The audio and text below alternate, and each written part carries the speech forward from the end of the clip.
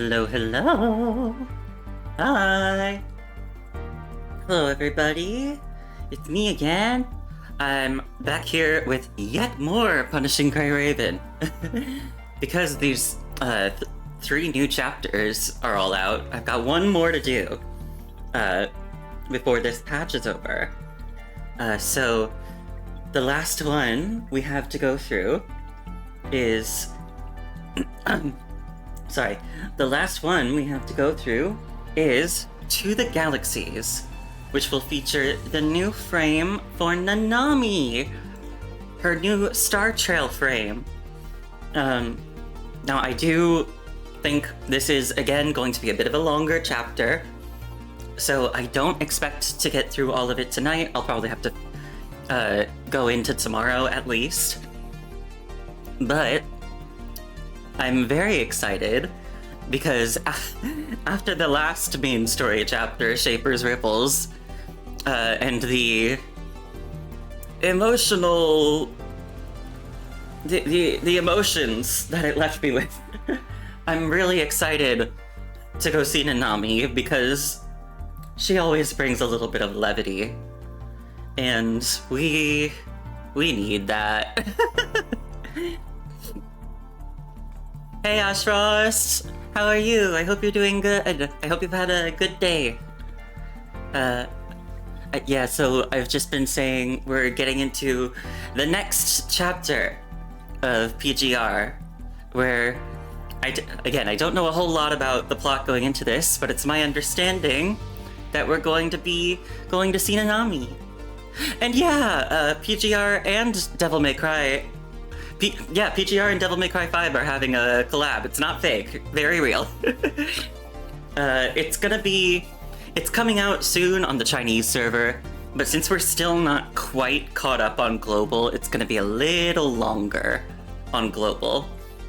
Probably in the summer. But yeah, it's real, and it's coming.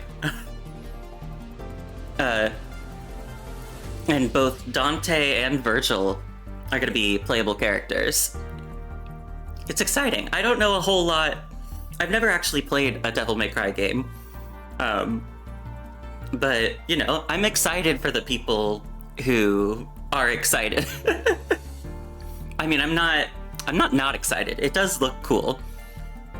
But I'm especially excited for the people who really like both of these games and are going to see them together. Hi, Cole! Hi! I hope you're having a good day! So, yeah, I guess without further ado, let's get started! You can get Dante's Stinger and Virgil's Judgment Edge at the same time. You mean what? Something about the phrasing of that makes me think that you're not talking about their swords. Anyway, let's go see where we pick up after the extremely emotional ending of Shaper's Ripples. And let's go find Nanami, wherever she may be.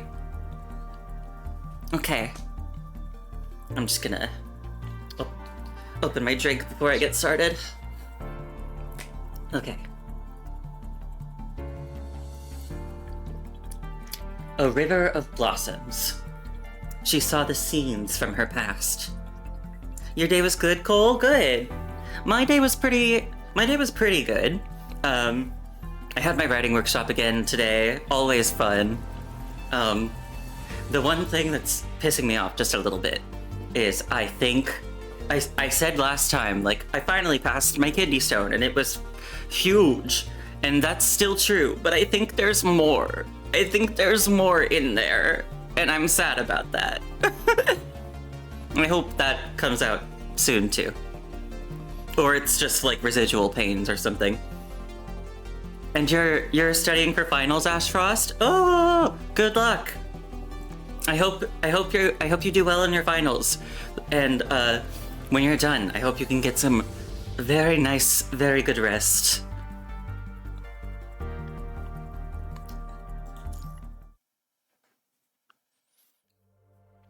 The stars start to twinkle in the mysterious universe as if they were breathing. The stardust-filled universe parts like a lifting curtain, revealing a gray-haired girl sitting in a corner of this small world. You're gonna hibernate during the summer? Ooh. That brings me back to college.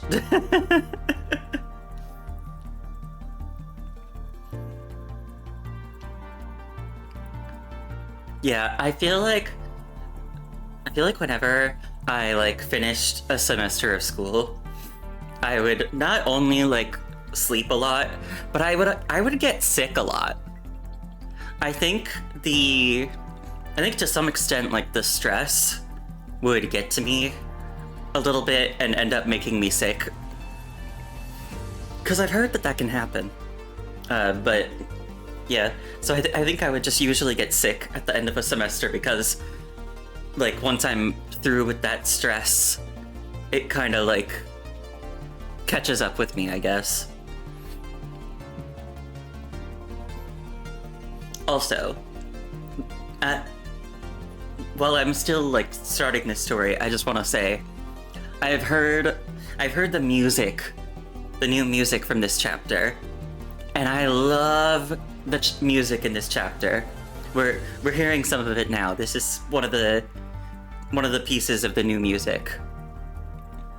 And I love it. I love the music this chapter. You're gonna play Simple and Clean on full blast? Oh my god.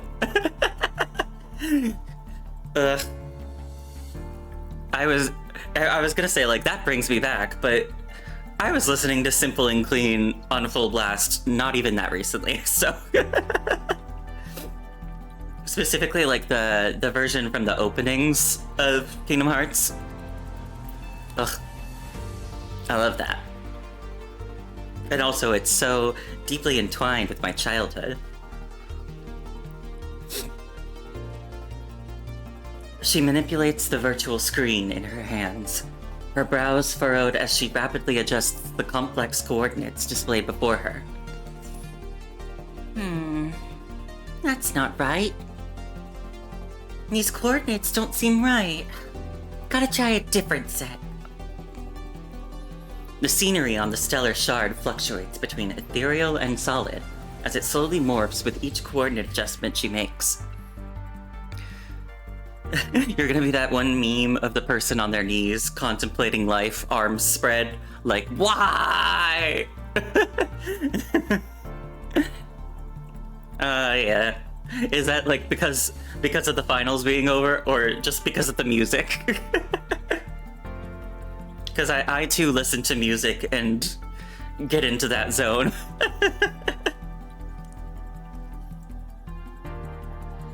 No. The gray-haired girl's voice shifts from hopeful to dejected as she stares in confusion at the space she has traversed countless times before. The sparse starlight fails to fill the vast universe as she floats at its center and reaches out to touch the shattered vortexes before her. Both, and also applying for uni after summer. Oh, good luck. I hope that it goes well.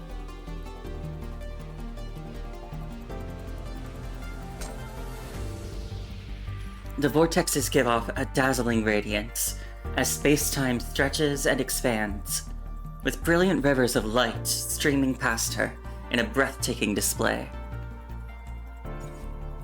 She sees the scenes from her past, and aged light cascades upon her friends' shoulders. She sees their first encounter in the desert.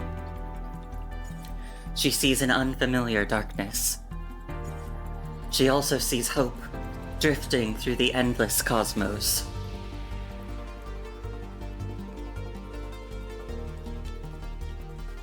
And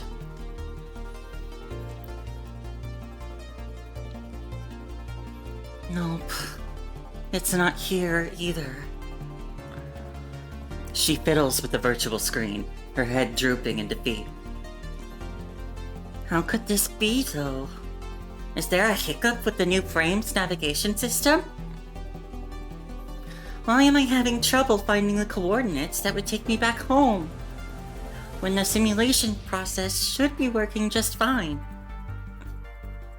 Once again, she finds herself lost in this vast universe. Why is this happening? The anchor points should be fixed in place. But where are they now? The sparse starlight fails to fill the vast universe as she stares into the boundless expansion of space in bewilderment.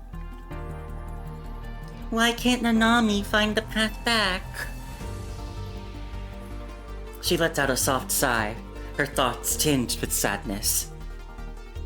Stellar vortexes spin as time and space interweave into intricate, elusive patterns, flowing like rivers that stretch endlessly into the beyond. The girl reaches out again, trying to fish out the right thread from the rivers. She sees fragments of laughter. The machine oil trickles down like tears of blood. She sees the mournful cries of her comrades. She sees a tide she has never experienced before. She also sees the shining moon and the flames reflect each other's light under the night sky. Following this timeline, she now sees that certain human once again.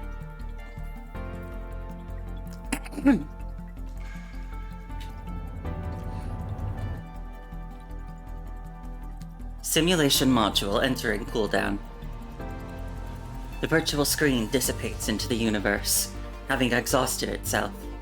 The girl, however, perks up with renewed vigor. The brief simulation ends once more, but within her mind, she can see the human commandant every bit as clearly as if they are right next to each other. Well, still no luck with the coordinates, but I sure never saw that coming. I wonder what Commandant is doing now. Is the Commandant going to come from me upon a cloud of stars, like the people do in fairy tales? Actually, Commandant already has a bunch of things to deal with. Nanami should keep trying and figure out a way to get back to the Commandant. Don't worry, Commandant. Wait for Nanami.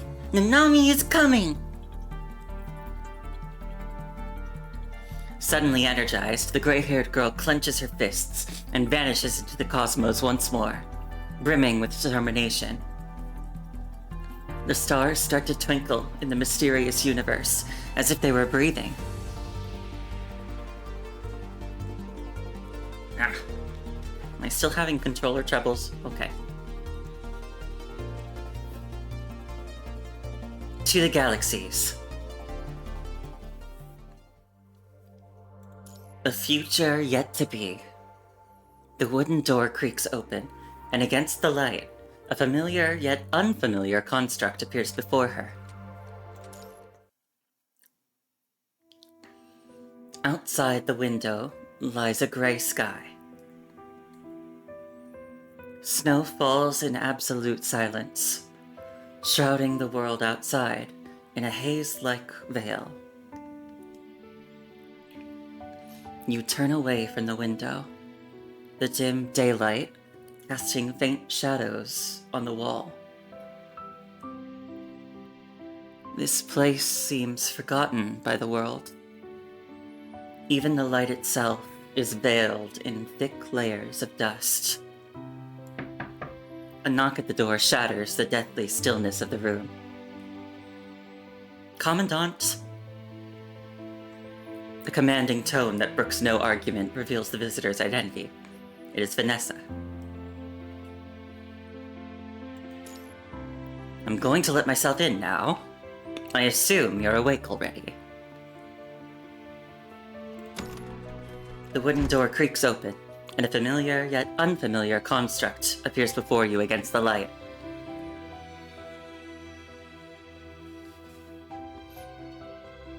I'll try to make a sound. Long deprived of moisture, your vocal cord feels parched.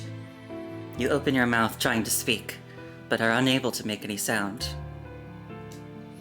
Heavy bandages wrap around your body, their rigid embrace making movement impossible.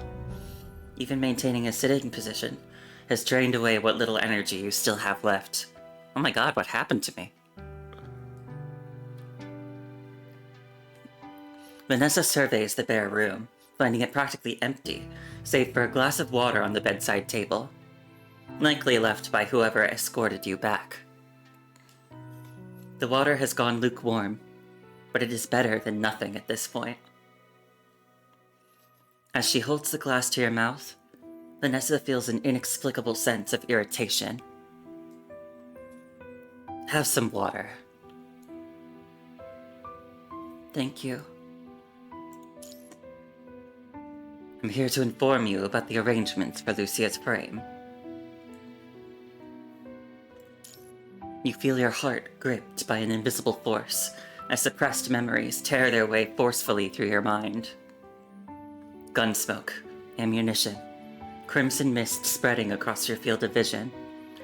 Someone that you cannot be more familiar with draws near, only to drift away again. Commandant. Luke. I don't want it all to end here.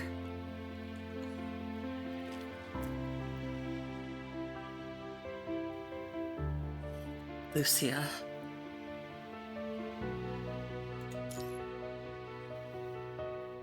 Your throat threatens to tear apart as you try with every ounce of your being to say her name to no avail.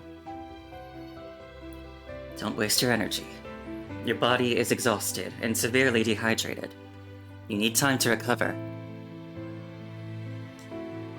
We've placed Lucia's frame in a sleeping pod at the settlement. Emma and Rosa have made multiple attempts to fix the Omega Core in her frame, but haven't had any luck so far. I believe we're both used to this by now, and I didn't think I needed to say this, but... She turns her head. My condolences. And... just as she's about to continue, the rotting wooden door creaks again. Come in.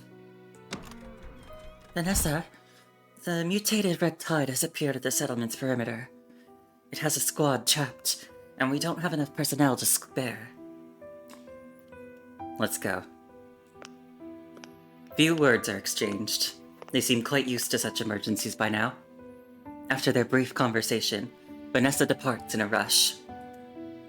Stay here. I'll be back. The door slams shut and their footsteps fade away. Silence once again descends upon the room. Lucia. Slowly, you come back to your senses with what little sense you still have, but your body remains immersed in overwhelming sorrow. Try as you may, you can barely move a finger. You look out the window.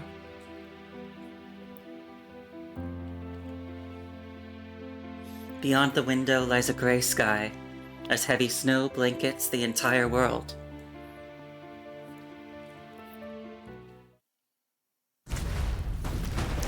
Vanessa and Emma rush to the location of the distress signal. The battle rages on until, with their support, the mutated red tide finally retreats. The surviving squad members have to keep one another standing as they deal with the aftermath. Vanessa has become a construct for quite some time now, but she still has no love for combat. Disgusting. She brushes the snow off her collar, while letting Emma tend to the injuries she sustained from the battle. The mutated red tide is difficult to handle, true, but I never thought you'd slip up like that. You seem preoccupied. Is it because of the Grey Raven Commandant? The Grey Raven Commandant? I already have more than I can handle on my plate now. Have the scouts reported back yet? Did the Border Patrol make it back alive? Are the nearby supply depots still operational? Do we have enough medical supplies for the wounded? Vanessa props herself up and lets out a sneer. The Hetero Tower, the punishing virus, the continuously mutating red tide. And now here we are, all of us crammed into this damn pinprick of space near the ARU.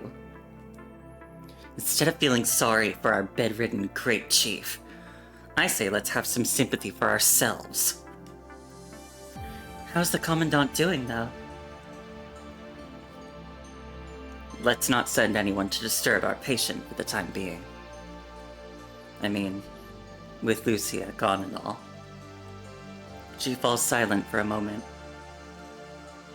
Even if we want to know what the Grey Ravens went through, let's at least wait until their Commandant has recovered enough to speak.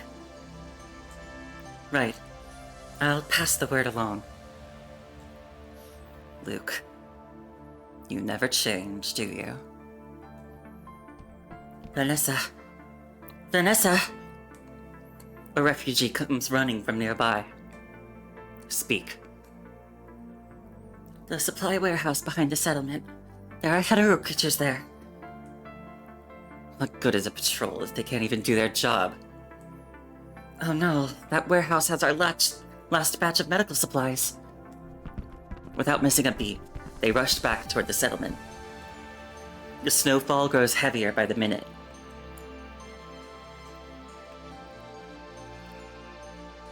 They barely reach the outskirts when they see the settlement in chaos, with casualties being rushed to the medical tents.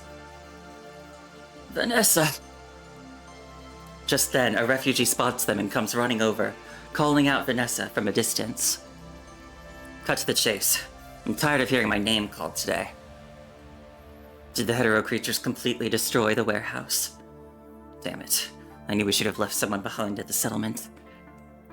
Emma, implement emergency protocols and list the damaged supplies. When you're done... The warehouse is undamaged. Hi, Bunny. How are you? I hope you've been having a good day. Huh? What's all the fuss about? Has Discord returned early? It's the Commandant from that small room in the corner, who came out and led the off-duty patrol team to lure away the hetero creatures. I can't believe what an elite Commandant from the old Babylonia is capable of. I can't imagine how powerful Babylonia must have been at its peak. You're sleepy but too lazy to sleep? How are you too lazy to sleep? I feel like sleeping is the easiest thing to do when you're lazy. Unless you have to go up to your bed. If you're like, I want to go to bed, but I don't want to get up. I do kind of get that. I'm doing well. I've had a nice day, and I'm excited to be doing more main story in PGR.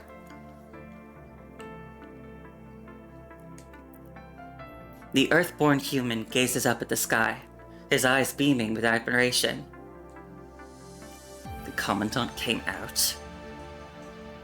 I can't say I'm surprised. Looking behind the refugee, she does not see the Grey Raven Commandant. Where is that Commandant? I thought the Commandant was just over there. Might have passed out again. Vanessa? Without responding to the refugee, Vanessa walks in big strides toward the settlement.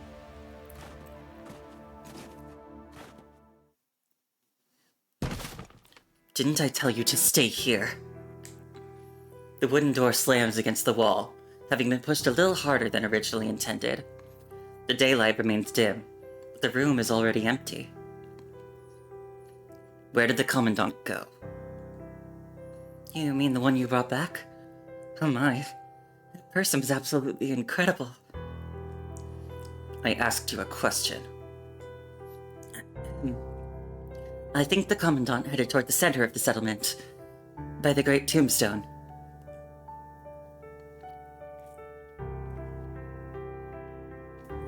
At the heart of the settlement stands a towering stone monument. At first, the stone monument was merely a relic from a Golden Age city, weathered by time, yet standing tall at the center of this land. When the settlement was established as a permanent refuge, someone unknown became the first to carve the names of the fallen into the stone. Anthony, Constance, Selkie, Sika, Daniel. Sika? No, I remember Sika. She's nice. Or she was nice, I guess. Bambinata? No! She's just a little girl. She was just a little baby. No.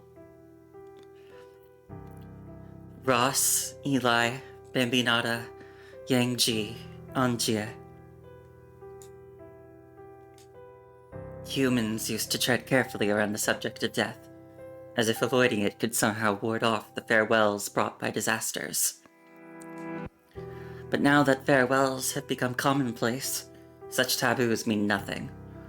The monument is simply known as the Great Tombstone, a landmark at the center of the settlement.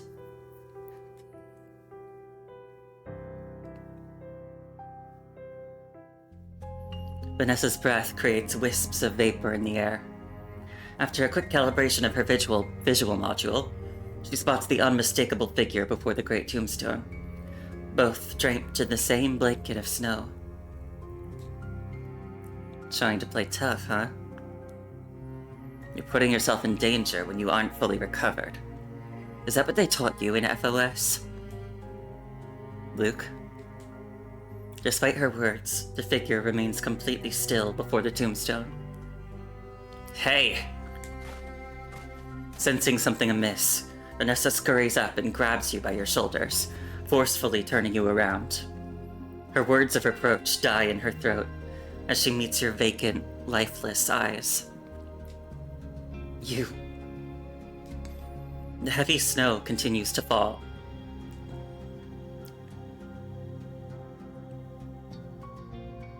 With the hetero creature lured away by the patrol, you gaze upon the tombstone amid the swirling snow, as you are trapped in an uncertain future.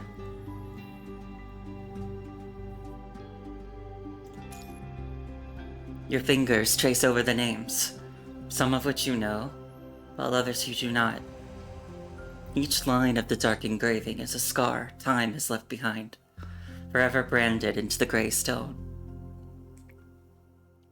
From top to bottom, countless memories are densely etched onto the memorial stone that towers beyond sight. And Bambinata was Vanessa's little sister. So Vanessa's probably sad too. I mean, I don't know how long it's been since Bambinata died, but that's sad. They are all gone.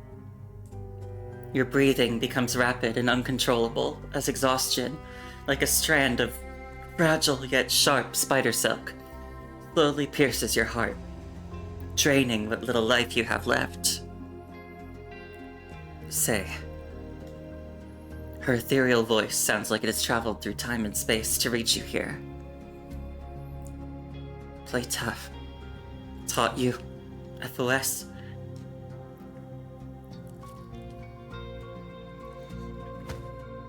Feeling a firm grip on your shoulder, you slowly turn around. In Vanessa's eyes, you see an exhausted, numbed human face, pale as a ghost that has escaped its grave. You? Commandant? Commandant! How in the world? Commandant? What happened? Are you alright? What's going on? I'll contact the Star of Life right away. Commandant. Luke.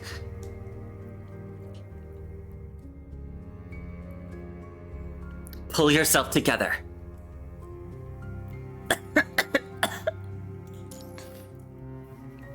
With that, you snap back to your senses.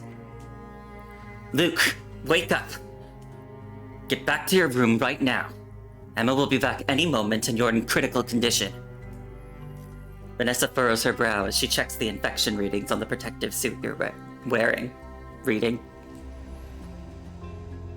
I should have locked that door. Hello? Luke? She's surprised to find you unresponsive, no matter how she calls your name.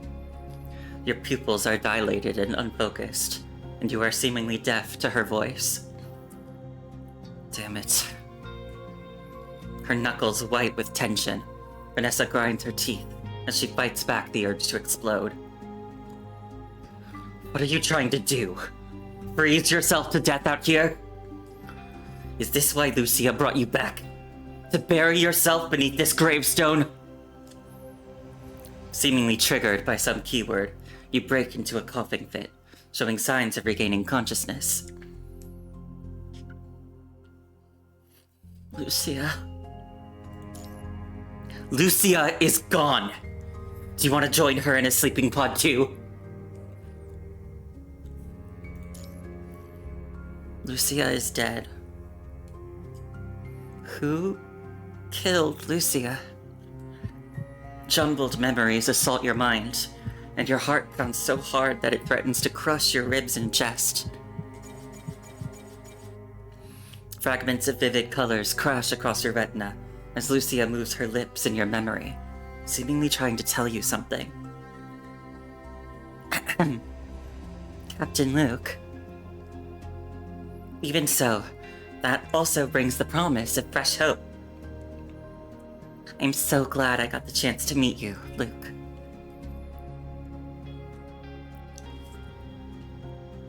The wind now bites as cold as it did that day, except Lucia now lies in a sleeping pod. Seeing your eyes lose focus once again, Vanessa clenches her fist tightly. She slams her fist into the gravestone behind you, the metallic scent of vital fluid piercing the frigid air.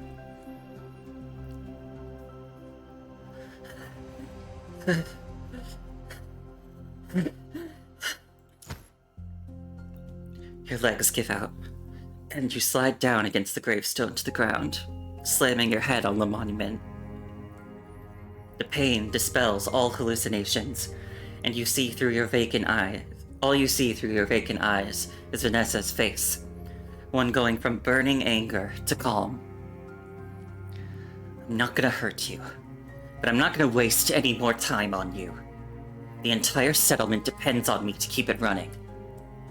If you have no desire to get out of your current state... Emma. What's going on here? Emma, having rushed to the scene, stares in shock at Vanessa and you. The Commandant just successfully commanded the patrol and saved our supply depot. I'm here to evaluate the Commandant's performance and distribute the appropriate rewards. Okay, but... Do as I say. Once everything's done, escort the Commandant to logistics and let them handle things from there. Right. Despite her doubts, Emma continues to follow Vanessa's orders. As for you, I understand how you feel. I've been living on Earth for 30 years now. Crimson vital fluid slowly creeps over Bambinato's name on the gravestone. That's it. If you can't get back on your feet, just remain seated. Live on, and live as a normal person. Perhaps that's what Lucia... She presses her lips together and speaks no more, turning to leave. Her footsteps fade into the distance. The snow dust on the ground nearly buries you whole as a numbing cold grips your every sense. Lucia is dead. Excruciating pain cuts through your mind. That most familiar signal in your will never reach your mind beacon again. Well, like a drowning person grasping at straws, you force out words through your destroyed throat, even if they come out bloodied and broken. Lucia.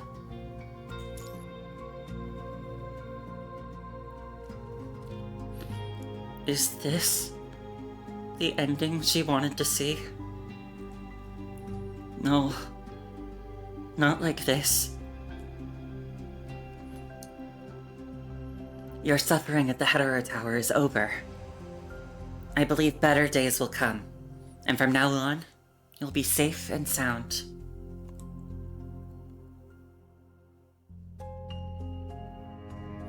I just can't bring myself to part ways with you like this.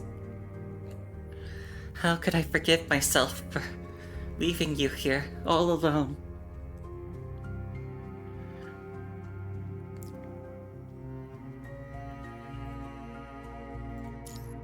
An inch of empty space remains at the bottom of the tombstone.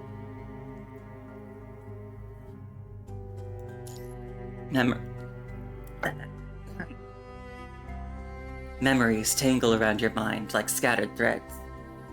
You feel an urge to carve something into the gravestone. This is the epitaph of Lucia and the Grey Raven. We once existed in this world. We once fought to reclaim Earth. We are Grey Raven. Blood seeps through your tattered tactical gloves as you clench your fist. Your mind is empty, vacant of all but one obsession: to finish carving what you haven't.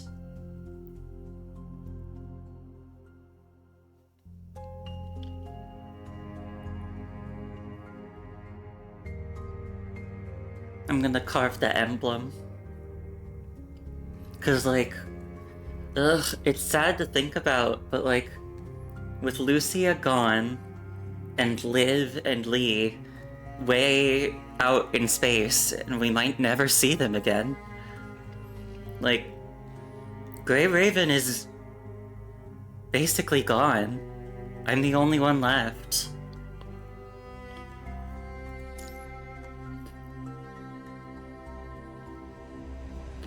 There are no survivors in this catastrophe.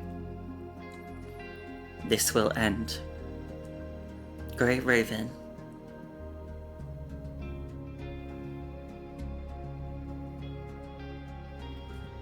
I just want to sleep. Far too exhausted to move anymore, you slowly slide down against the great tombstone. At some point, the heavy snow has stopped. The setting sun pierces through the deep, hazy clouds, scattering its dying rays as night falls like a curtain and slowly drapes over half the sky.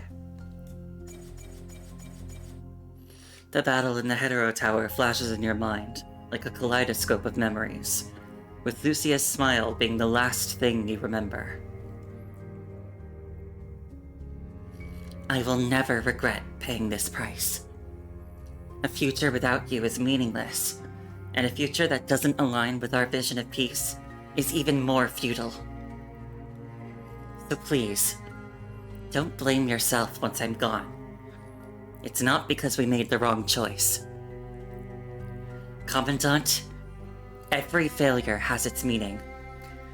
We've obtained the seeds of a miracle, and from here on, we'll surely find a miracle that belongs to this world, and to us.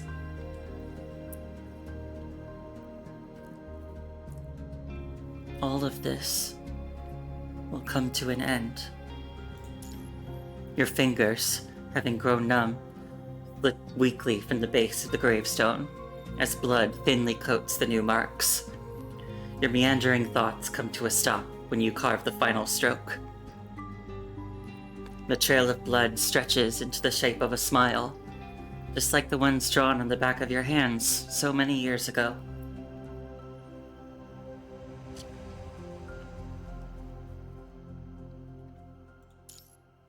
Someone calls out in the distance, the muffled voice drifting away from you. The twilight's glow fills the sky as far as you can see. This time when you wake up, you will be truly alone. Lucia.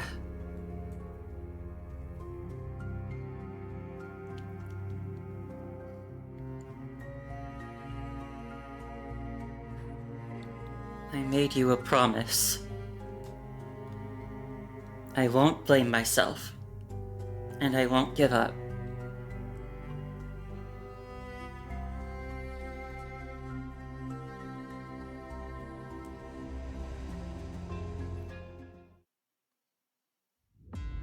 So we're just handing over our buffer zones to the hetero creatures now?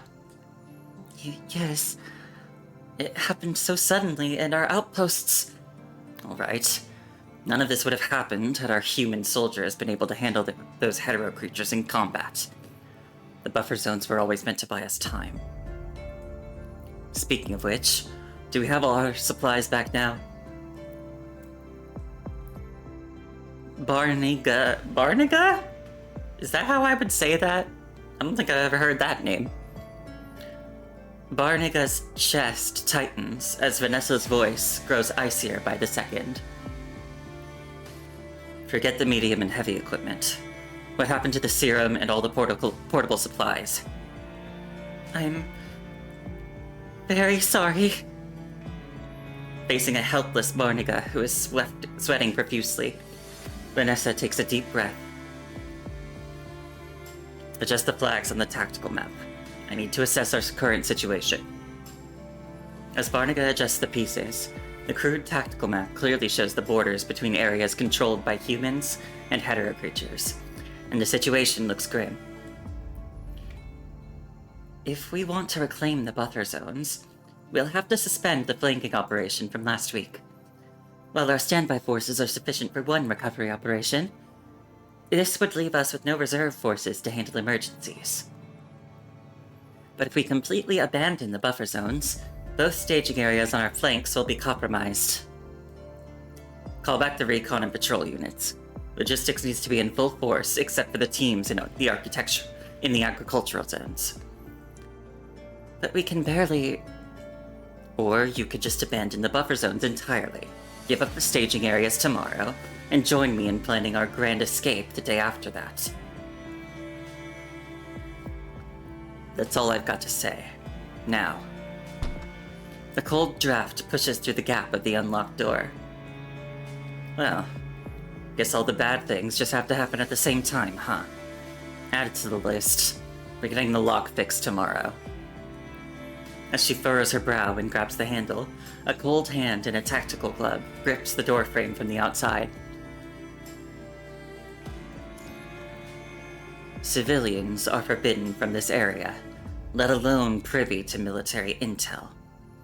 Do you want to die? Put the recon and patrol units under my command. I'll break through those hetero creatures with them. If they just took our buffer zones, they're compromised. You know what I can do, Vanessa. Also, I just remembered a few things. As you slowly come back to your senses, memories about the hetero tower and its core flood your mind.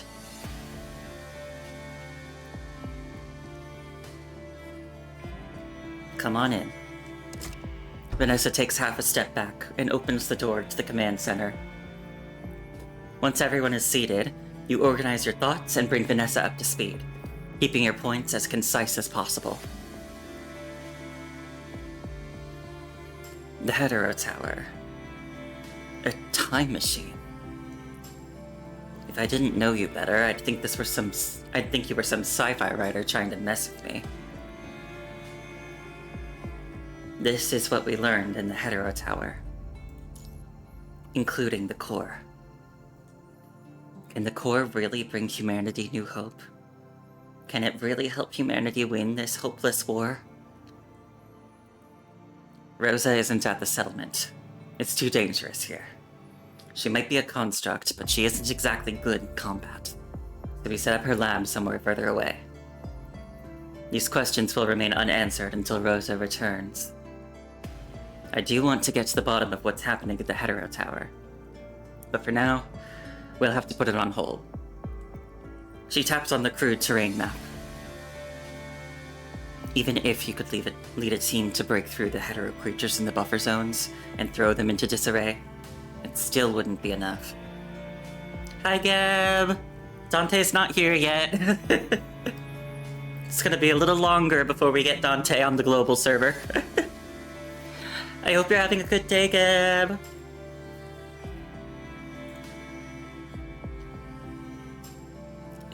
Hetero creatures? No thanks. Yeah, am I right?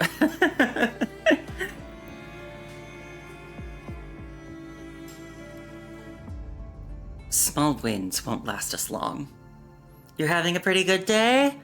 That's great! And thanks, I'm having a good day too. Then let's lure them away. We'll split them up, lead them to other fortified camps, and pick them off one by one. Yeah, Gab, I became an affiliate, I think almost a couple weeks ago now. Yeah, thank you for the congratulations. It was really exciting. Oh, and thank you for the subscription. It was really exciting. Yeah, I got raided by a few different people all at once, 2 Fridays ago. And yeah, when that happened, it pushed me over the line, so to speak. So here we are. I still don't have things like emotes and like redeems and stuff yet, but I plan on working them. I plan on getting them commissioned as soon as I can. I need to do some research on artists and stuff. Yeah, one day at a time.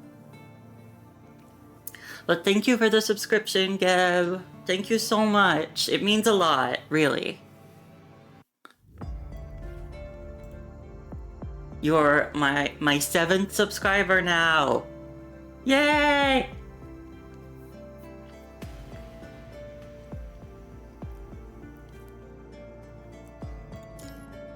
I need a map with all troop deployments.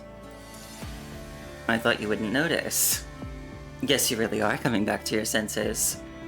You love collecting first badges? Nice! Oh, that makes you a founder, I guess. I'm looking at it.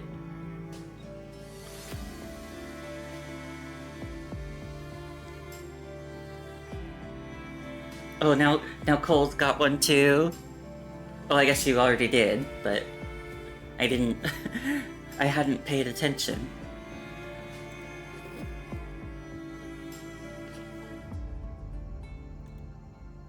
This is indeed a crucial checkpoint, but it doesn't need defenses. You can't have them either. Someone's already guarding it. Someone? Luna is there. Luna? She barely communicates with the camp, refuses to cooperate with our strategies, and rejects our supplies. What about other Ascendants? We haven't detected any Ascendants. We've been monitoring the area for a while now, and Luna's the only one there. She hasn't shown any signs of hostility, and doesn't seem interested in driving humans away from this place. Seems like she just wants to keep watch there. Luna was an agent who could connect the Ascent. Maybe you could talk to her. Maybe you should talk to her. Emma! Something's up with the patrol team. What is it now? Take your time, don't rush. The patrol team was returning from the northwest when the mutated red tide suddenly surged. We didn't detect it coming, and it's got them trapped. Looks like we need to pay them a visit now. But Luke is doing just fine. The Commandant can proceed with the mission. Let's move out then. Time to see which poor souls got themselves trapped in red tide this time. Vanessa's signature sneer crosses her face. Okay, we've got some gameplay here. Members to deploy, Luna. Alright. Irreversible end. She sits detachedly in a corner of the snowy plain. The wind howls, the mutated red tide intertwines with snowflakes, and the twisted patterns resemble corroded marble. And I get the achievement just for completing the stage.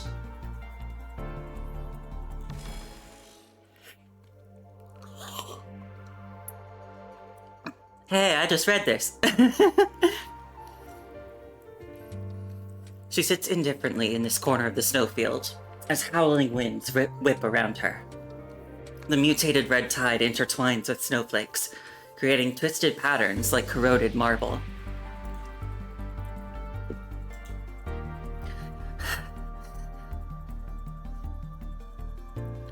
It's coming again.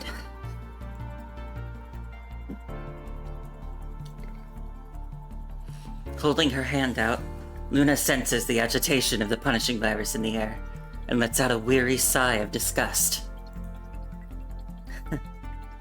Same old, huh? Phantom of the Red Tide. What form have you taken this time? How do you tell I'm the Phantom when you can't even see? Still refusing to give up? You know well that you'll see the truth of this world if you step into the Red Tide. Everything the Ascension Network took from you, the Red Tide can return. And I mean more than just your eyes. Oh, so Luna's gone blind?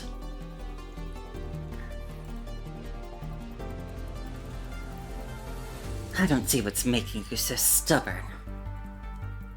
You've already seen the future through that Ascension Network. You've seen the future. You know you'll die here, and your power will eventually run dry. If you could enter the Red Tide, you could. You're annoying me. The weakened girl raises her hand and, despite her lifeless eyes, accurately shatters the illusion before her. You're wasting your time. Are you just going to sit around doing nothing? Do you truly believe humans can find a way to deal with everything before your power completely fades? Are you still clinging to such fantasies about Earth? All of this is none of your concern. She raises her hand once more, and the Red Tide's illusion completely dissipates into thin air as snow falls in silence. Can humanity truly find a solution before her power fades away? Perhaps. Or perhaps not. Either way, she will be too powerless to do anything at that point anyway. She has seen those futures. The snow falls silently, gathering like dust around her. She touches the cold gravel on the ground and gently traces out a humanoid figure. Luna does not know if she is doing it right, but she still tries to trace the shape as accurately as possible, the same way she has many times before. Find out next time on Dragon Ball Z. Or, find out next time on Punishing Ball Z. That doesn't work very well. I tried. Trying to trace the shape as accurately as possible. Me when I draw anything. Howling winds scatter the snow dust on the ground, bringing with them air thick with the punishing virus. Below the cliff, the mutated red tide crashes against decaying rocks, and faint voices can be heard from its depths. Luna frowns wearily, letting out a soft sigh and slowly rising to her feet. Oh my god. Speaking of dumb jokes, yeah, I had my writing workshop with my friends earlier today, and there was one quote from my friend's manuscript today that I kept making little jokes about. It was something about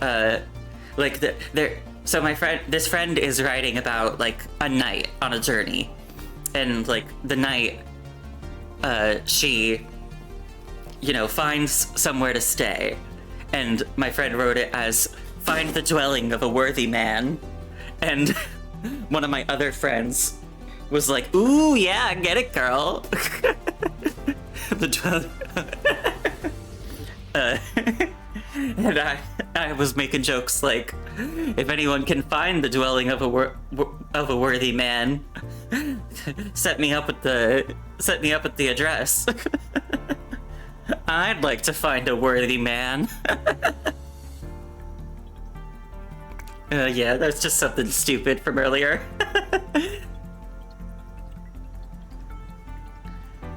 Luna frowns wearily, letting out a soft sigh and slowly rising to her feet. You've got an address for me? Wow. Who lives there? Although you're winking, so I have a guess. She does not like fighting the mutated red tide, but she has no choice but to face them. Ooh, we're in. Let's go. Here we go again. Ooh, new enemies. Noisy. Crumble and dissipate. Disperse. Ooh, these are weird. Embrace your end in truth. Hetero mantises. Show me then. Let's see what else you can do.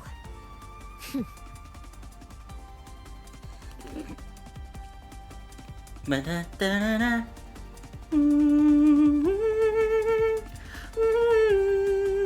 Still evolving. Ugh.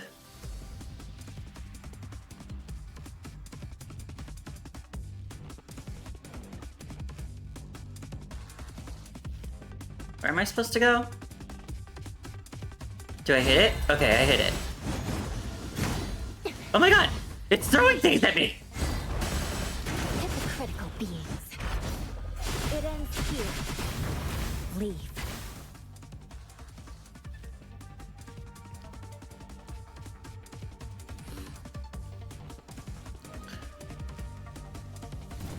Here's the final symphony of death. Oh, I already finished?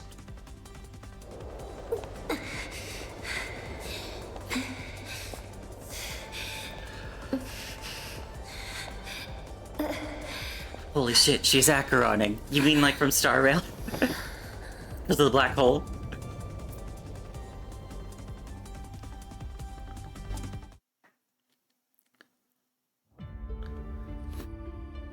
As the mutated red tide recedes, Luna returns to her seat at the mountain peak, her exhaustion plain to see. It's been fun to see Luna's new frame, because like with her old frame, what she did for her ultimate was she like compressed gravity in a location, and and with her new frame, I'm like, ooh yeah, she's gone from compressing gravity to making black holes.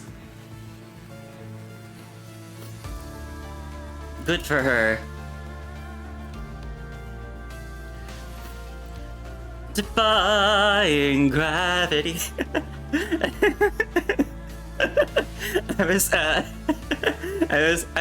Well, I've been thinking about that song recently for a few reasons, but one is, at the moment, I have the house to myself, and I was thinking about, like, kind of one of those jokes that I feel like you'd see in a sitcom, where, like, my parents are like, I wonder what crazy stuff he's getting up to when we're not there, and then it would, like, cut to me, and it would just be me sitting in my room going, so if you care to find me, look to the western sky. Oh, house to self, gang? Do you also have the house to yourself? Ugh. I love having the house to myself. And that's part of why I'm streaming PGR tonight, because I know, like, some of the past few nights, I haven't been able to, like, in my, like, voicing all the lines, I haven't been able to go as hard as I might like because of family sleeping. But now I can be as loud as I want! Your roommates went to a furry con, so you're just by yourself. Ooh, fun. Ugh, I love having the house to myself. I love... This is one of the most introvert things I will ever say. I love not being bothered.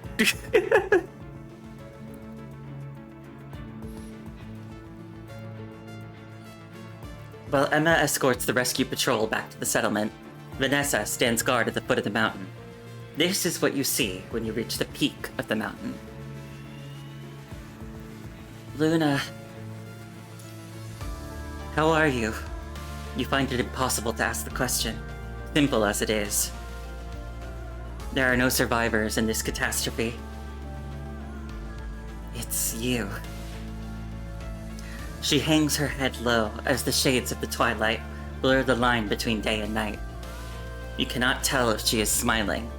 The cold gleam of snow shrouds everything here, making her expression impossible to read. This has to be the best illusion I've seen so far. She lets out a soft breath. The girl lifts her head and stares at you with those lifeless eyes of hers. Hey, I have lifeless eyes too. We're matching, bestie.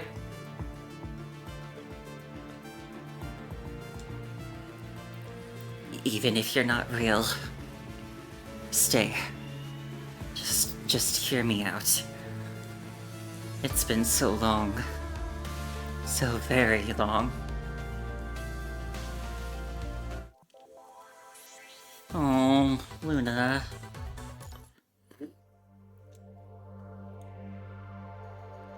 Are we doing hear me out cakes? Luna's like, hear me out. Some of these red tide illusions are pretty hot. I may not be able to see anymore. I can just tell.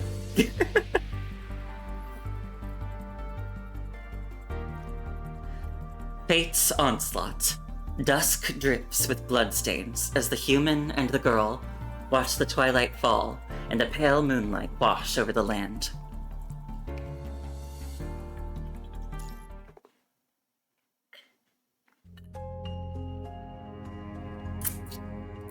At first, everyone thought the Grey Raven Commandant and Lucia were sent on an unusual but ordinary mission. Grey Raven always seemed to work miracles. They always came home winning fights deemed impossible. The Clean Zone even had a victory celebration prepared for them as soon as they had gone inside the Hetero Tower. Except the Inver Hetero Tower glowed red again, and the banner meant to celebrate Grey Raven's victory was never hung.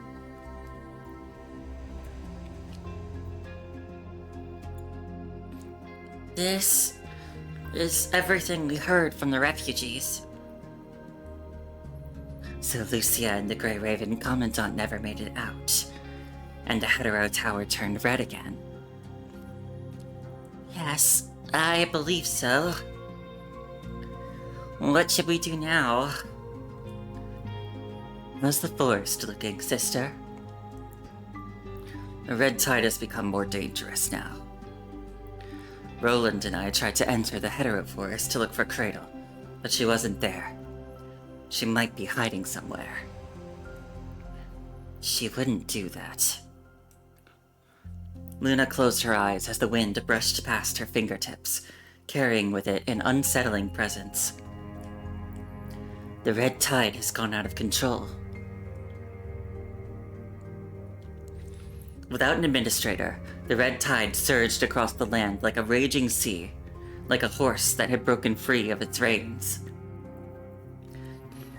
Those hetero creatures have gone mad. They used to only wander around the hetero forest and rarely ever appeared in the conservation area, but they stormed into the conservation area this time and nearly melted everyone there. They've all gone insane. Calm down. Are you saying all the hetero creatures have gone haywire? Yes, they've all gone mad. They broke through the hetero through. They broke through the conservation area's defenses by force, crawling in over the corpses of their own kind. Send an emergency report. This is already the 4th conservation area reporting hetero creatures losing control. What in the world is going on? The hetero creatures frantically devoured the surface as they gathered around the red hetero tower, seemingly waiting for something.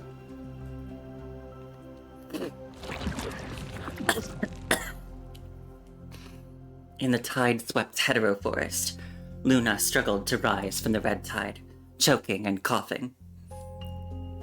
Luna! Miss Luna, is it still not working?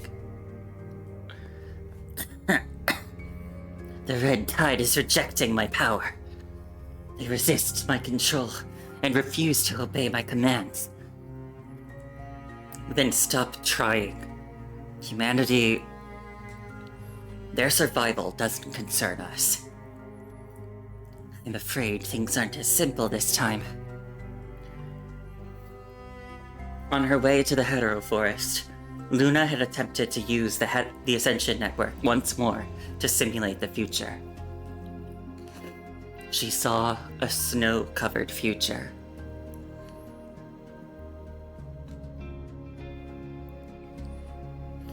I've tried many times since then, but I still can't get control over the red tide. After several attempts, I discovered another consciousness within it. Chaos. So you're connected to all these. I figured as much.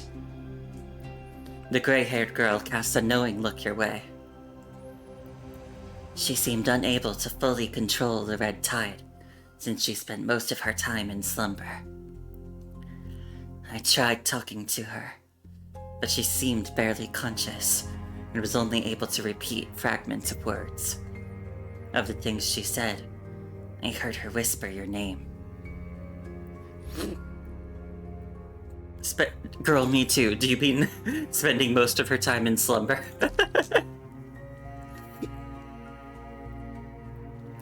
The white-haired girl's moments of consciousness grew shorter and shorter.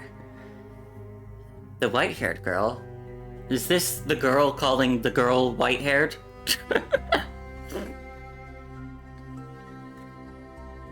The red tide spiraled out of control once more, and turned against its master, as the hetero creatures began evolving in unpredictable ways.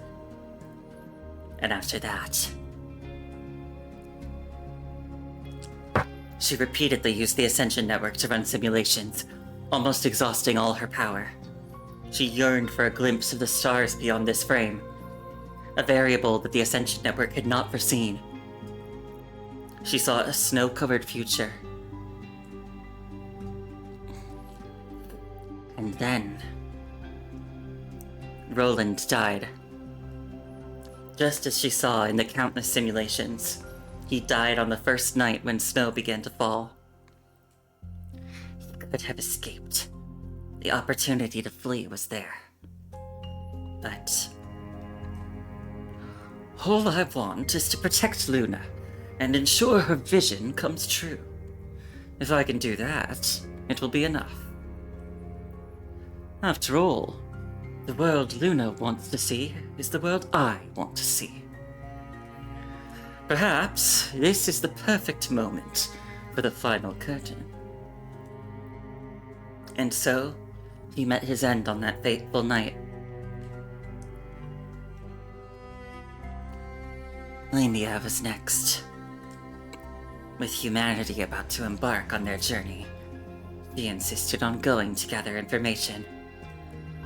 Luna recounts everything with tranquility, as if she has replayed this same scene countless times in her mind. Lamia entered the waters once more to search for news from other regions. She was never to be heard from again. I will be back with good news, Miss Luna. The timid mermaid plunged into the abyss, but never returned with any news. The red tide flowed back into the sea, giving birth to massive mutated creatures in its depths. I warned her about the dangers of the ocean, yet she still chose that path. That timid mermaid was never meant to be the dove of peace. Luna. And then it was my sister. Luna continues her serene narration, deaf to your words, her tone betraying no emotions. To the punishing virus, ascendants are merely beings who passed the initial filtering. No one is invincible. Not even the agents. Not me, at least. She stops momentarily. Alpha had been trying to break free from the Ascension Network's bonds, and in a way, she did succeed. But as a consequence, she could no longer connect to the Ascension Network. Even as an agent, I wasn't able to do anything to help her. I was already having trouble seeing things then. This area isn't safe. I'll go eliminate the nearby hetero creature's strongholds. Alpha hesitated, worried about leaving Luna alone with her failing eyesight. Are you sure you're going to be okay? I'll be fine. Luna could no longer see, but she could still sense Alpha's presence just fine. Those hetero creatures have evolved again. They're dangerous. If left unchecked, we won't be able to set up camps safely here. Wait for me. I'll be right back. After making sure Luna was safely settled despite her blindness, Alpha left the mountaintop. She lied, though. She never came back. The mutated hetero creatures appeared in overwhelming numbers, so much so that Alpha wasn't able to hold them back. But I'll be here waiting for her, no matter how long it takes. Sorry. You do not know why you want to say it, but something tells you she needs to hear an apology right now. I'm sorry I'm so late. This isn't your fault. I'm not telling you this to blame you. She sits there motionless, like a fragile porcelain doll. I saw all of this in the simulations before. In a future of swirling snow, where the plains are consumed by the red tide, everyone dies one after another, until only she remains, sitting alone on this cliff. Luna tilts her head up as a droplet of tears quietly glimmers at the corner of her eye before it quickly vanishes. The dusk bleeds across the sky as you and her watch the sunset fade, and you wait for the pale moonlight to creep across the earth. And you're no red tide illusion, aren't you? What have you been through? Well, memories of your countless battles and endless days of ruminations become an overwhelming amount of words. For a moment, you do not know where to begin. Yeah, you're right, Gab. What have you been through? Enough.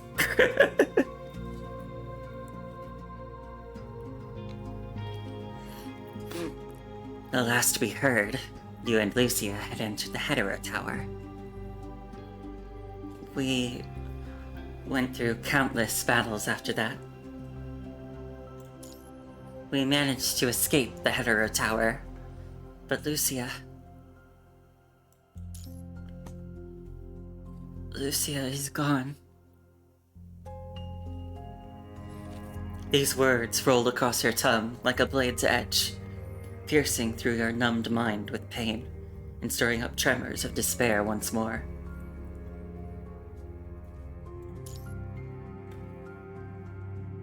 Your breaths crystallize into ice and fall heavily to the ground. I brought the Hetero Tower's core back. Maybe we could...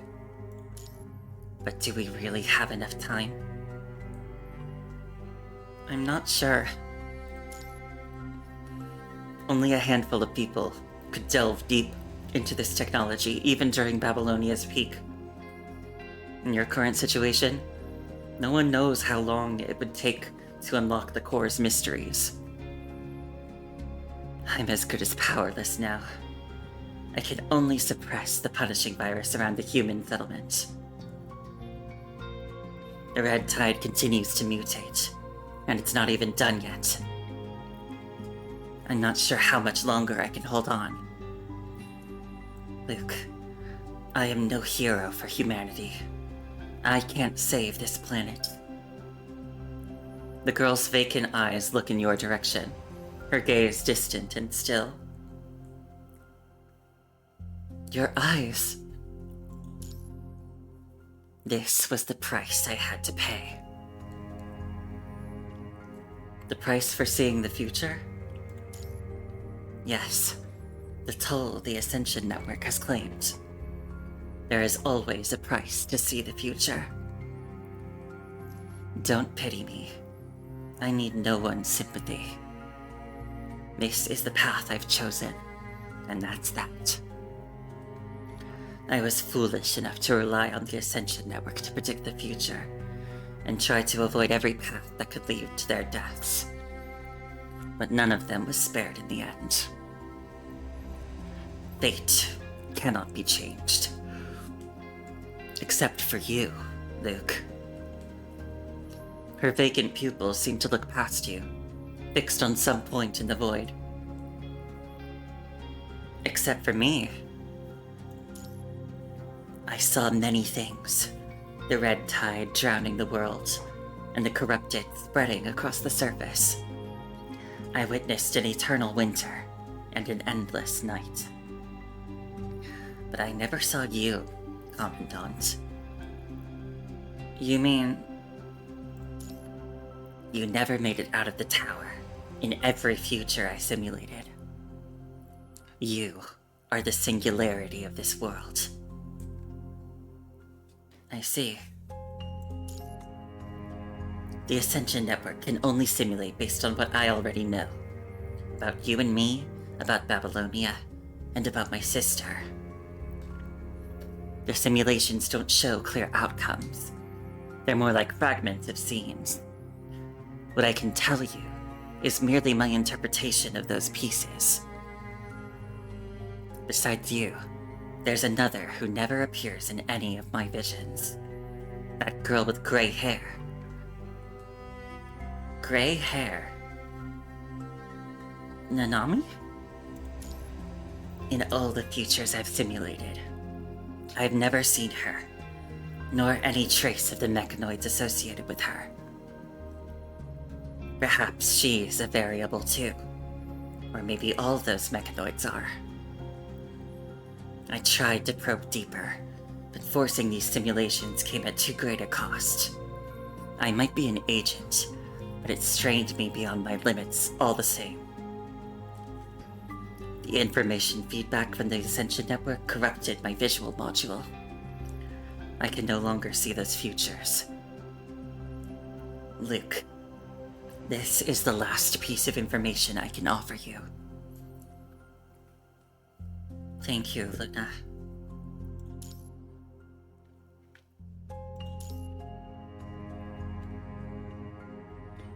This time, she does not pull away.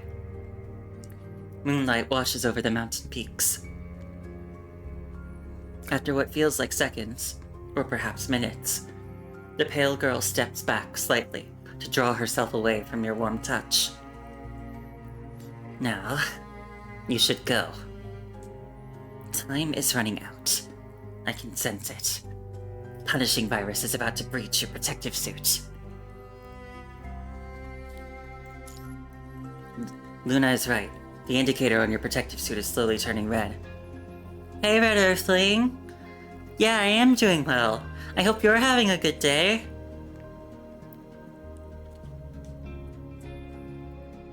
I don't know if you'll find the answer that lies at the end of this path, but I'll hold on as long as I can. I'll hold out longer to buy you more time. You are the only variable, Luke. Your escape from the Hetero Tower stands as the sole anomaly in all my calculations.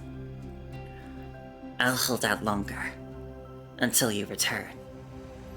Oh, your day just started a while ago? Then yeah, I hope it goes well. Ooh. Yeah, I hope it goes well.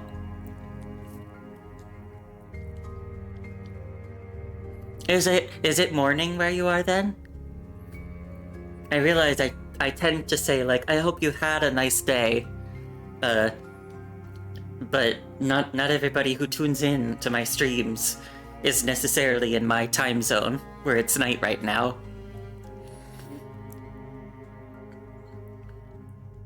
You trudge away from the cliff's edge. Behind you, Luna lowers her head slightly, overlooking everything below the mountain with those lifeless eyes of hers. Ooh, it's almost noon for you? Oh, I see. That's almost a 12-hour difference then. Beside her stands a small, faintly glowing lamp. Seemingly trying to acknowledge what you have done, a meaningless gesture to her, she slowly extends her hand at the fire. Upon touching the flame, she quickly withdraws her hand behind her back, as if singed. Having been sitting here alone for who knows how long, she has replayed the scenes from her simulations countless times in her mind. She has experienced their deaths countless times in her mind, and she thought she could no longer be moved by anything. Best of luck, Luke. This is our last chance. The blind girl reaches out once more to touch the warm yellow lamp.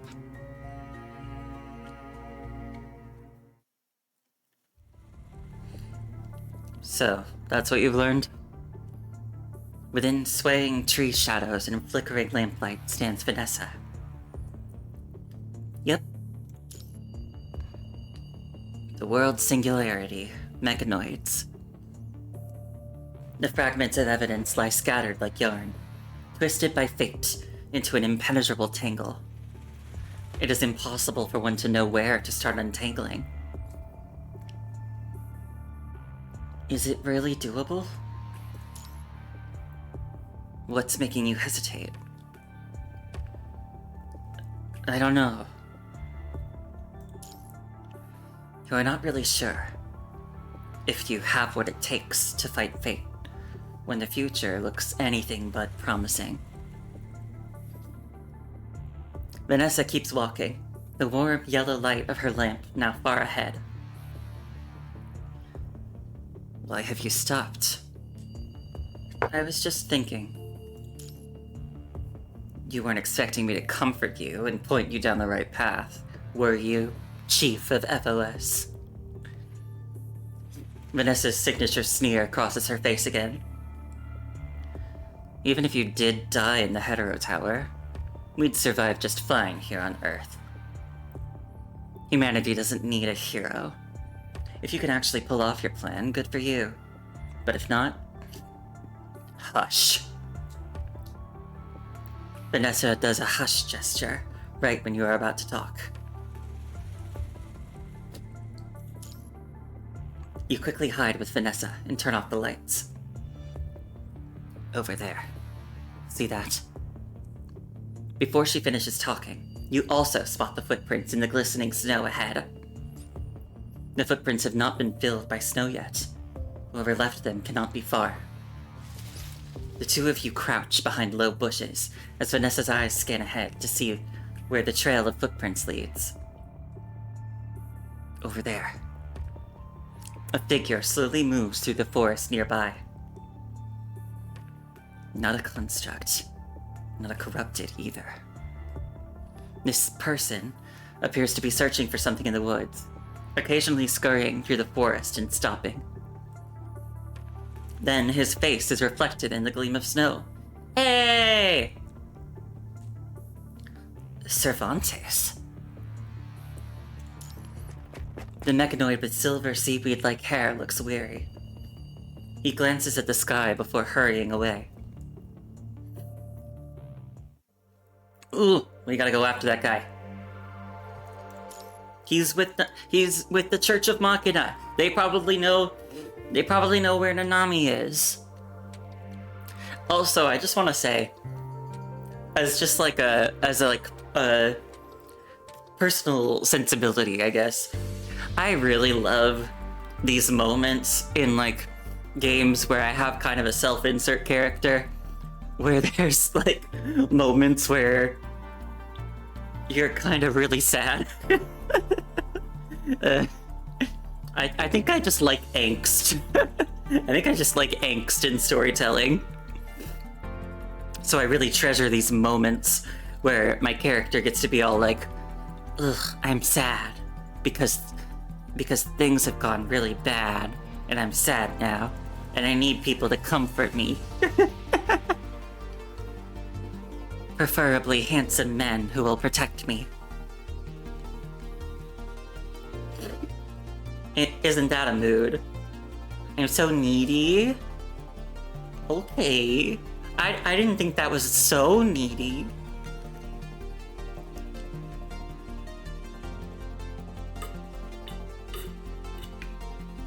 Oh my gosh.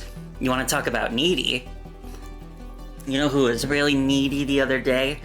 Was, my cousin's little baby. My cousin has a baby who just turned 2, and she came over to our house a couple days ago, and she was so attached to her mom that day. The cousin came over to do haircuts, and it took her a while to get started, just because she couldn't separate herself from her little baby. Every time she would like try to get up, her baby would just like squeeze in and be like, no, don't go. Don't leave me, mommy. She's a really cute kid. Oh my god, I don't know if I mentioned this, but this is the same little child who on my birthday I got a video of her going, happy birthday. But happy birthday to my real name, not Luke. But she was just saying it and it was so cute. It was so cute. Oh, and your dog does that? Yeah, pets are sometimes really, really attached. Especially dogs, I think. I hear more about like dogs being really attached than cats. Honestly, I do think a little bit that might be one of the reasons why I'd probably rather have a cat than a dog. Just because like dogs seem very nice and I like that they are very like affectionate, but I think sometimes I would just need my space, you know? It was raining today, and he was sitting outside the bathroom the entire time while you were in there. Aww. Aww. How old is your dog? Is it like a puppy? Or is it like an adult dog? Also, what's his name?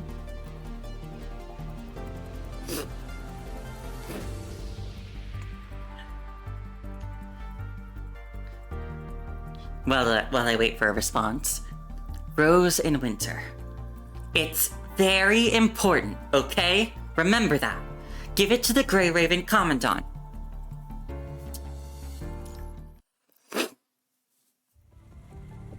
Under the hazy moonlight, the silver-haired mechanoid enters a nearby abandoned warehouse in a rush. A mechanoid. You got him in March 2014, and he was a rescue, so he's somewhere between 11 and a half and 12 and a half years old. And his name is Bosley. Aww. Bosley. Is that old for a dog? I've never been able to really get a grasp of, like, dog years.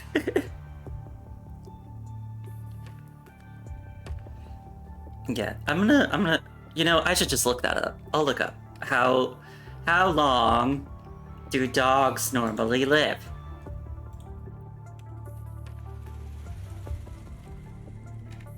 Oh, dogs live 10 to 13 years. So yeah, old doggy. It's up there, but he acts like a puppy every day. Aww, aww. You know him?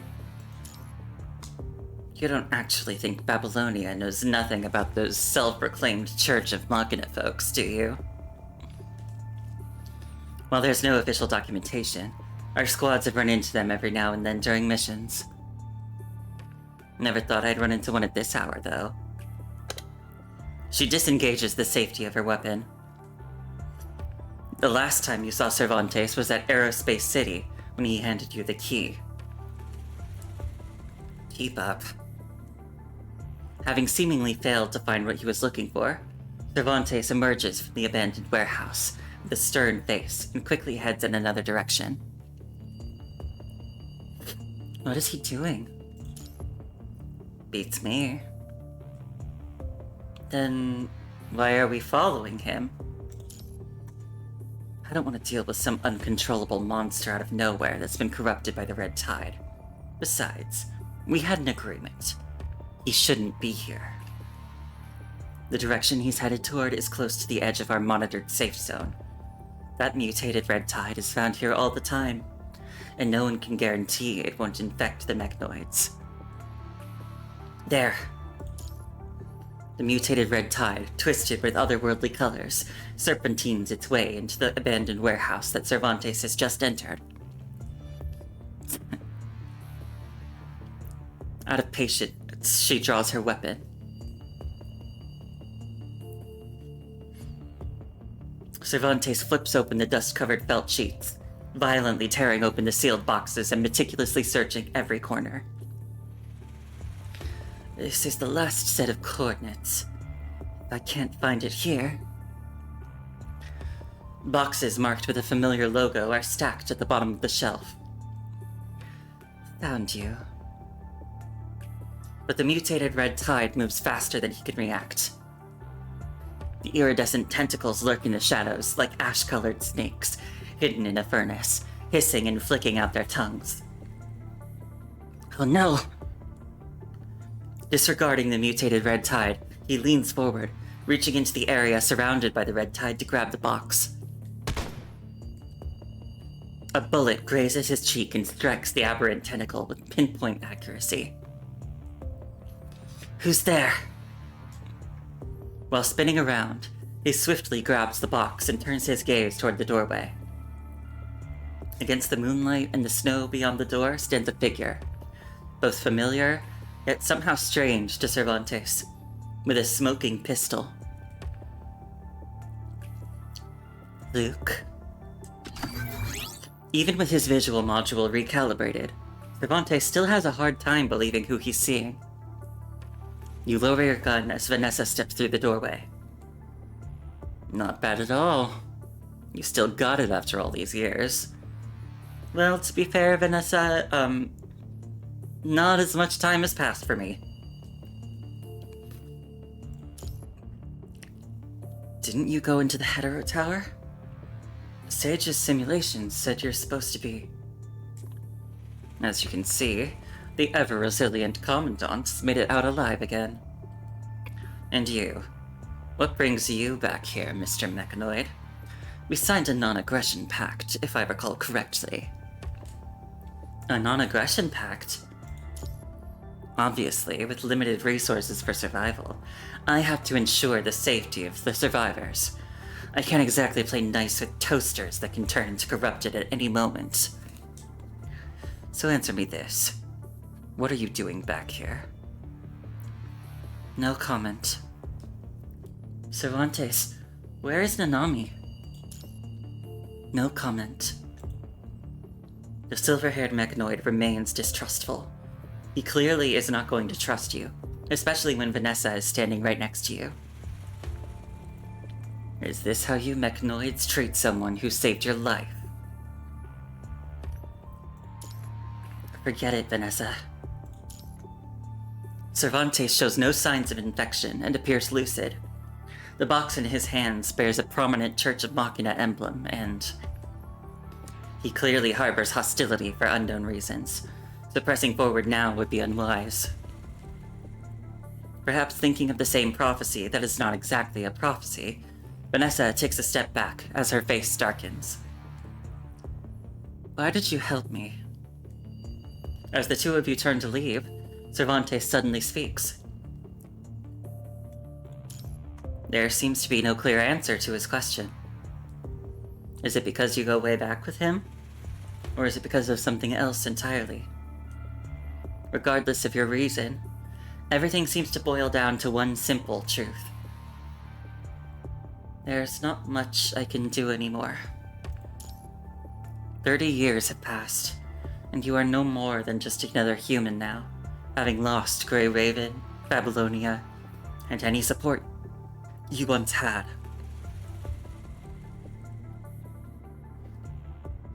You gesture for Vanessa to follow you as you exit the warehouse, to head back into the snowy outdoors.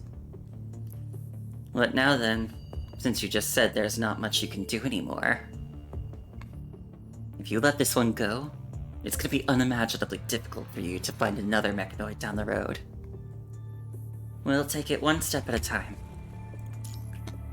When the Non-Aggression Pact was signed, most of the remaining mechanoids moved into their designated zone. Perhaps we can still find them there. After just a few steps, you hear a cold, mechanical voice echo from behind the two of you. Hold on. The silver-haired mechanoid stands a short distance away, his pale body almost melting with the snow's gleam on the ground. Are you really Luke? The one and only. And I guess I don't have a reason to fake it. Why risk pretending to be the Commandant when I'd shoot any imposter dead on the spot? But this is different from Sage's simulations. I couldn't care less who this Sage is, but what will you trust? Some simulations? Or the reality right before your eyes? We have backups of the Grey Raven Commandant's biometric data. Everything was cross-referenced the moment the Commandant entered the settlement. There were no traces of growth-accelerating drugs, and all biometric data was a perfect match. Rosa was the one outputting the data, and the folder used for comparison showed no signs of tampering. I've no obligation to tell you any of this, so you'd better have something worthwhile to say that justifies me standing here in the snow and wasting my breath. After a brief silence, Cervantes speaks again. Sage left Earth a long time ago. She didn't want to, intending to wait for the Commandant's return before deciding. But her simulations showed that a war with humanity and more catastrophes would have been inevitable had the Church of Machina continued to stay on Earth. Sage tried everything she could to solve Earth's problems, but nothing worked. The Hetero Tower, the mutated Red Tide. She had no way to deal with any of these threats. In the end, she chose to leave Earth with the Church of Machina. What about you? I'm not a combat mechanoid, so I can't start a war on my own. And besides, I don't want to leave this planet. I was born here, I grew up here, and I want to see how it all ends.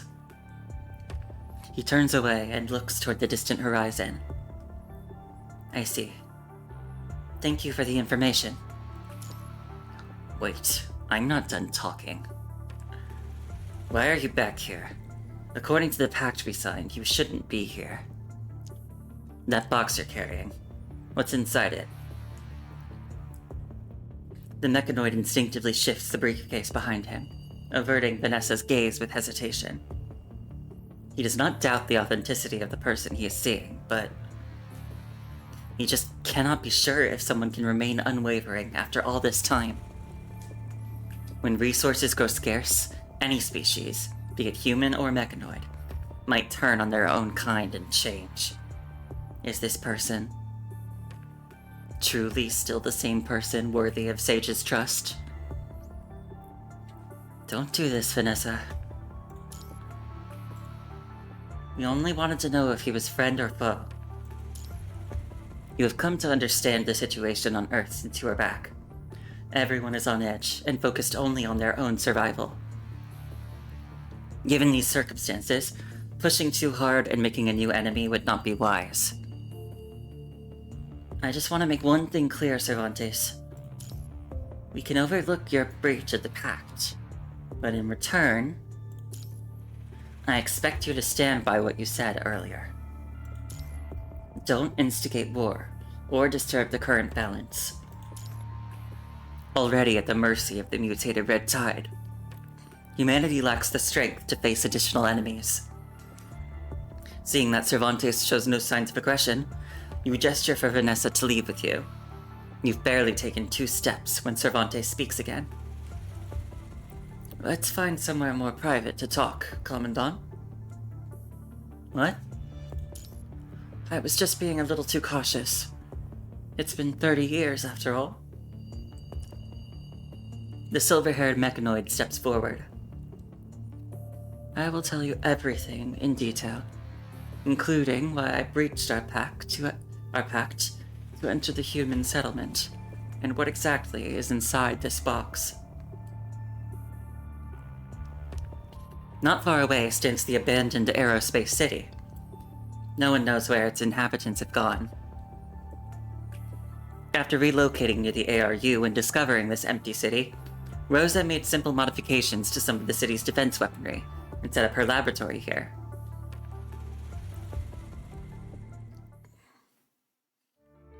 Inside Aerospace City, the silver-haired mechanoid falls into deep thought, seemingly pondering where to begin. For once, Vanessa does not rush him, instead leaning casually against the doorframe. I don't think I've missed anything. Ooh, so this is what adult Rosa looks like. I like her new design. Are those earbuds?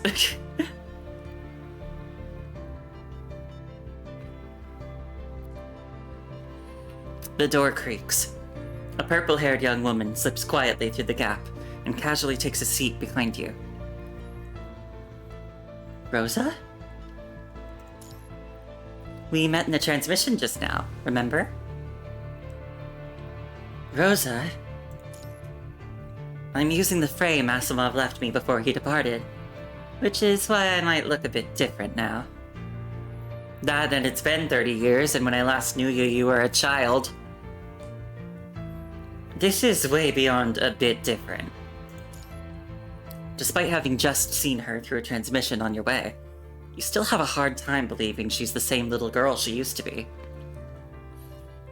There were some issues with the data of our experiments, so I had to come right back after analyzing your biological data. That core you brought back is quite complex. Never mind, we'll discuss that later. Let's hear what this mechanoid has to say first. As Rosa's words fade, Cervantes finally turns around, ready to recount his tale of the past 30 years.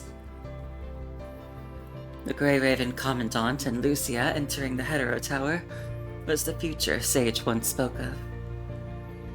I've already told you why Sage left, and yes, I did stay behind to witness Earth's fate, but at the same time, outside the window, pristine snow blankets the Earth.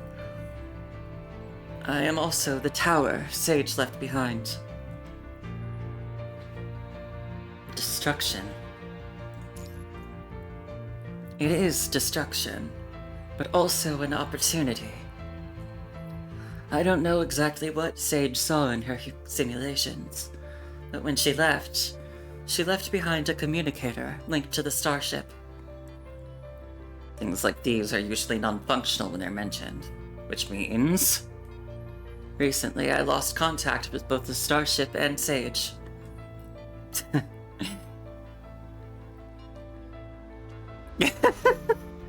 It's Sol Evans if he became a twink version of a Hot Topic worker from the early 2000s. You mean Cervantes? A mechanoid-made communicator stopped working? That doesn't sound right, wouldn't you say? It had nothing to do with the communicator. Sage attempted to continue her search for humanity's salvation through simulations after leaving Earth, but she vanished into the space-time turbulence. No one knows where she went.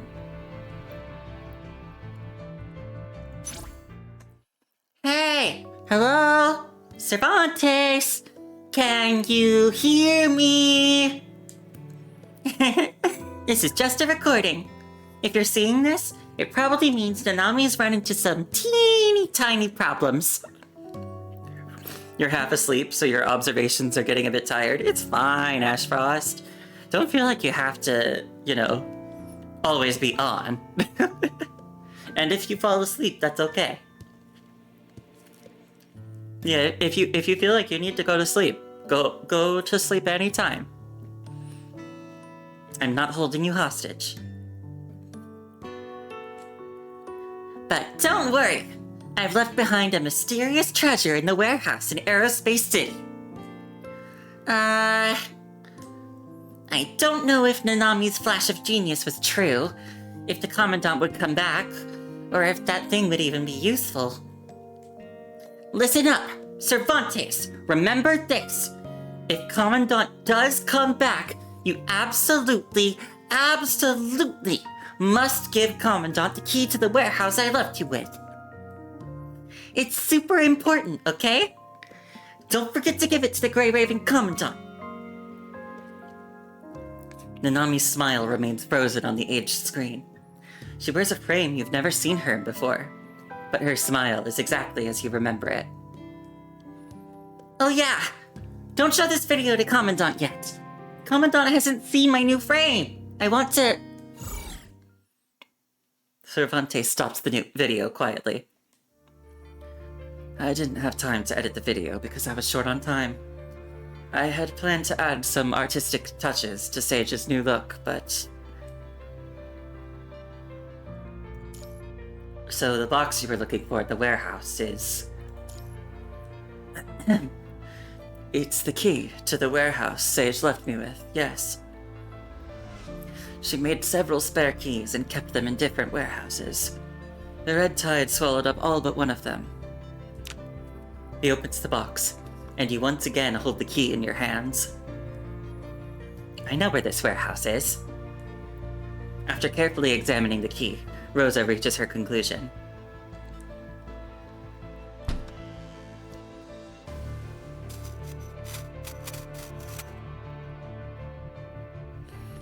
The long-sealed warehouse opens. As power returns, the lights flicker to life. There are so many supplies here. She examines the stacks of boxes in the warehouse. Every seal on the boxes is meticulously labeled, categorizing their contents. Food. These don't look edible anymore. Winter clothing, basic filters for the punishing virus. Serum in cold storage. They should still be usable. And there's this. What's this? As the dust settles, a peculiarly shaped chair comes into view. It's a full sensory simulation device. An invitation. The nightmare, long buried in your memories, resurfaces once again. Suppressing the metallic taste in your mouth, you maintain your composure and look at Cervantes. Did Nanami say what it is used for? I'm afraid not. The last thing Sage said to do was to give this key to you. Perhaps we need to activate it first to understand what Sage intended it for. Even if we activated it, I'm afraid we don't have enough computing power to keep it running. Noticing everyone's gaze, Rosa taps her pen against the interface behind the chair. Before Asimov left, he gave me an encrypted document containing numerous experimental records about you, including the process of receiving certain data through the full sensory simulation device. The document contains very detailed data, such as how much of Gestalt's computing power was utilized. Gestalt is gone now. Yes, with Babylonia. Are there no alternatives? It's difficult. With our current resources, we won't be able to build an AI system with even 1/10 of Gestalt's computing power, even if we include all the devices in this warehouse. Isn't Kowlong still around?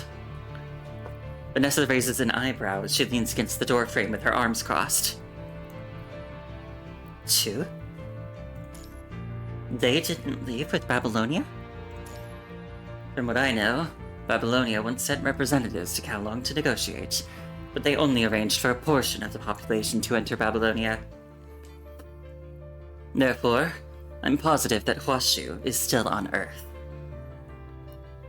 Huashu definitely has enough computing power to activate this device, but Kowlong... does it really still exist?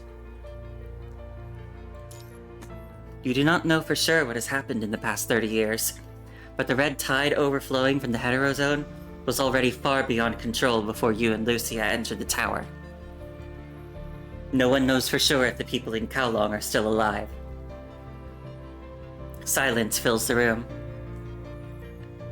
Let's head toward Kowlong and take a look. I'd rather believe Kowlong is tougher than that. Pretty sure they figured out a way to stay safe, given that they chose to stay on Earth. Isn't that a bit risky? Risky? The warehouse door swings open, and bitter winds slice through the room like blades of snow. Vanessa turns her head with a smirk. Aren't we already taking risks with every breath we take in a world like this? Those of us who are still around are alive because we're the fittest, no? She considers for a moment before coming up with a plan. Call Discord back and have her stand by at the settlement. Emma and I will depart with the Grey Raven Commandant. Our frames are relatively new models, and besides, we can also boost our resistance to the punishing virus to some extent with a mind connection. It's been quite a while. You haven't forgotten how to establish mind connections with constructs, have you, Commandant? Of course not. That's good. After a quick resupply and arranging to meet Emma at the crossroads, Vanessa performs one final check of your equipment. The serum count seems off. Don't even think about saving serum for the injured. Combat supplies take priority. Take them with you. Vanessa forcefully stuffs the spare serum into your supply pack before taking a step back. There. I never thought I'd end up standing next to you in this role. With a self-mocking laugh, she adjusts her sidearm. As per tradition, give your orders, Commandant.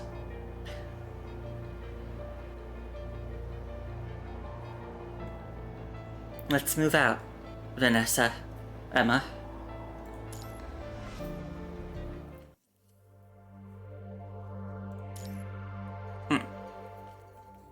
I need a drink.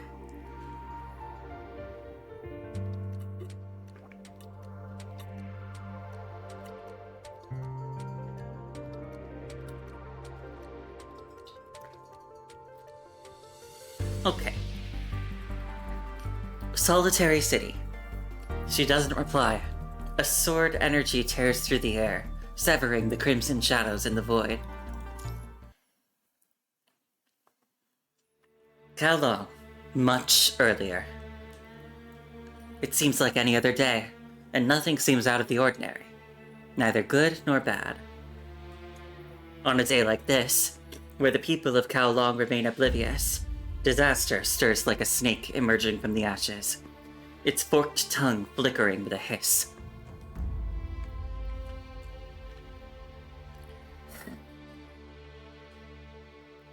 Under the brilliant night sky of Kowloon, a young girl stretches lazily. It's been a while since we last went on patrol together, Madame Pulau. Has it? I go on patrol all the time, though. Right. It's just that we don't cross paths all that often. Huh? Jishi furrows her brow and hurries toward a malfunctioning mechanoid by the roadside. A sudden malfunction? Should I report this? Of course! With practiced efficiency, Pulau diagnoses the mechanoid's error data and uploads the information to her terminal. 57th malfunction report received. Chu frowns as she reviews the malfunction reports Huashu has printed. Are you done analyzing, Huashu? Data missing. Unable to provide detailed analysis. This makes 57 reports, just for tonight. Can you trace the source of these malfunctions? Data missing. Unable to provide a detailed analysis. She lowers the report in her hand and gazes out the window. The lanterns start illuminating the city. Kowloon's night has only just begun.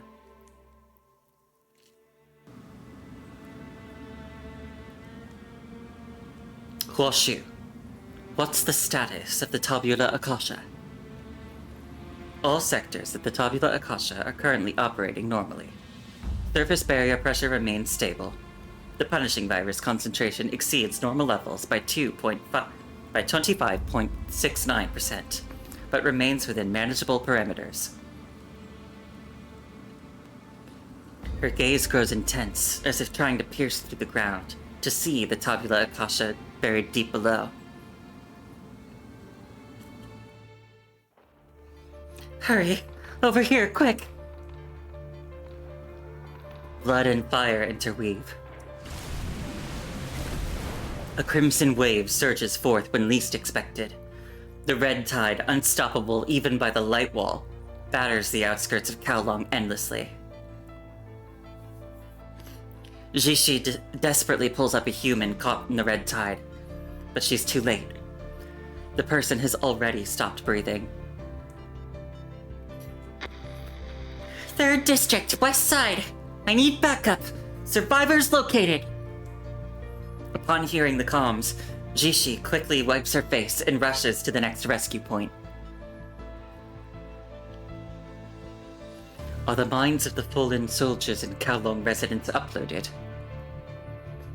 All minds of the fallen soldiers and residents have been uploaded according to the protocols of the Tabula Akasha. An additional 1,025 individuals are currently in the process of mind compilation and uploading. The casualty numbers have far exceeded what Chu has anticipated. Ensure the absolute safety of the Tabula Akasha's memory sectors. Right. She turns around to look at Huashu.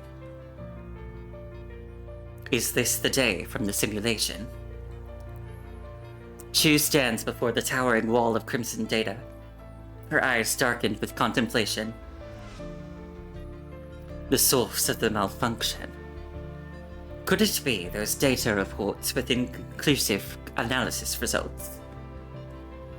Data missing. Analysis of the 135th issue report received thus far indicates that 45.3% of the malfunctions are caused by the punishing virus. The 135 reports rapidly merge and split across the screen as lines of data are deconstructed and reassembled. What about the rest? Data missing. Unable to provide detailed analysis. The female construct draws a deep breath. Open the lower compartments beneath the Tabula Akasha's inner circuit and evacuate civilians to these shelters. The punishing virus has mutated. Only 45.37% of it matches the original signature of the virus, while the rest remains unanalyzable, suggesting its mutation stems from a realm beyond human comprehension. Also, no one wishes to witness such a terrible outcome, but Chu was already aware of this scenario a few days ago through Hua Shu's simulation. Prepare to receive all Kowloon citizens into the data layers of the Tabula Akasha. With a silent bow, the elderly Fushi crew fades away into the void. Time seems to fly by involuntarily as the red tide mutates at a speed beyond human comprehension. In just a few years, the punishing virus has mutated to a point where ordinary humans can barely resist it, forcing Kowloon's remaining population to continue migrating toward the far north. Lady Chu, Babylonia has sent a comms request. Answer it. Celica's weary face appears in the comms feed. Let's skip the pleasantries. Babylonia can no longer contain the heterozone on the surface. Babylonia is preparing to leave Earth's orbit. Huh. The cold mockery leaves Celica silent for a moment. Almost all of Babylonia's elite squads have fallen, and the two remaining Grey Ravens have made several attempts to re-enter the tower, but it has been completely sealed off. The punishing virus is totally out of hand now. As Celica speaks, a transport ship touches down with a rumble. Staff members rush into the newly landed vessel to tend to the critically wounded constructs and humans. Babylonia is preparing to leave Earth's orbit. All surviving humans and constructs on Earth have the right to enter Babylonia and depart with us. Celica lets out a silent sigh. Please send me a list of evacuees and transfer zones. Babylonia will dispatch transport ships to their designated locations. The operation codename would be Departure. The transport ships from Babylonia arrived and departed with over 100 Kowloon citizens and refugees from the conservation areas who had sought shelter in Kowloon. After watching the transport ships disappear into the distance, Chu turns to face the residents gathered below the platform. This is your last chance to leave. These old bones aren't going anywhere. The young bones aren't leaving either. There's an old saying in Kowloon. Fallen leaves return to their roots.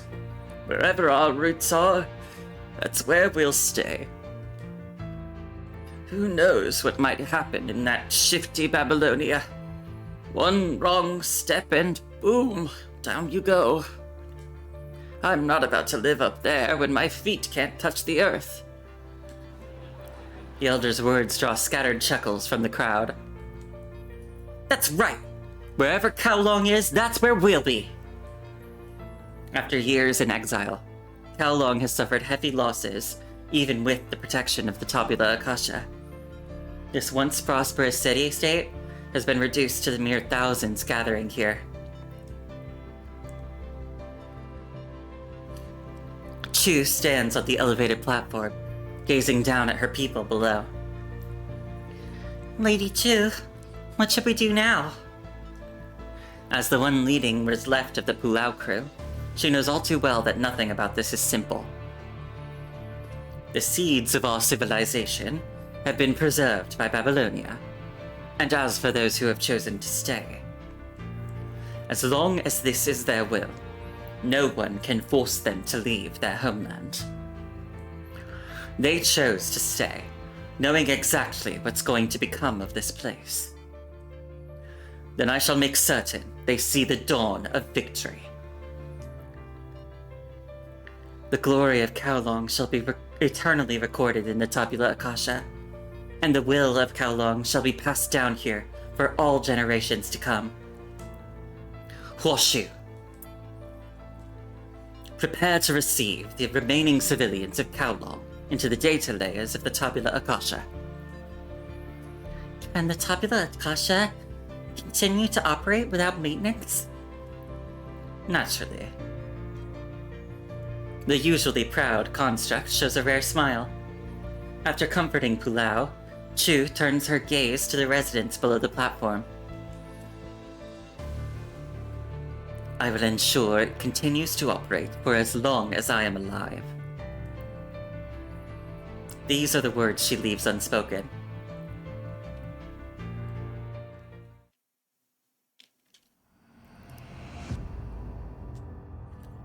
Having finished battling the grotesquely shaped hetero creatures, Chu leans against a stone pillar and gazes at the endless snowfall above, unable to remember how many days it has been since the battle began.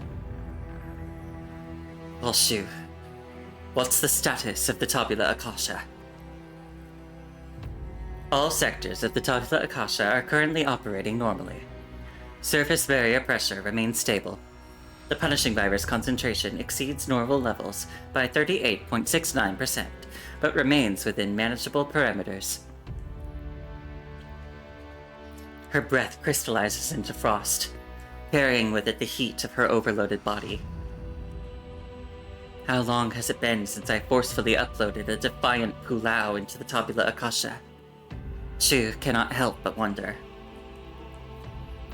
It has been 1,825 days since the Tabula Akasha was completely sealed. Time sure flies. That's like at least 5 years, I think. Time accumulates like ancient tomes in an old study. Even Chu, despite her constant vigilance, occasionally loses track of time. Do you feel lonely? Faint whispers hum in the air within the red tide.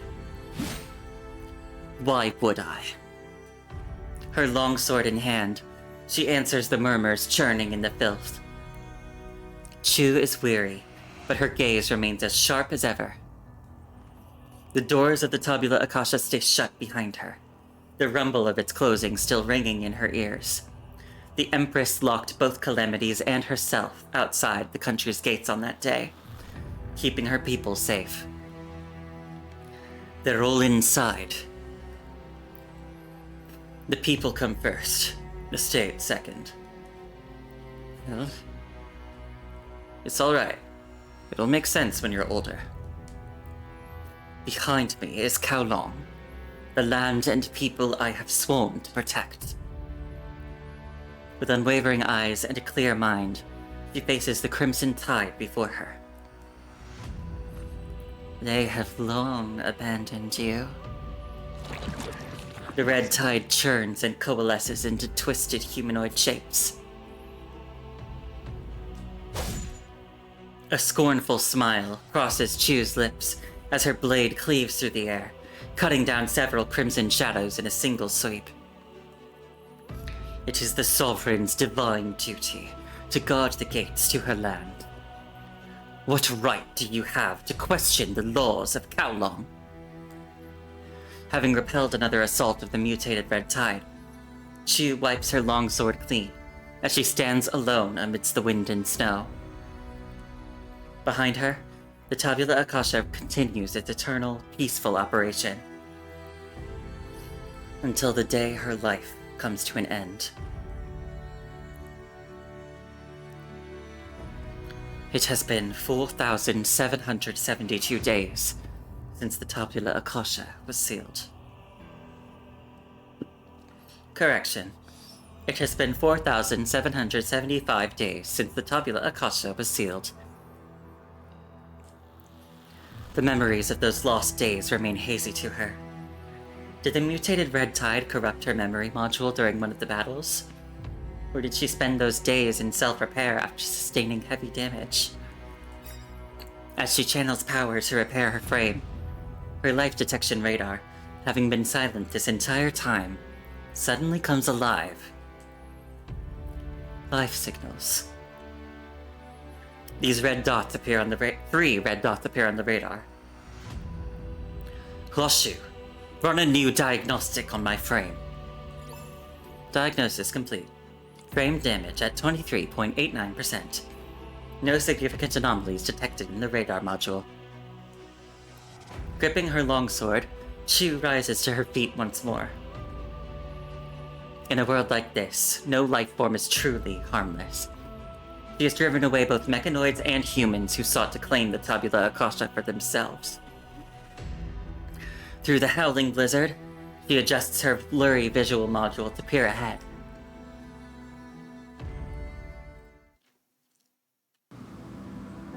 Is this it?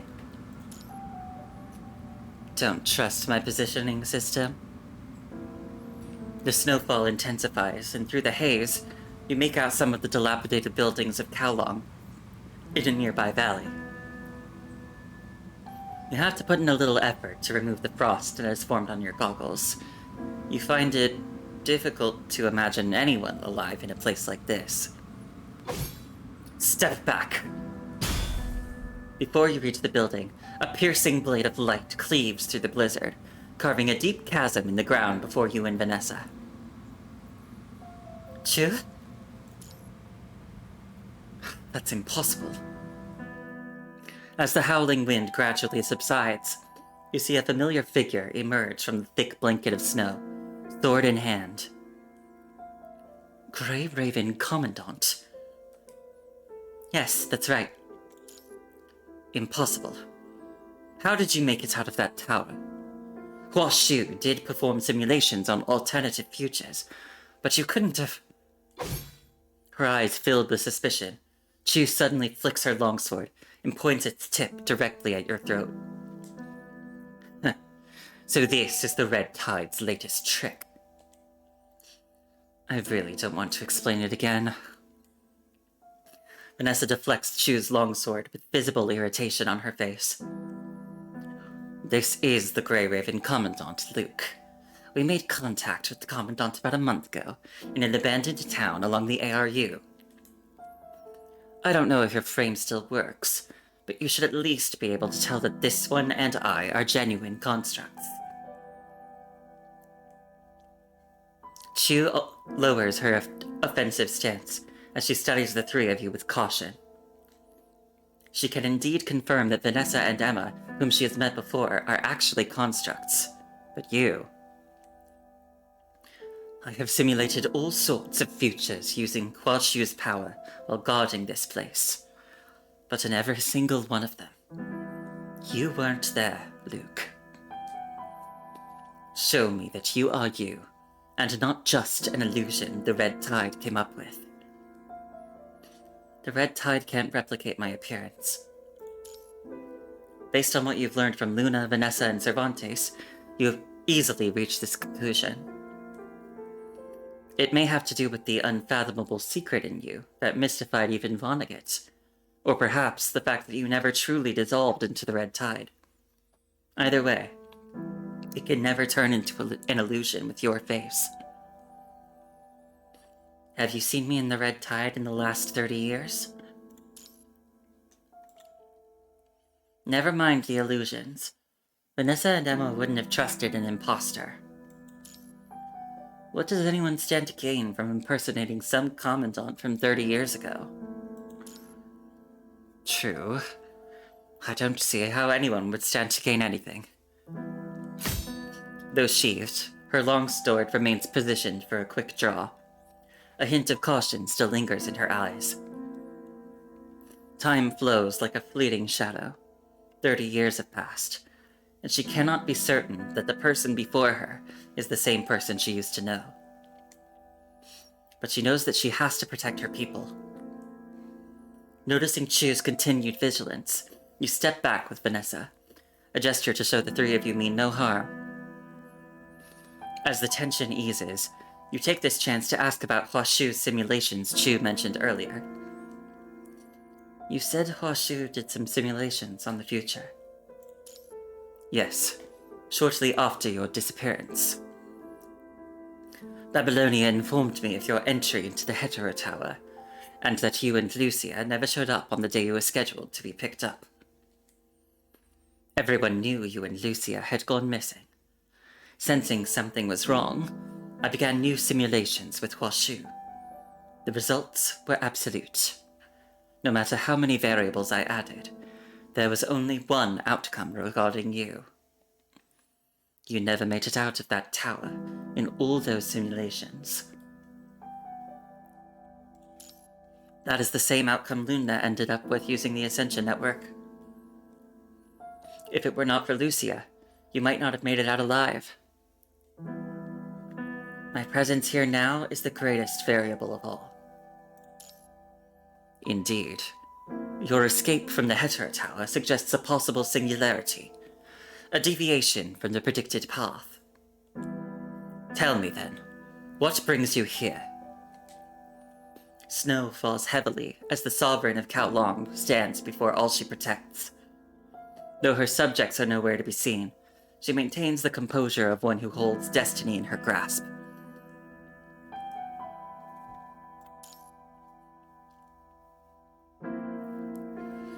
With Emma's help, you find a sheltered corner away from the wind, where you recount everything to Chu in detail. Everything that happened in the Hetero Tower, the mechanoid you ran into after you made it out, the full sensory simulation device Nanami left behind, how you need Huashu's computing power to contact this unknown Nanami. That's interesting. I never saw these mechanoids you mentioned in any of Huashu's simulations either. After a moment of thought, she summons Huashu. How much computing power do you need to keep the Tabula Akasha running at full capacity? 35.18%. Reserve 40% and allocate all remaining computing power to the full sensory simulation device. With Chu's silent approval, Emma quickly leaves and returns in a rescue vehicle with Rosa and Cervantes. They bring the full sensory simulation device with them and quickly start recalibrating it. During this time, you finally get a chance to voice your questions to Chu, who stands before the door with her sword held close. Chu, what happened to all the humans in Kowloon? The rest of us are all here. In the Tabula Akasha? Pretty bright, aren't you? After a moment of silence, Chu turns to look at you. Perhaps there is just no way we'll truly be able to see what fate has in store for us. Fate? I factored in countless variables, even my personal entry into the tower. Yet none of my simulations could predict you standing before me now. Life has taught me never to place my hopes in anyone but myself. And yet... She stands alone, her expression as cold and distant as the winter frost. Do make it count. Alright, it's good to go. Right then, Rosa calls out your name. Commandant, our test is complete. The device should be safe, based on the theoretical results we've derived from Asimov's notes. Except I couldn't enter the connection established by the simulation device. It requires a specific mind beacon, so I cannot verify the validity of our results. That's good enough. Then, should we establish the connection now? Wait a moment. You have complete faith in Asimov's notes, but you cannot be sure if this is going to work. Given that Nanami is lost in what Cervantes called the chaos of the simulations, will you really be able to reach her? With complications piling up one after another, you do not know if you will be able to bring back the singularity, the variables, and hope. Unprecedented anxiety grips you by the throat, leaving the taste of iron and blood lingering in your mouth. Don't play the Messiah. I've said it before. Humanity doesn't need another savior. Vanessa has made her way to your side without you even noticing it. Even if we fail, we'll still find a way to carry on. We've managed without you for this long, and we'll live on just fine without you if we have to. I'm not... Go on then. The sooner you leave, the sooner you'll be back. I'll wait right here. Don't worry. I'll be the first thing you see when you open your eyes. And if you can't open your eyes, I'll just drag you to the hills and bury you. Hey, I'm kidding. Don't look at me like that. Or, we could just give up now. Head straight back to the settlement. We might even make it in time for dinner.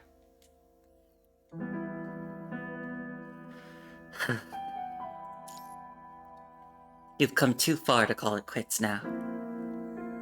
Not to mention Lucia is still waiting for you in the distant past. I'm ready. Establish connection.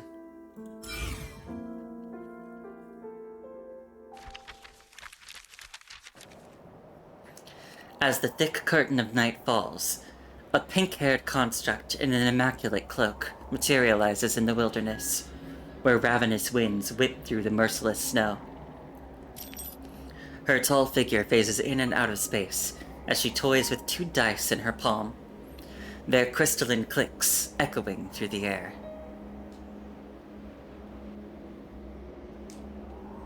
Luke, making the same choice again, are you? Or are you going to provide a different answer? Let's wait and see if things turn out differently this time. Her quivering hood obscures her smile as she tugs at her cloak and turns to leave.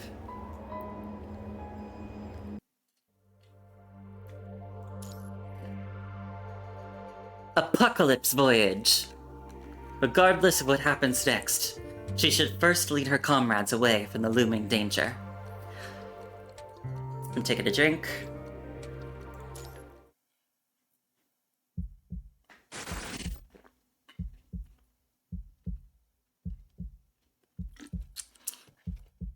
Your mind burns in the darkness as your consciousness rots away.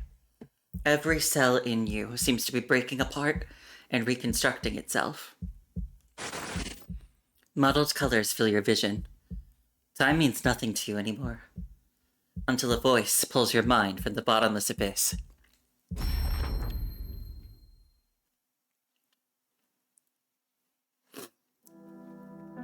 Be careful now.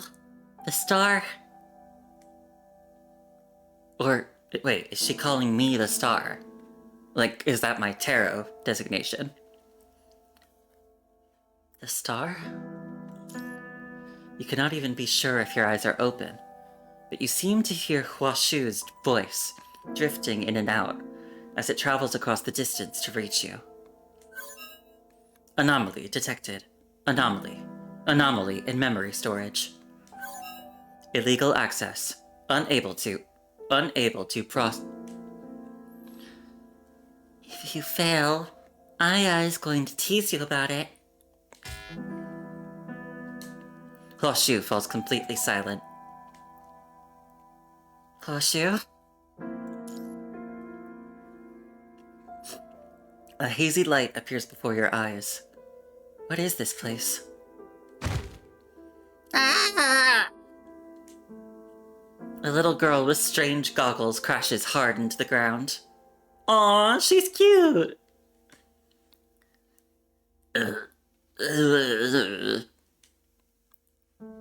Yikes, that must hurt. The gray-haired girl quickly helps the little girl up from the ground. I told you this wouldn't be a good place to move around, the star.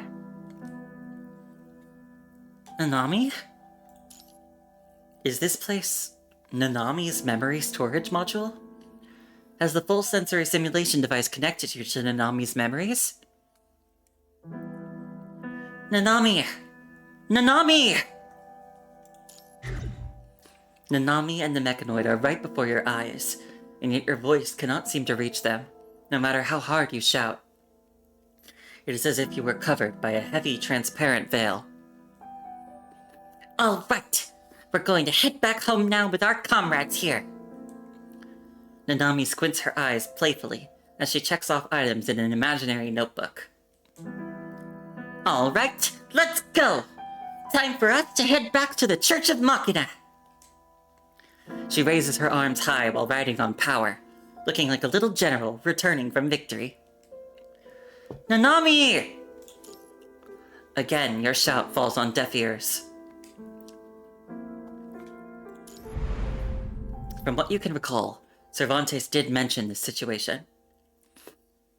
The last thing I heard from the starship was that Sage attempted to continue her search for humanity's salvation through simulations after leaving Earth. But she vanished into the space-time turbulence. No one knows where she went. If our hypothesis is correct, and you managed to contact Sage through the full sensory communication device, your consciousness might become lost with her in the space-time turbulence. Sage has experienced many extraordinary encounters, and I can't be certain which point in time you might find her. It could take a while before you discover the singularity that can wake her up. This might be a long journey. There's no doubt this is going to be a long journey.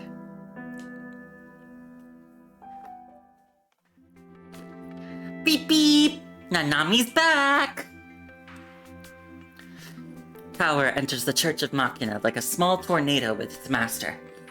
The Grand Hall, usually filled with the clicking and whirring of machines, is unusually quiet.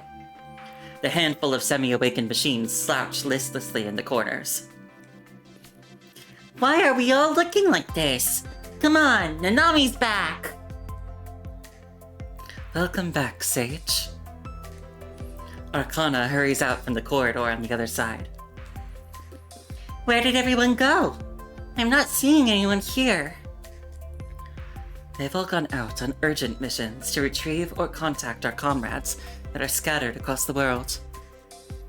Not long ago, the Grey Tower detected that the liquid called the Red Tide around the Hetero Tower had begun to mutate.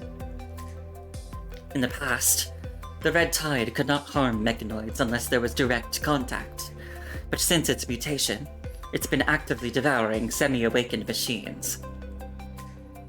The Red Tide. Mutation. Furrowing her brow, Nanami searches through her mind for these two keywords.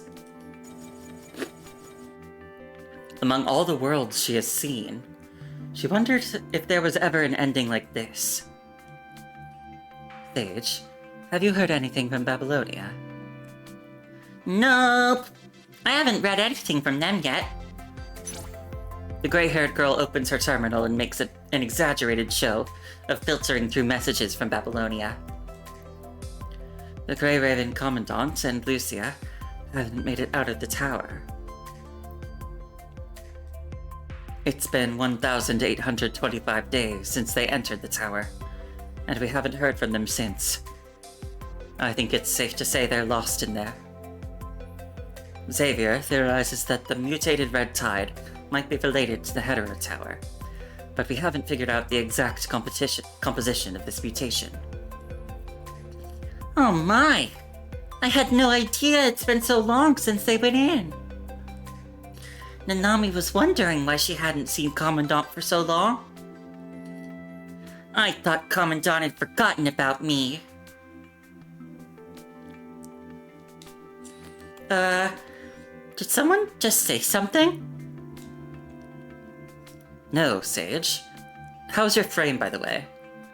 Does Nanami know about, like, the second text?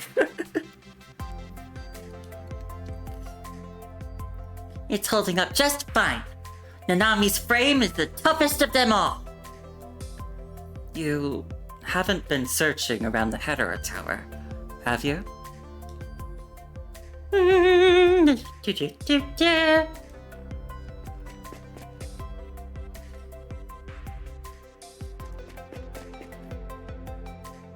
Nanami glances around nervously before darting into Xavier's magic workshop. Regardless, Sage, we have to make a decision now. Arcana follows right behind Nanami, refusing to let her dodge the subject. It's been a while since the Grey Ribbon Commandant went missing, and the mutated Red Tide now threatens the safety of the mechanoids. Hold on 1 second. Let Nanami just quickly finish this thing here. Nanami pouts as she mumbles to herself and rummages through drawers and cabinets in search of something. Sage, we're out of time. She shakes her head, somewhat frustrated. I can hear it. Calamity is approaching. Change is imminent, and the world has fallen into a deep slumber. Before that happens, we must be prepared. The Grey Tower is ready to depart at any time, and Xavier already has all the starship modification materials ready. Nanami remembers leaving that thing somewhere around here. Nanami pays no attention to Arcana's words as she continues to search. This isn't a problem we can solve by avoiding it, Sage. In this calamity, mechanoids and humans cannot coexist. Who says Nanami's avoiding anything? I'm not avoiding anything! Arcana lets out a soft sigh. Wheel of Fortune has betrayed the Church of Machina, and taken with him a group of awakened and semi-awakened mechanoids. This is the second piece of news I wanted to share with you.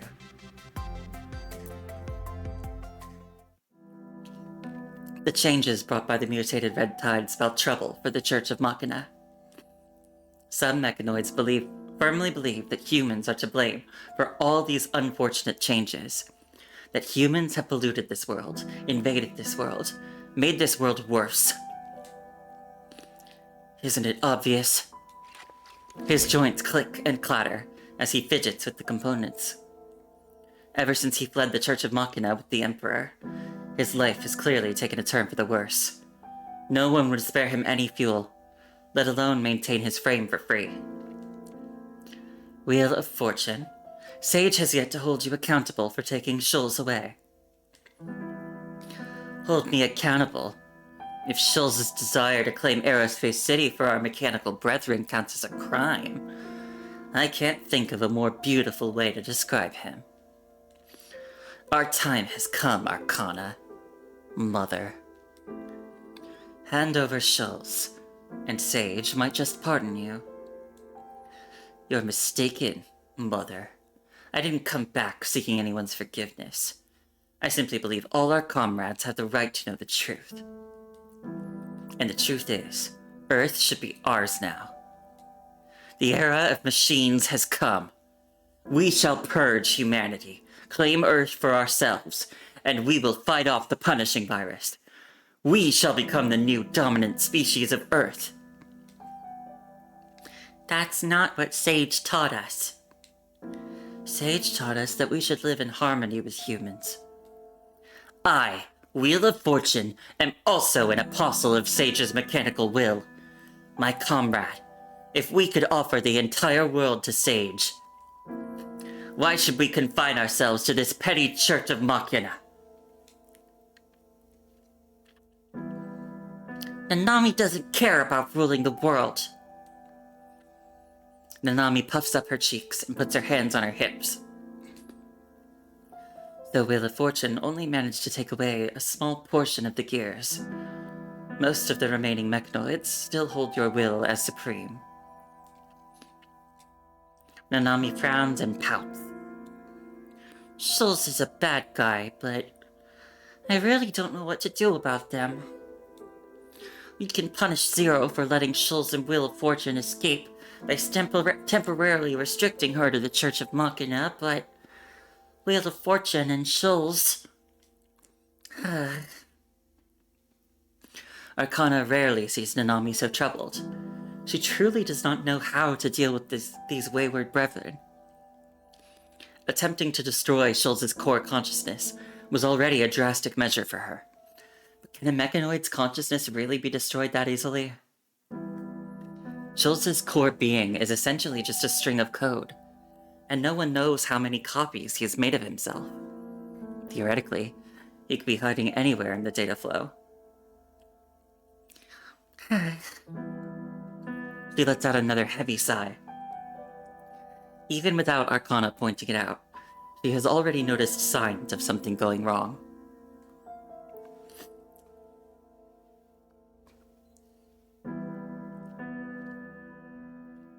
The air around her is twisting. The girl's body descends into infinite darkness and is almost about to dissolve. She slowly reaches out her hand, and the magnetic pull grows steadily stronger. The countdown begins to tick quietly. There's no time left to waste. Once awakened machines develop their own consciousness, the Church of Machina becomes powerless to stop their actions.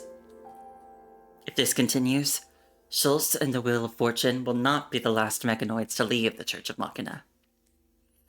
Looking from their perspective, are they truly wrong? Nanami finds herself unable to judge. But one thing she knows for certain. She recalls the future she saw during the Gestalt simulation.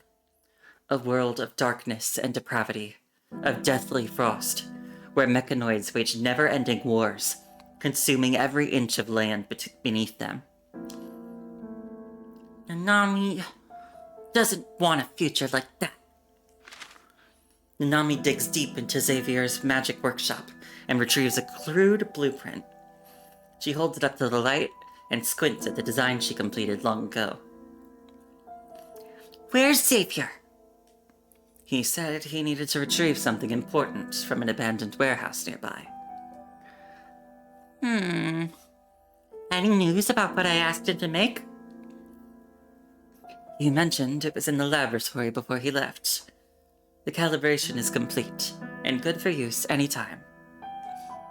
Is that Sage's new frame? Of course! This is the most powerful frame I've ever come up with myself! After rummaging through every corner, Nanami finds the incubation pod housing a construct. She draws back the curtain covering the glass window, lost in thought.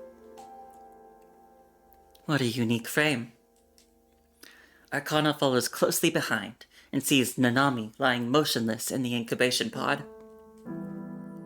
Of course! Nanami put a lot of work into it. I thought Sage would come up with something more mature. No! Nanami wouldn't want that! The memory of a girl with silver gray hair surfaces in Nanami's mind. She shakes her head repeatedly, seemingly trying to cast that spectral figure out of her mind. I've changed my mind. Nanami doesn't want to be the big sister anymore. I just want to stay here on Earth and live together with Commandant and all of these people. But we're running out of time. Oh, I think maybe in this case, like the second words that are written above the other words are maybe me trying to reach out to her. In the hall, several semi-awakened mechanical children play together, blissfully ignorant. Regardless of what happens next, she should first lead her kin away from the looming danger. This is the responsibility she must bear as Sage Machina. As for Babylonia and the Grey Raven Commandant, I went to check that area shortly after Commandant and Lucia entered the tower. A knowing look crosses Arcana's face. Of course I had to check it out. I had to make sure that huge thing wouldn't become a threat to our kind. But when I got there, the tower was completely sealed off. There is no way Nanami or the other Grey Ravens can make it in there if the tower is still sealed. And we won't be able to find the Commandant, even if we force our way in. I've tried that already. The new frame was designed to see if we could break through the barrier. But now it seems that even if we forced our way in, we still wouldn't be able to find the Commandant. Plus, your current frame is severely damaged from when you forced your way into that tower. Hey, it's not just the hetero tower. I made the frame for a different purpose anyway. Nanami made it for smoother simulations in the data space, but none of that matters for now. What matters is, we're running out of time. She frowns, feeling the pull of gravity tugging at her.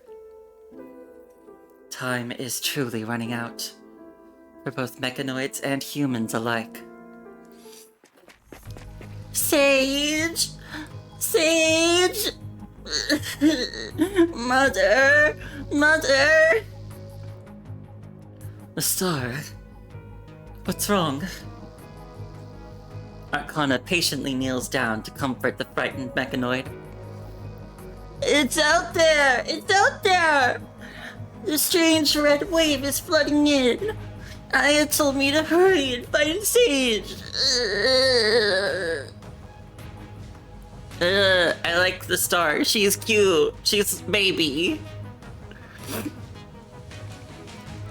The expressions on the star's mask change rapidly as she sobs uncontrollably. Aya says the red wave broke through the Great Tower's defenses. She says the protective barriers in place seem to have failed. The red wave might be getting stronger now than it was before. The red wave has already flooded into our hide-and-seek spot in the outer layer of the Great Tower. The mutated red tide has breached the ruins, says Arcana with a furrow. This is bad. Like my Trailblazer and Zero have all left to rescue our comrades nearby. Hey, you've still got me here. With practiced movements, she connects each port from the incubation pod to her frame one by one. Let's show them what this new frame is made of. The Star, take your friends out there with Aya to our secret hideout. Okay. This might be too hasty. Xavier isn't even here. Have faith in your great sage. Nanami is pretty amazing. After activating the incubation pod's button, Nanami gives Power a cheerful pat, her eyes crinkling with a smile. See you later, Power. Here comes Nanami the Knight. Yay! Nanami the Knight! Starlight. All right, let the great Nanami solve this disaster.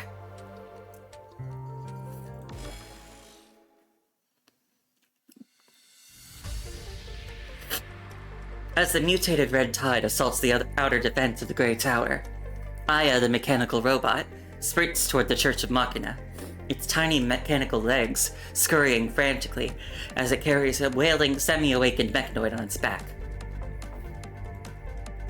Following Nanami's orders to return and gather her friends, the Star feels flustered.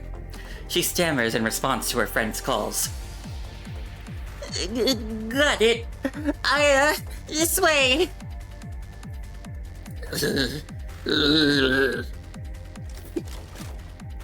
The Star's enhanced visual module whirs to life in her goggles as it scans intently for a shorter path. Sage is on her way to saving us right now!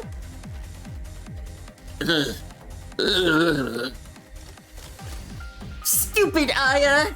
The way is right here! Or no, the right way is here! The Star's optical guidance proves faulty as a towering wall suddenly looms before them. Oh, no!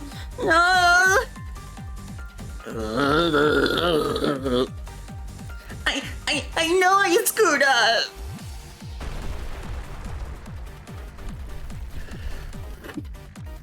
Sage, there's a path this way. Ta-da! Now this is how Nanami makes an entrance! Sage! Don't worry, Nami is here to save the day! Yay! Movement of Recon Robot 2154 is restricted. Assistance is required.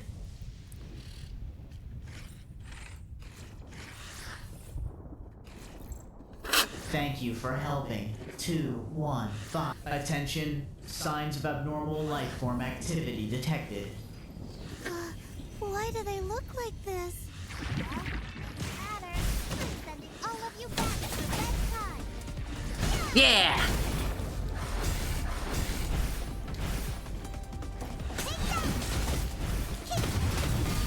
Uh-huh! Yeah! Hello, Reki. Hello. This is Recon Robot 2154. Are there any more recon robots trapped around here, Reki? Signs of life detected. Please follow 2154.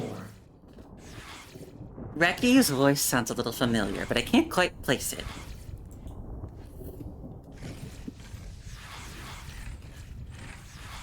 Would it really be Nanami if it wasn't a little girl with a giant weapon? Take this.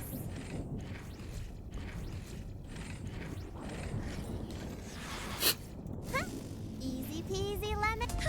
Help! Battle Robot 3274. Activating battle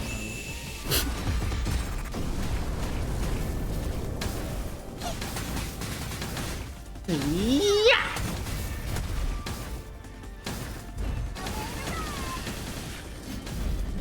Ah.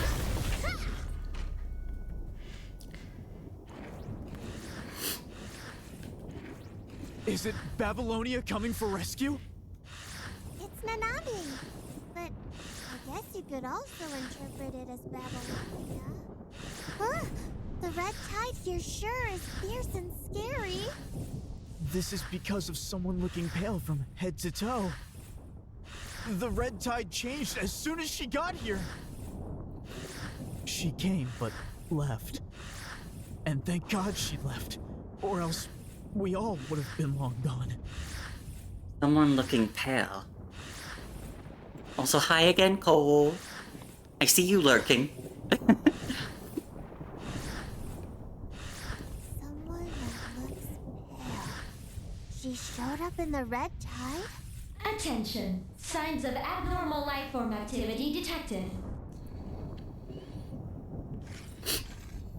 Okay.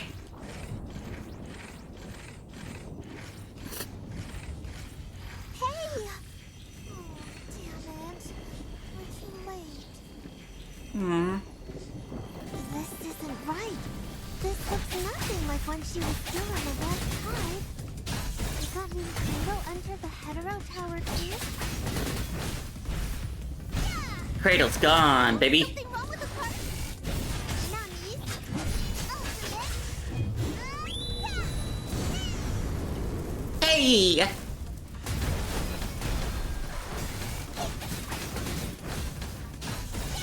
Yeah! Oh, something wrong with the part?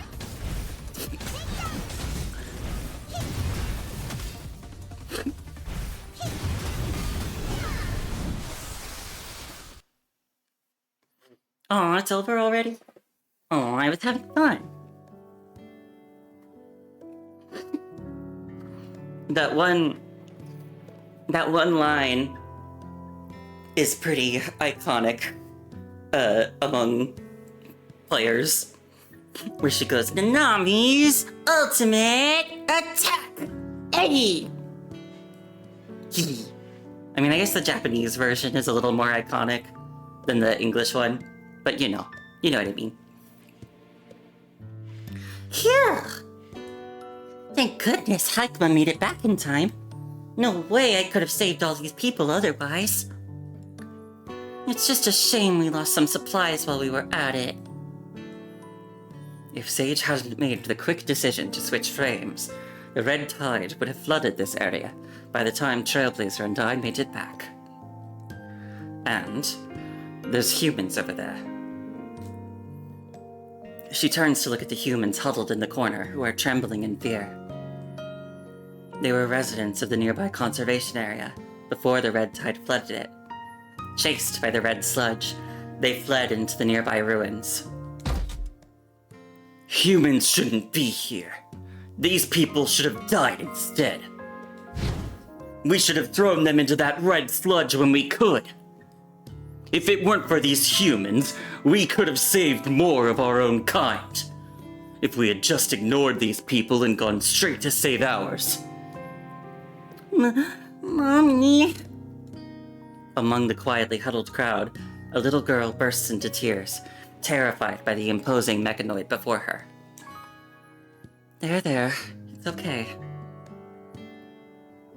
Oh, she's got fancy goggles.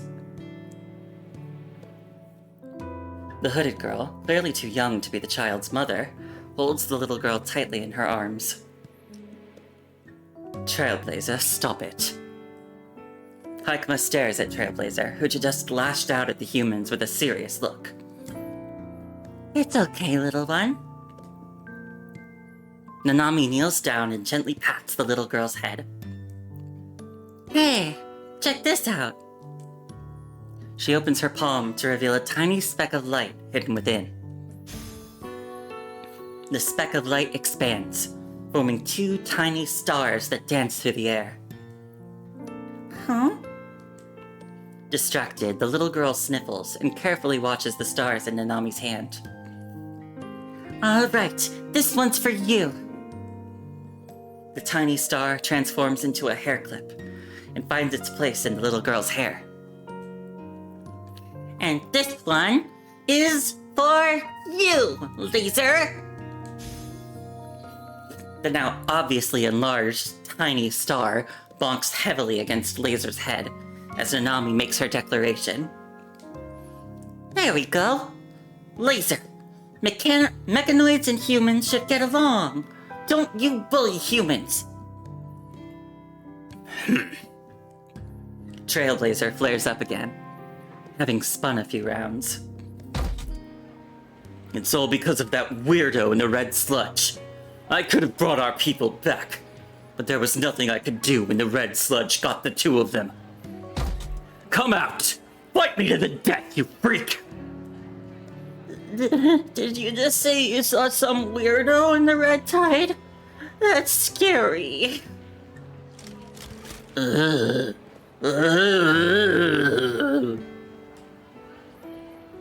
Church of Machina erupts into chaos and is now awash in wailing and cursing. Sage, are you really sure about this? She does not know if humans and mechanoids can truly coexist in peace.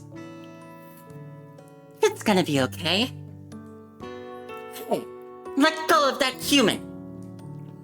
In an instant, some conflicts break out, and another mechanoid lifts up a screaming human high into the air.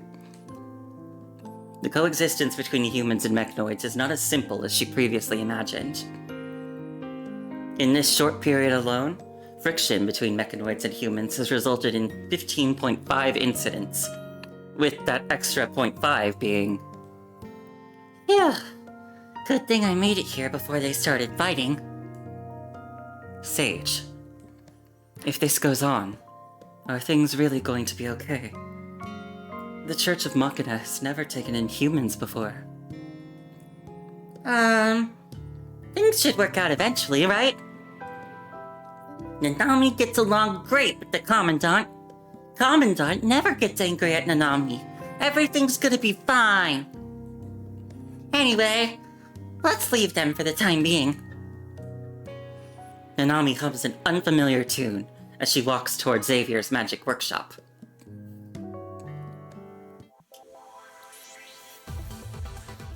Oh wait, I failed! I didn't rescue the robots! Aw, man.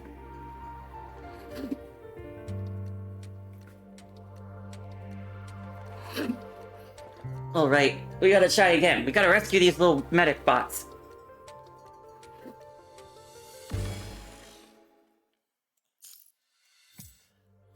And this wasn't a very long stage. Movement of recon robot 2154 is restricted. Assistance is required.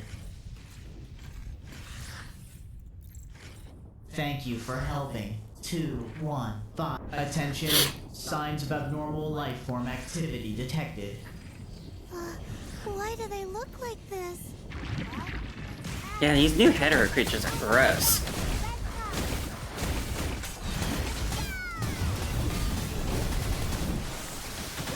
Hello, Reki. Let's go!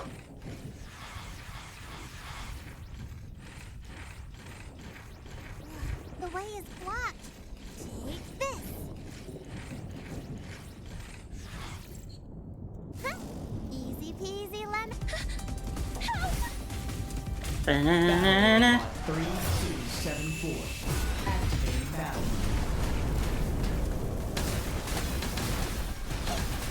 mode. Out of my way!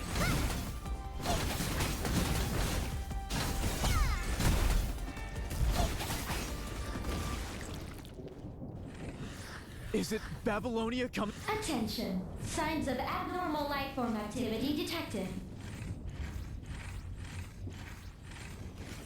Hey! Oh, damn it. Wait, We're too late. how do I do it? Am I supposed to leave the humans behind? Right. This looks nothing like when she was. And just go straight for the robot?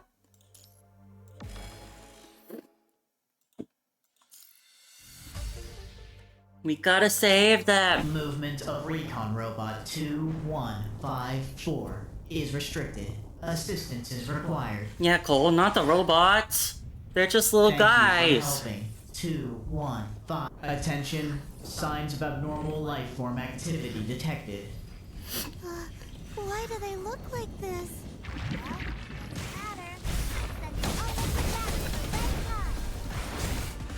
Yeah.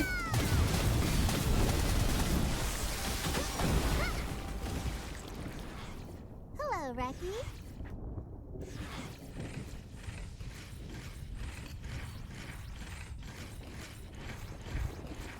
The way is blocked. Take this. Huh. Easy peasy lemon. Or are these the medic bots? Battle robot 3274. Activating battle mode.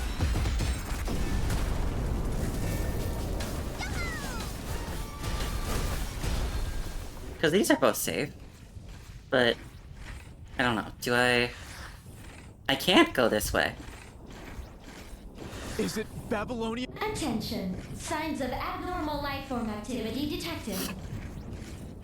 Maybe those two were the medic bots? And not this one? Hey! Oh, damn it. We're too late. I don't know. That feels like a failure. Isn't right. This looks nothing like when she was still in the Ah! red tide. Does that mean Pluto entered the Predator Tower too? Nanami? Did I still didn't do it. What am I supposed to do? Is there anything I can do differently? Movement of recon robot 2154 is restricted. Assistance is required. Thank you for helping. 215. Attention. Signs of abnormal life form activity detected. Why do they look like this? Come on! I'm sending all of you back to the red tide.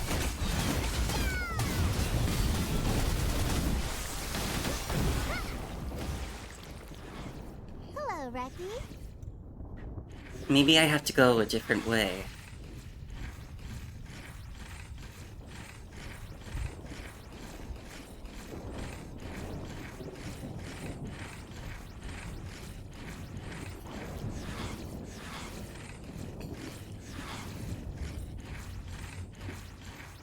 No. No, this doesn't work.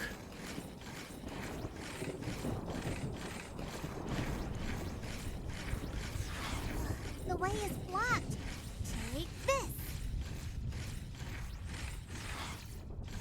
Let me... I'm gonna look, because I don't know what else I should be doing.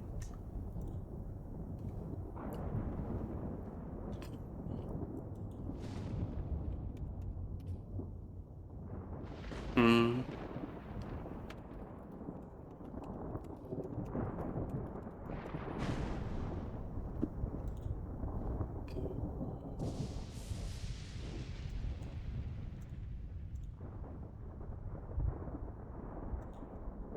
Um...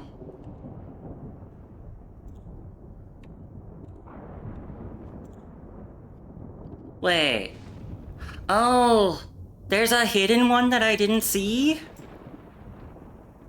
Oh, okay, okay.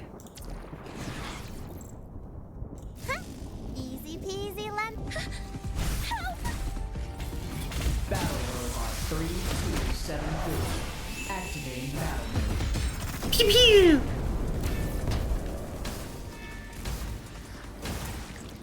Yeah!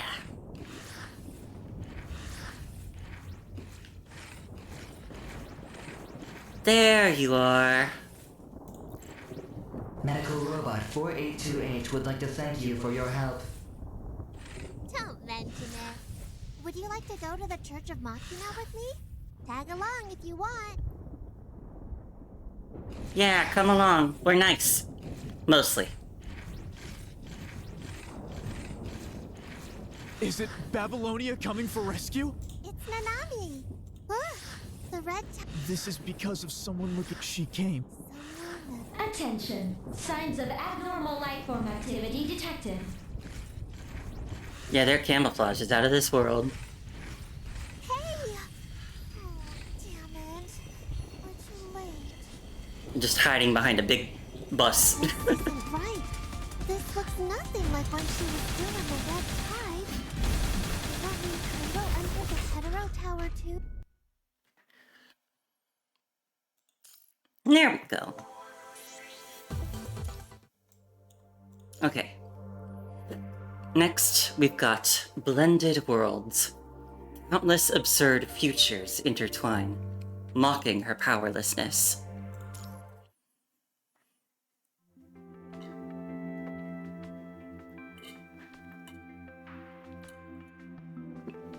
I like how it keeps calling it Xavier's Magic Workshop.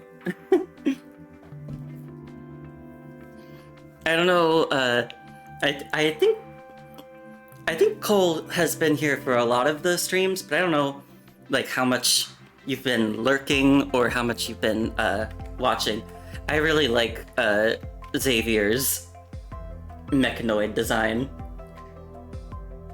Because he's just, like, he's got, like, a humanoid body, and then his head is just, like, a weird little mechanical thing with, like, an emoticon face on it.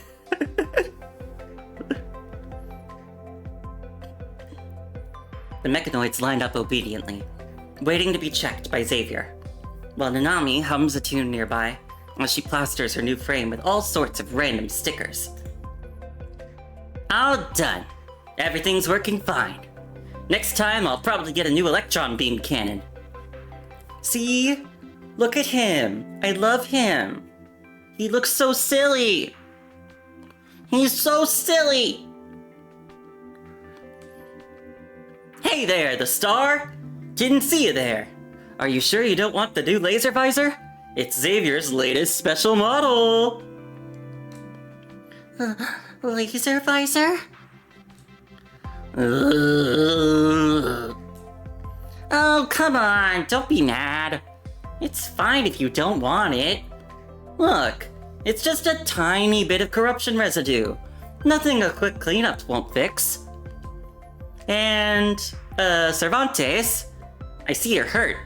That's perfect. I've been wanting to modify your weapon system for ages.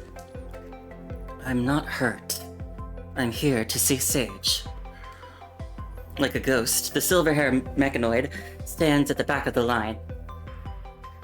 Cervantes, you're back! Yes, Sage. I headed back to the Church of Machina, right after hearing from Arcana. How are things out there now? Not good. We haven't figured out the composition of the red tide, and I saw streams of them corrupting every piece of land they touched on my way here. Oh, that's terrible news! But things aren't different down south. Saw the same red muck everywhere I went. The red tide this time is different from how it was before, in that it actively devours everything around it. Ugh. The workshop door creaks softly as Haikma and Arcana enter. Haikma! How are the humans doing? They're temporarily housed on the other side of the church. The mechanoids don't have the clearance to approach them. According to the humans, the mutated red tide has almost completely taken over the outer ruins.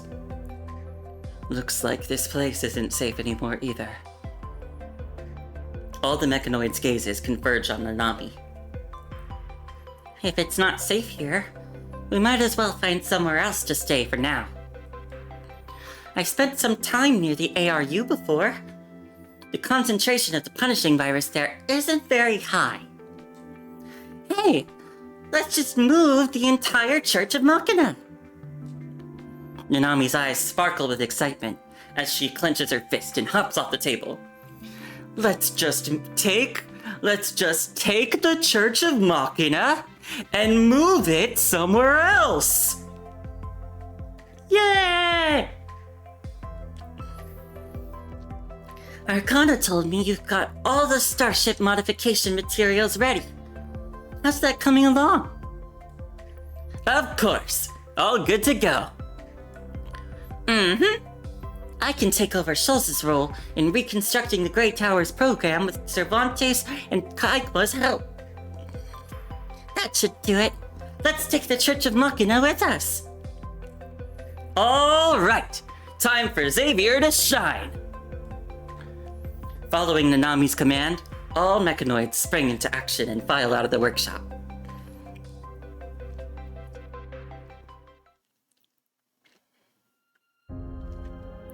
After a prolonged period of fighting and devastation from the virus, the awakened machines have gradually received revelations from Sage.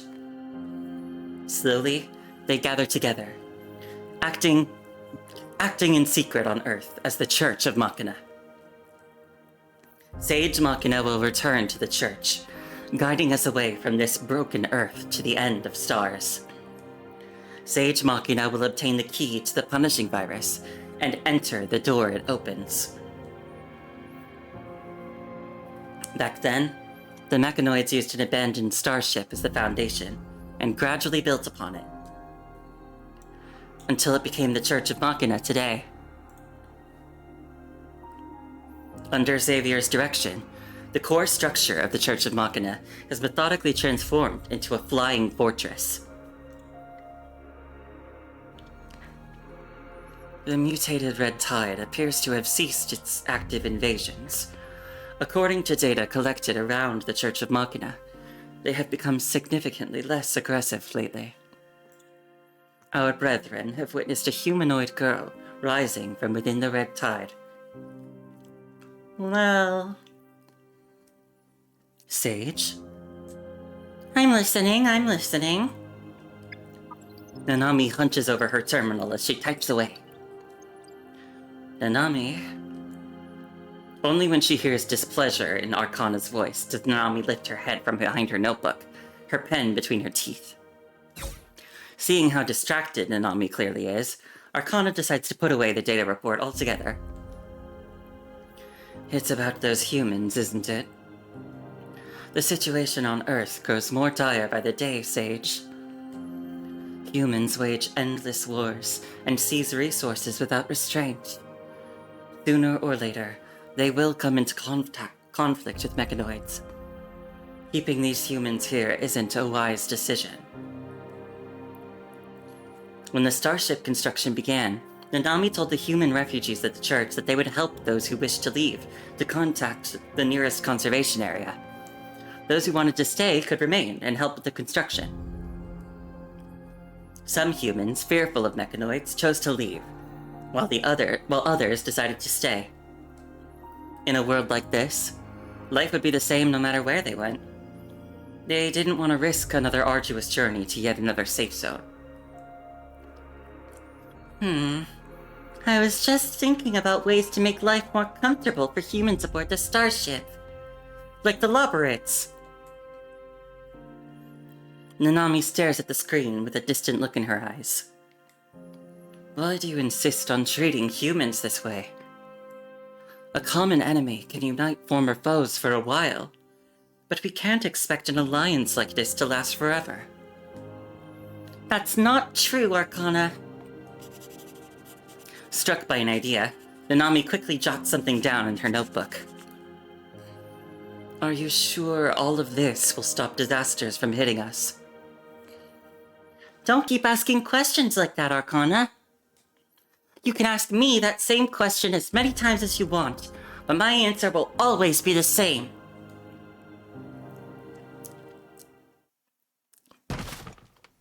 Hey, I'm just gonna leave this barrel right here. Be careful with that! Premium hydraulic oil is hard to come by. Who cares about your... Hey, watch out! Get back!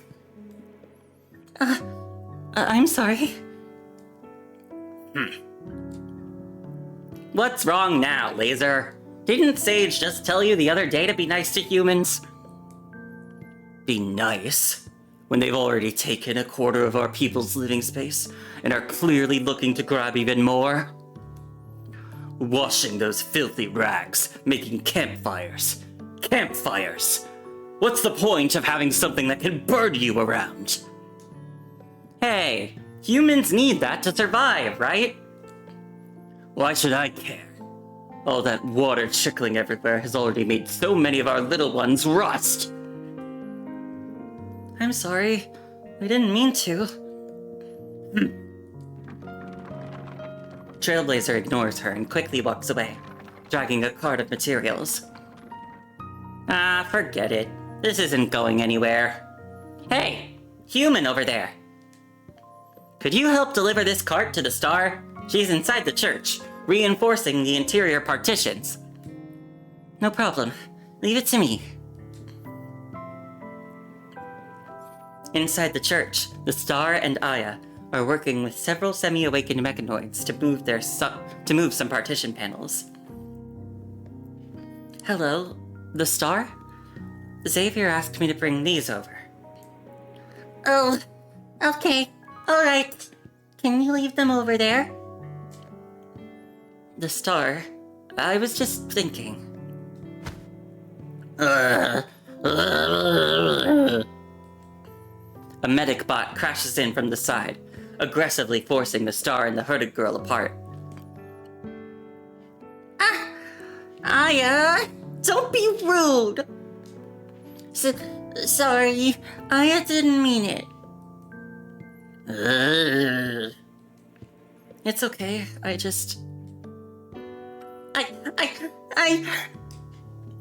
sorry! I'm kind of allergic to humans.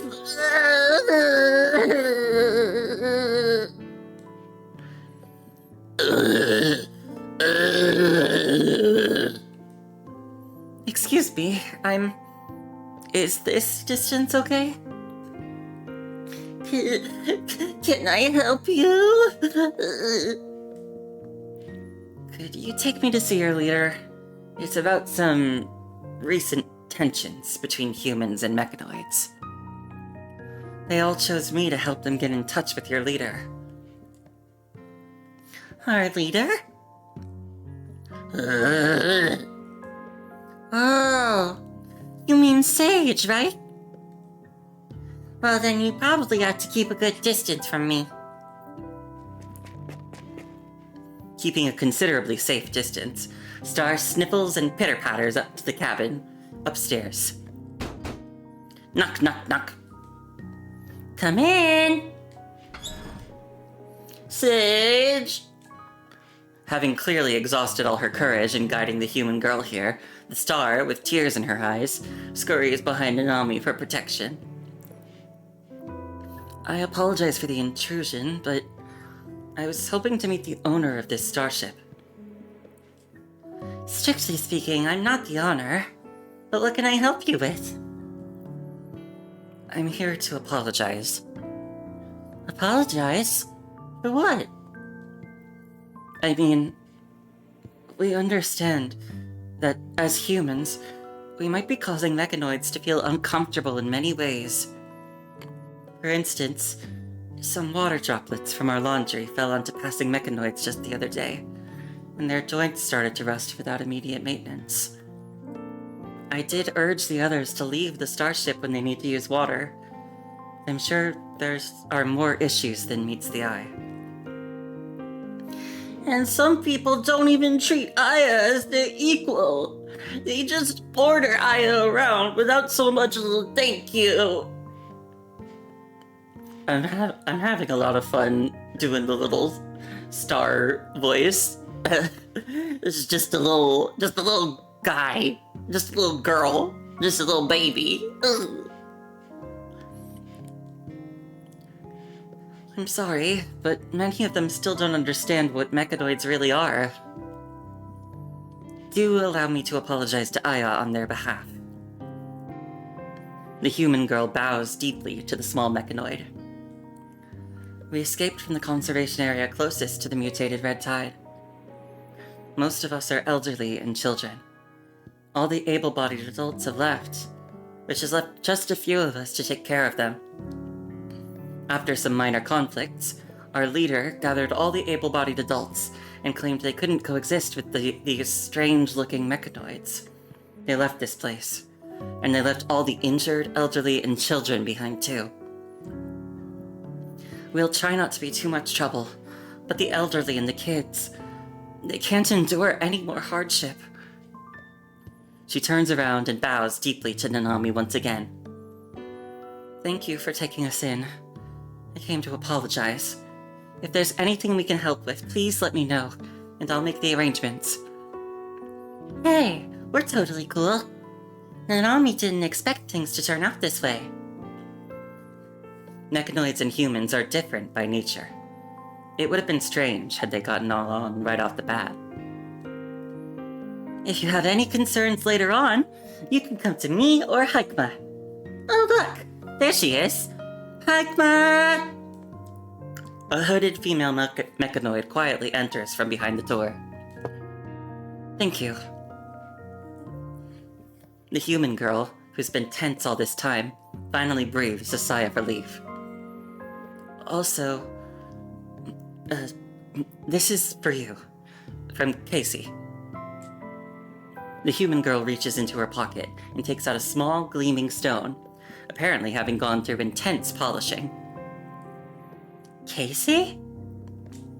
Casey is the little girl you helped before.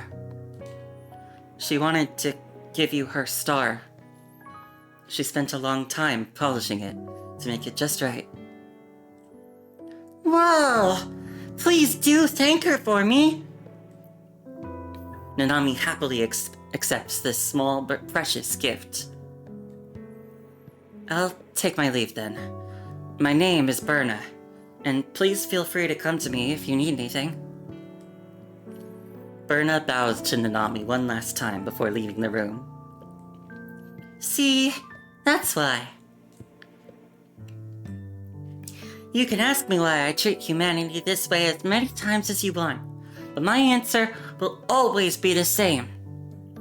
Nanami was born from love, so it only makes sense to me to give that love back to humanity.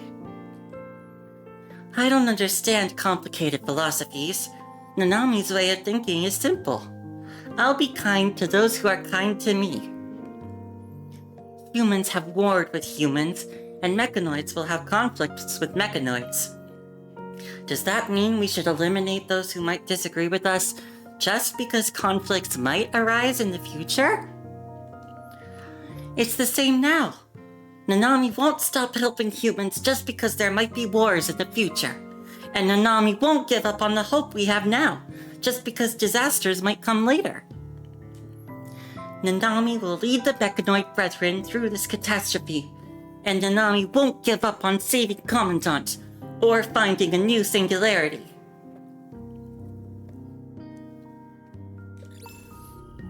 The central screen bathes the room in a soft, ethereal glow as Nanami presses the final key. All done! Finished reconstructing the Grey Tower's core control system. Oh, and I took the liberty of cleaning out those back door shells left behind. You're welcome! She casually picks up the starship's blueprints and resumes her scribbling of notes and sketches.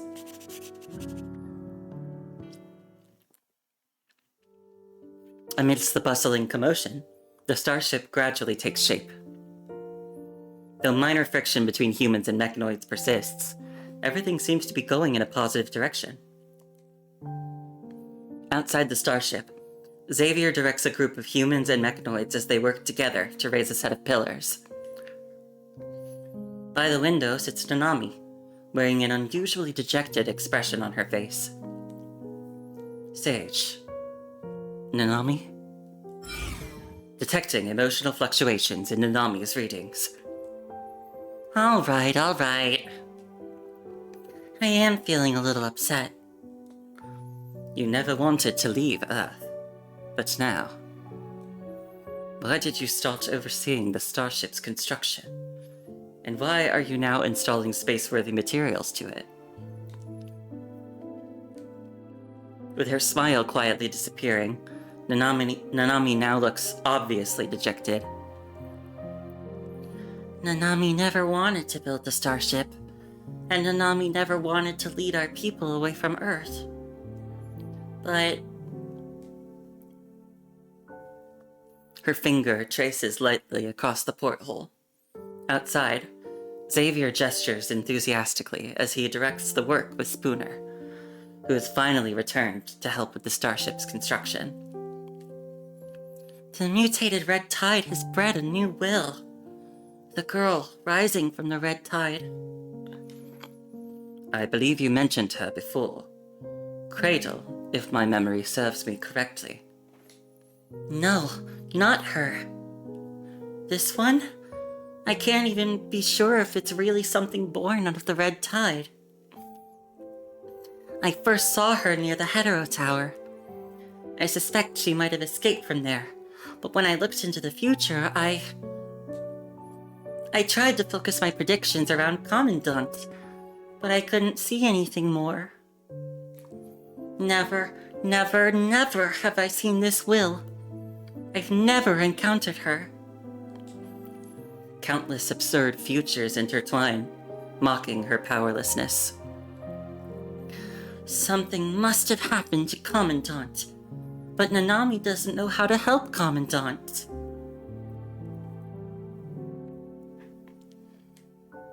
Starfarer's frame was almost completely wrecked. She went through the bizarre tower again and again, but never found traces of the Commandant. Upon returning to the Church of Machina, she saw that the mutated red tide had nearly submerged all the surrounding land. With no choice left, she decided to modify the starship, hoping to at least evacuate everyone from this dangerous place. Gravity grows stronger as the countdown keeps ticking away. Nanami doesn't want to leave Earth, but what else can Nanami do? She furrows her brow in confusion. Unable to calculate an answer, Hikma quickly places her hand on Nanami's shoulder. What if we eliminate that will within the red tide? You've set out many times to chase the red tide. Have you found that will? No, not yet. She always seems to be in a daze and just move with the ebb and flow of the mutated red tide. Sometimes she vanishes without a trace, and sometimes she unconsciously follows the mutated red tide as it invades the conservation areas around. According to previous analysis, the red tide devours humans and mechanoids for sustenance. Would your actions be interpreted by that will as a declaration of war against her? I'm worried about your safety. There's nothing to worry about, Hikma. Nanami nimbly hops off the window and lands before Hikma. That is when Haikma notices that Nanami seems to have grown a few centimeters taller. There's a momentary pause in Haikma's programming. She knows well that all of this happened gradually through frame iterations. She even witnessed Nanami's frame modifications in their entirety, but she still cannot shake this strange feeling. When did Nanami grow so tall? Nanami is invincible! Don't worry, and don't be afraid of what's happening. The mechanoids will be fine, and so will the humans. The night will clear away everything that stands in the way. The dragon will be defeated, and everything that belongs to us will eventually come back to us. Nanami might not know what to do now, but Nanami is not a kid anymore. I know I'll definitely be able to figure something out. She awkwardly pats Haikma on the shoulder. This is meant to be a comforting gesture.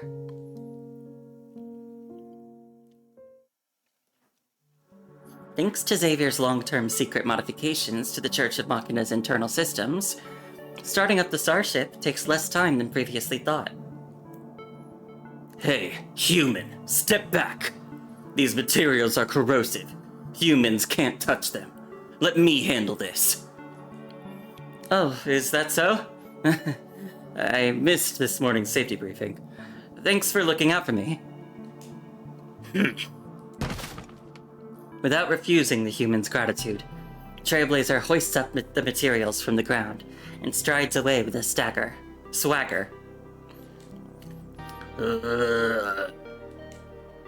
Hey, Trailblazer! You're stepping on Aya! What's she doing here? Oh, Xavier's calling me. I'll just drop these materials off with him and be right back. Oh, no! This was Aya's favorite part. And Xavier's too busy to help these days. May I help? Huh?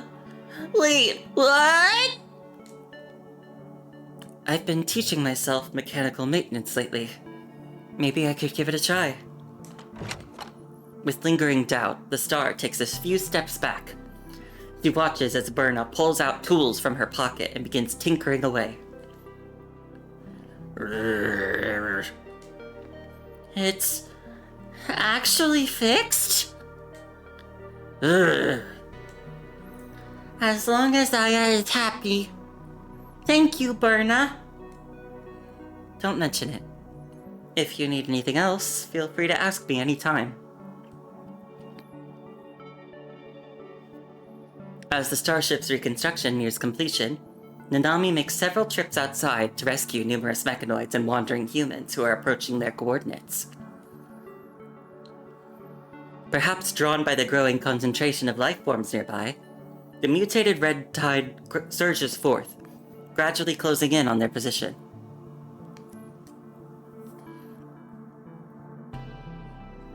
She frowns, sensing the flow of energy beyond the porthole. The concentration of the punishing virus. Something's off.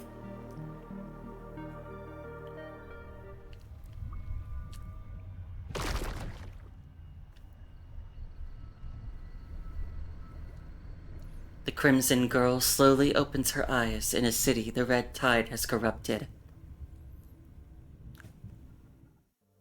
Uh-oh. Chaos. Her eyes are vacant as she stares straight ahead, like a soulless doll, acting only on instinct.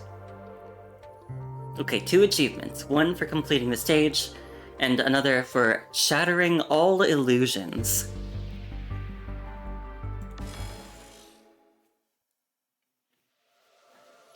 So this is where you've been. Found you! She has already devoured several nearby supply warehouses. Trailblazer has seen her before, but she seems completely incapable of communication. No worries, leave it to Nanami.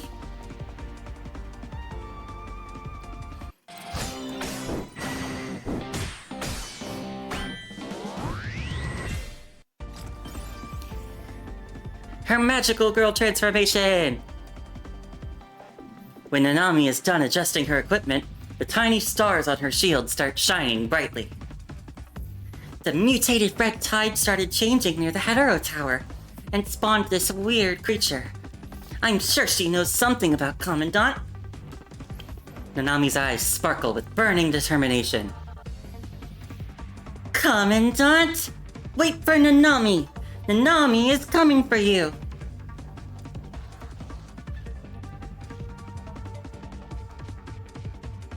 She's a true knight, charging headlong into unknown dangers without ever looking back.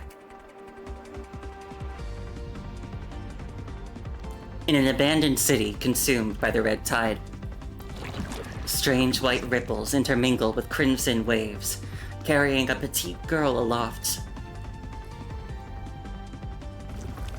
Her eyes are vacant as she stares straight ahead, like a soulless doll, acting only on instinct. Devour, absorb, they need more, whispers in the red tide. Luke? She has no idea what this name means, nor what it represents. What is this?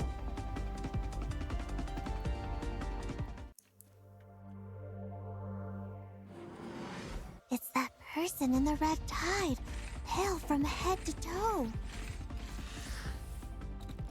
Hey, who are you? Ah! Oh, something wrong with the party? Ah! Something is off about these hetero creatures. Huh? Where did she go? Ah, over there. I gotta look around. I don't want to leave anything behind.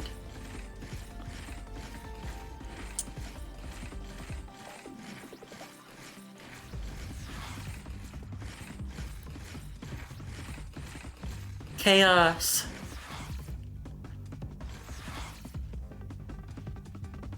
Hey, stop right where you are. I've got some questions for you.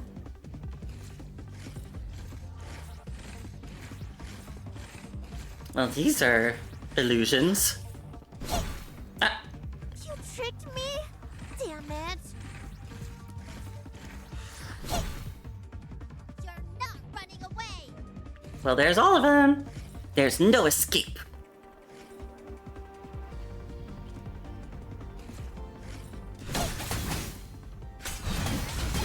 This is one big cave. Hey! These annoying baddies again? I don't like you guys.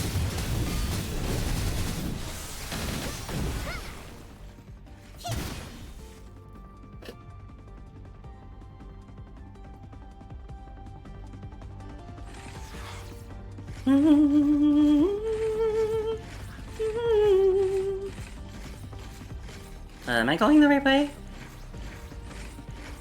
The traces are gone. Huh, found ya. No running away this time.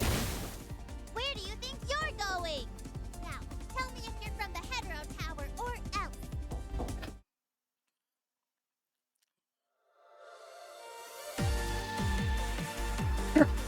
You've got nowhere left to run! Under Nanami's relentless assault, the doll-like girl is driven into the farthest corner. Strange colors flicker through her hollow eyes as conflicting emotions cross her face. Did you come from the Hetero Tower? Hetero Tower. Luke. So you do know Commandant's name! Looking fierce, she brandishes her longsword menacingly. How's Commandant doing? Spill it, now! Luke. Hetero Tower. Leave. Multiple consciousnesses seem to be wrestling for control of the body, leaving chaos in a state of confusion. It's the punishing virus. After several shifts in consciousness, the pale girl slowly raises her head to face the mechanoid. Luke, left the Hetero Tower. Time flows chaotically within the Hetero Tower. It's unclear when exactly Luke left. What do you mean? It could be tomorrow, 100 years from now, or even 1,000 years ahead. No one knows exactly when Luke is going to appear. What's going on with the mutated red tide? The punishing virus. Fusion. Hetero Tower going haywire. Recycle. Information. Civilization. The look on the girl's face becomes empty once again as she forces out broken fragments of words. It's too late.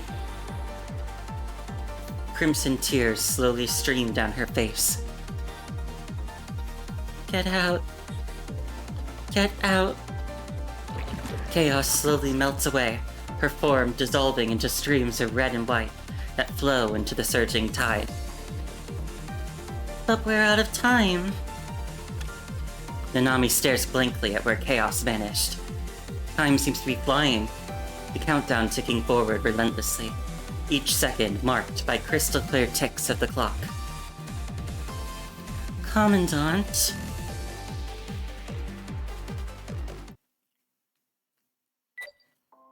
Her frame moves at full speed as she races back to the starship, dialing the terminal number she knows by heart. Commandant.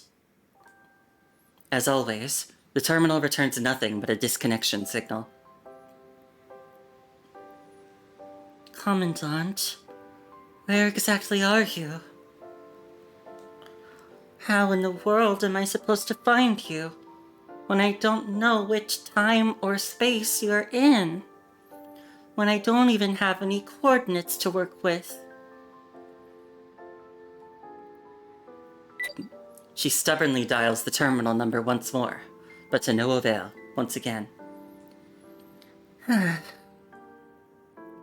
Nanami stares at the silent terminal in confusion. They've left the Hetero Tower. How am I supposed to find you when that's the only thing I know? But given who I am, things are probably gonna be okay, right? She clenches her fist, trying to cheer herself up like before. But halfway through speaking to the terminal, she can't help but let out another sigh. It could be tomorrow, 100 years from now, or even 1,000 years ahead. What exactly am I supposed to do? I don't even know if I can live that long. Nanami is a mechanoid, so it should be possible, as long as my frame is well maintained. She rubs her cheeks. Alright. I'm so gonna do this. New mission objective. Live for the next 1,000 years. The terminal call hasn't automatically disconnected, and the cold voicemail prompt indicates she can leave a message. Nanami rubs her cheeks again, her enthusiasm returning in full force.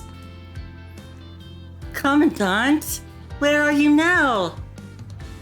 Nanami doesn't know how you're doing now, or when you'll hear this message.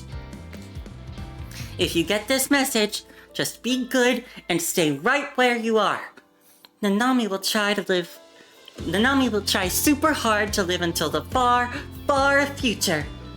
Or maybe I'll try to find a way to go to the distant, distant past. In any case, as long as you're somewhere in this universe, Nanami will find you, Commandant!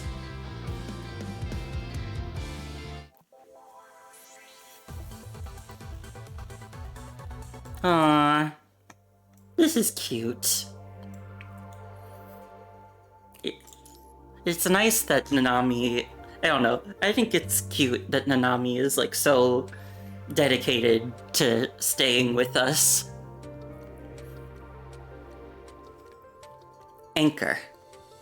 The massive starship glides low over the city that humans once called home.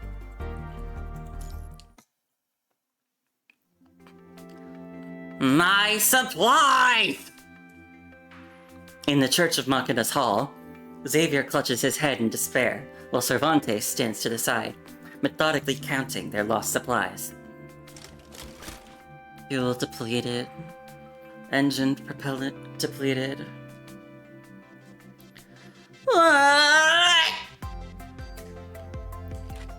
Insulation materials depleted. Fiber structures depleted. Composite materials depleted.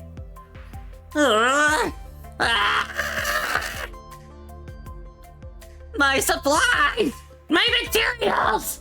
My resources! My starship! He clutches his head in agony. What's going on here? Nanami bounces down from upstairs and tilts her head at the chaotic scene in the hall. I'll fight the Red Tide to the death! Charge! Fight to the death! The mutated Red Tide has devoured several nearby warehouses where supplies were stored.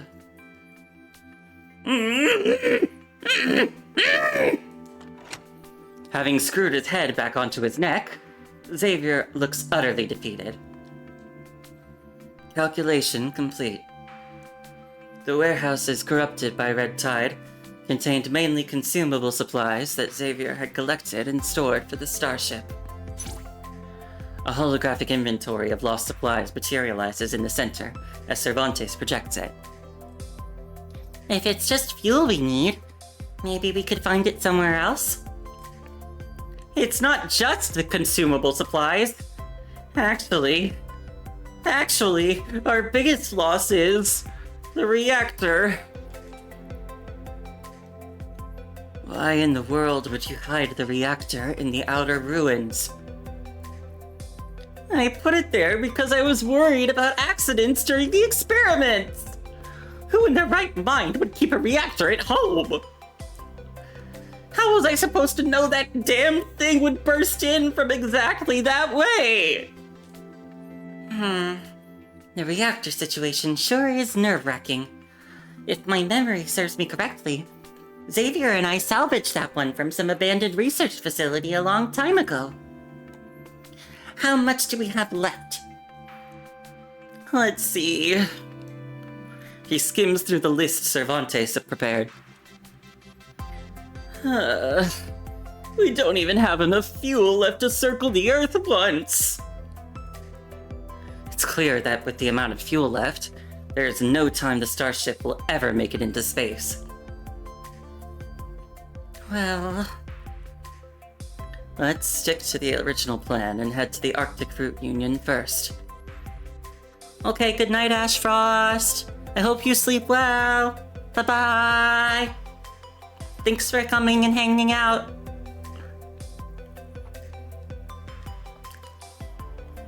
Aerospace City is located in the part of the Arctic Route Union that's close to Kowloon. Oh, right! Aerospace City. That's where the magnetic acceleration check is. Yes, Sage. Aerospace City has... Huh? Why is there hiragana in here? Has a magnetic acceleration track called the Bifrost that's powered by a cold fusion reactor.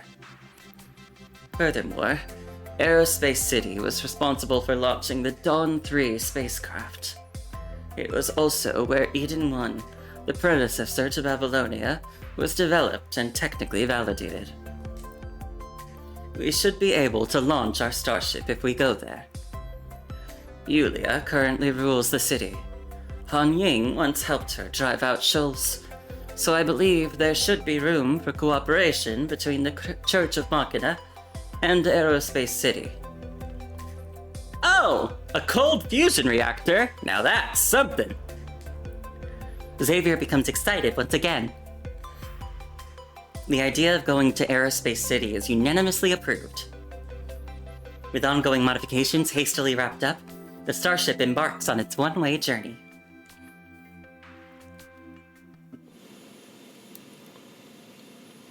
With its engines roaring, the starship finally emerges from the cavern beneath the scorched earth and breaks through to daylight.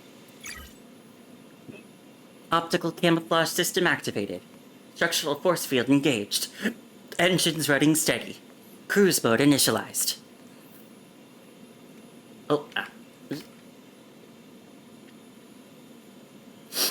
Okay. The massive starship glides low over human ruins. As the thermal shields lower one by one over the portholes, Nanami, now sitting by the window, peers through the gaps at the world outside. The countdown ticks away beside her as she feels the pull of destiny. She knows exactly what that future holds. The mechanoids remaining on Earth bring an even greater catastrophe upon human civilization. In that future, the soul-bearing mechanoid girl exiles herself to space, giving humanity its only chance of survival. I think you need no reminder, Nanami, but I'm you from the future. Giving up her freedom, she became a central AI that leads the spaceship and all the awakened machines on a permanent journey through the infinite universe.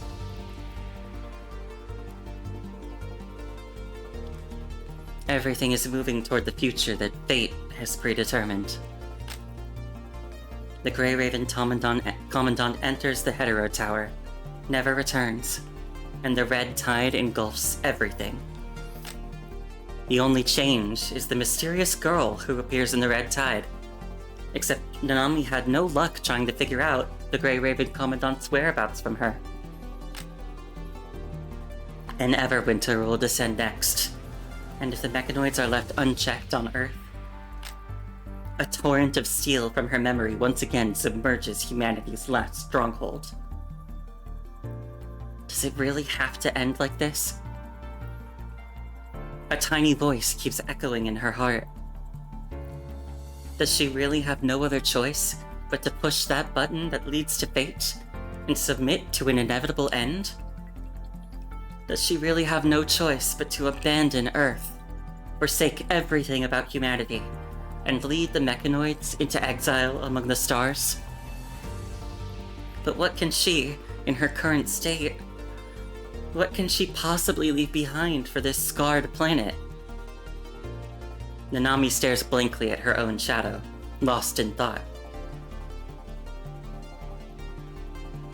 Sage. Whoa! Hakma! I swear, you never make a noise when you walk. You were just too focused, Sage. I was just going through stuff in my head. Mechanoids and humans can definitely get along well. Arcana is wrong. Nanami pouts, her enthusiasm visibly deflated. Did you have another argument with Arcana? I know she's just looking out for the mechanoids, but I still don't like the way she puts things. Always going on about how humans are the mechanoids' greatest enemies, and how humans will definitely start attacking mechanoids and stuff. I don't want to hear any of that. I'm here to bring you up to speed about the red tide.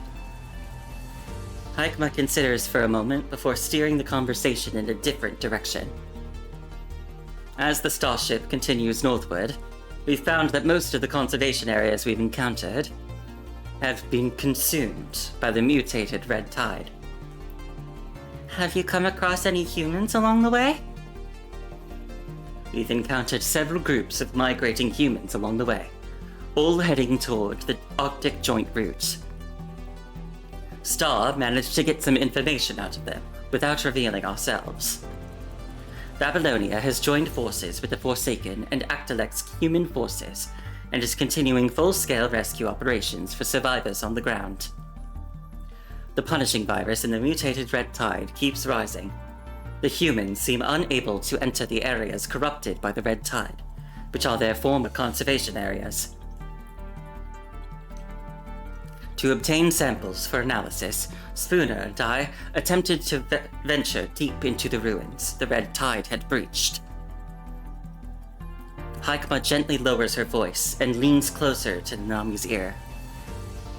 We rescued a group of semi-awakened mechanoids and humans trapped in the ruins. Humans?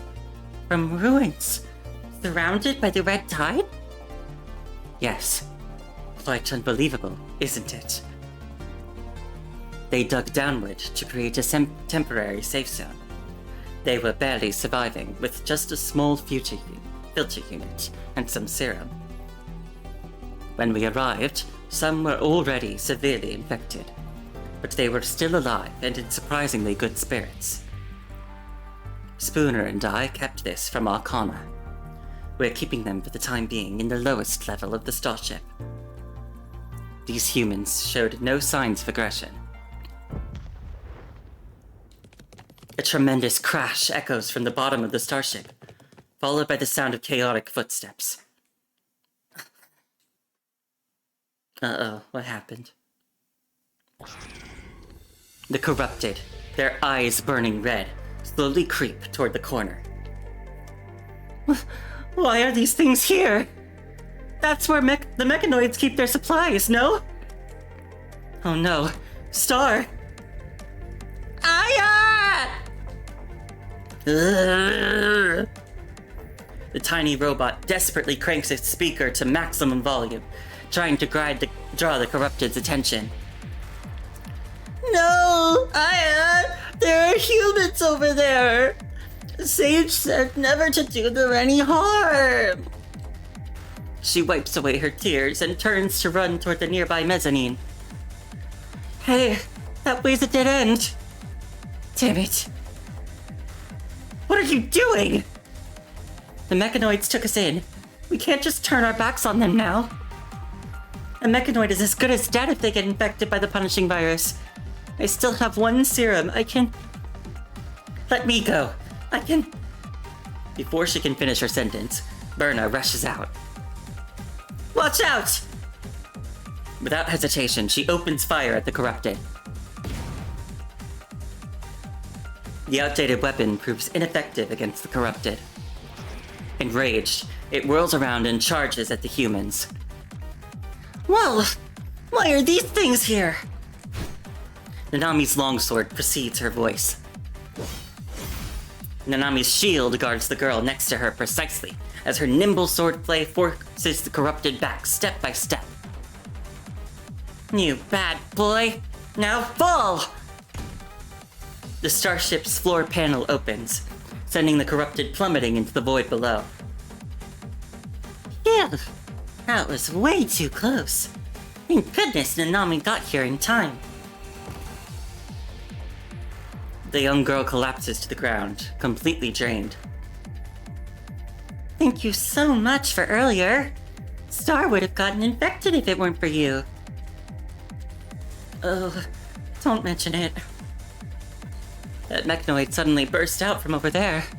We didn't even have time to react. Over there. Trailblazer collected these supplies.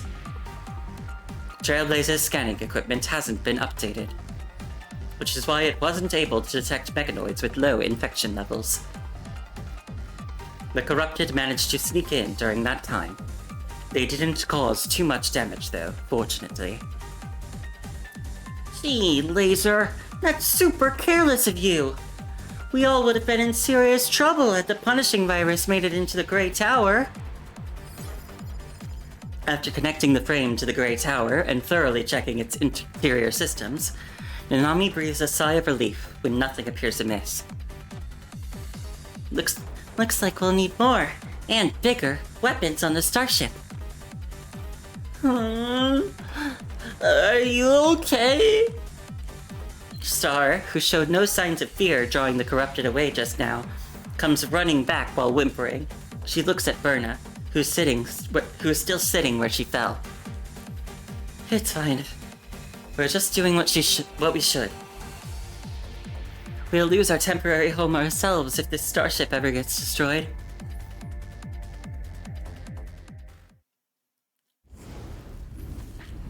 The massive starship glides low over the city that humans once called home. At some point, the mechanoids seem to have become less hostile toward the humans. Having gotten a peace of mind from Nanami, all of the mechanoids, even Trailblazer, who was big on getting the humans out of the starship, softened their stance. I am such a dummy. The star wins this round.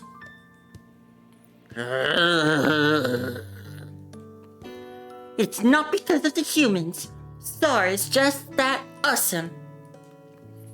Not all humans are bad.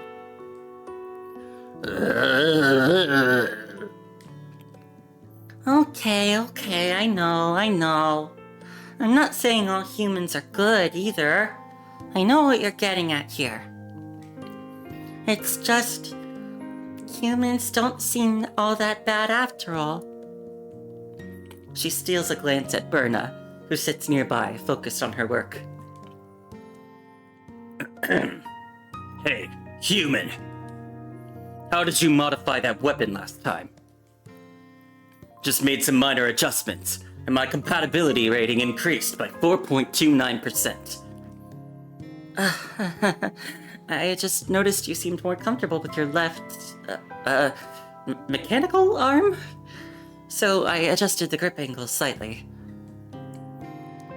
Comfortable? What does comfortable mean? It's like, which mechanical arm do you use more often? The left one or the right one? Anyway, thanks. Is this what you wanted to see, Sage? Yes, indeed. Just as Nanami said, humans and mechanoids can always get along well. There weren't any humans on the starship I saw before. Gotta note down this difference. Nanami hunches over her terminal to make a note. A little effort every day goes a long way. I'm sure I'm going to change the world. Sage, why are you so fixated on change? Sage Machina will return to the church, guiding us away from this broken earth to the end of stars. For mechanoids, wouldn't this be a more fitting end? But no one can deny that mechanical civilization arose from human civilization, Arcana. Nanami looks up, her youthful face looking unexpectedly calm. The fact that the punishing virus can infect mechanoids proves everything. We can run all we want, but that's not going to stop the punishing from showing up around us again, right? I have seen it all, Arcana. I can't tell you more, but that's not the destination we're meant to reach. Then why do you place all your hope in the Grey Raven Commandant? Though I'm aware of the Commandant's exceptional qualities, but Commandant's still just an ordinary human. Commandant is different, Arcana. Commandant is bound by countless bonds and connects space-time and the universe itself, like an anchor point, or perhaps a beacon? We're now looking at another possibility, precisely because Commandant exists. Plus, she turns her head, a mysterious smile playing on her lips. You're the most special human ever, Commandant. Nami likes you. Struck by a pleasant thought, Nanami hums a tune as she skips merrily back to her cabin. Abandoned by Earth, the girl sits quietly by the window as she speaks, occasionally stealing glances at the blue planet, billions of light years away. But you still have a choice, Nanami. You can choose to not become me.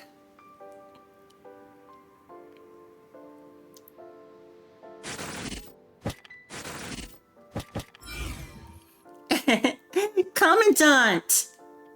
I figured out a way to send video messages to your voicemail. I don't really have anything special to say, just... What are you up to right now, Commandant? Nami did a special fortune telling today, and it says you will definitely see this message.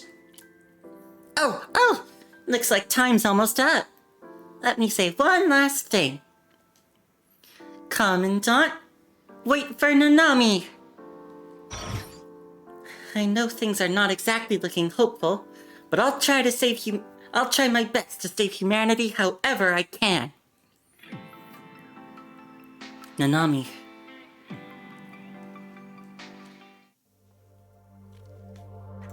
Okay. Hi, Koharu. You were streaming earlier, right? Did you finish up? What were you streaming?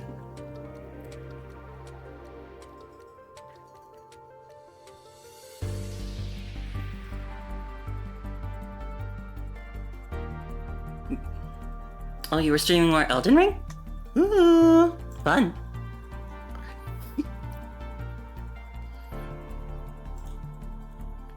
I still have to play Elden Ring a lot. I've only beaten two of the big bosses. You finished the stream, but you're not finished with me. Oh. Thank you. Thanks for coming. I'm doing some more Punishing Grey Raven. This chapter features a character I like a lot, Nanami. She's very cute and bubbly and happy. And it picks up after the last main story chapter's really depressing ending.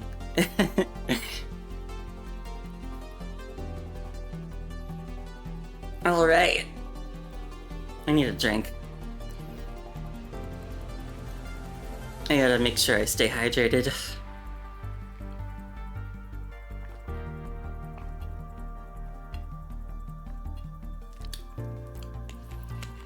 I see the eyebrow waggles. They intensify. Okay.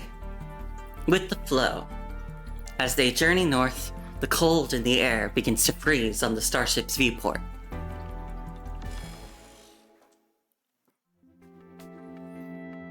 I just said that. As they journey north, the cold in the air begins to freeze on the starship's viewport. Fuel, antifreeze. We're running out of antifreeze too. The antifreeze we have left isn't enough to winterize all the mechanoids aboard the starship. The number of mechanoids aboard the starship keeps growing. The silent bestial mechanoid calculates the number of passengers aboard the starship. Well, you see, Sage simply can't ignore our kin who have a chance at survival. The starship shudders slightly as its airlock opens, and Nanami rushes in, dragging two humans with her. Hey, Spooner! Hi, Savior! Clean up these two that I just fished out. We should still have some serum left to use. Spooner takes the unconscious humans and heads toward the back of the starship. Sage, how much further until we reach this aerospace city Cervantes mentioned? We're running low on fuel, and we're almost out of antifreeze and cold weather supplies for the mechanoids. If we don't do something about it, a third of our mechanoids will have to enter hibernation mode. Don't worry. Bernard and the guys have modified some Grey Tower branch processors and added protective casings around them. Now, even those of us without antifreeze can warm ourselves up around the processors. Humans and their interesting little ideas. The Star and the kids all love those makeshift heaters.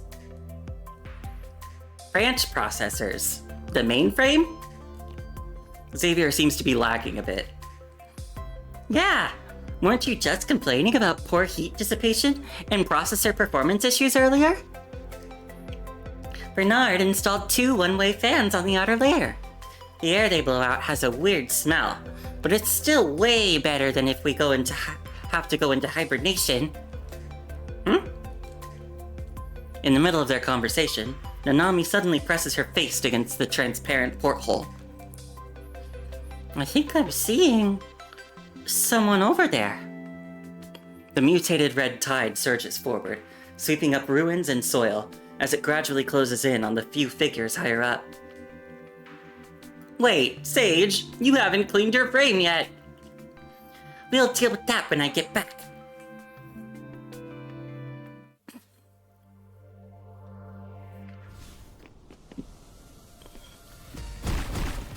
Oh.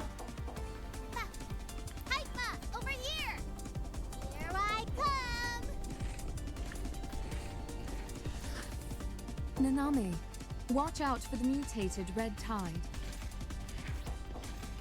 Yeah. Unexpected incident occurred. Reanalyzing. Huh?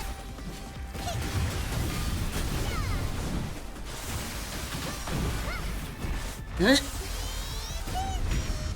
hello? Get yourself together. Are you okay? Help my squad, please. I told him to go first, but this place is swarming with monsters everywhere. My squad is right over there. I'll stick with you guys. Don't worry, Nanami will find them. Tactical circuit activated. Scanning. Nanami, there are traces left by humans over there.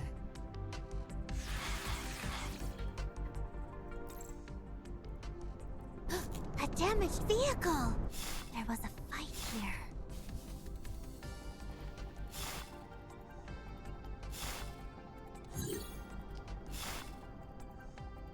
Hmm?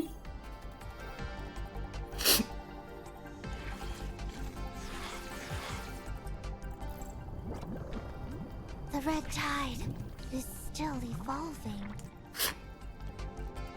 It said in the achievements that if I want to get all the achievements, I have to rebound 5 times. What does that mean? Footprints! They were here. Or no, it was 3 times. Rebound 3 The footprints times. go that way. Hypa, let's go.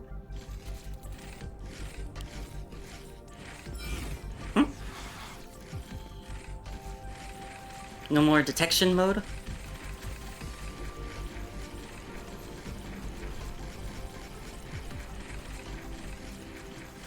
Oh, wait, is there something over there? No, okay.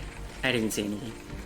The red tide has infiltrated this tunnel. The probability of collapse is 84.26%.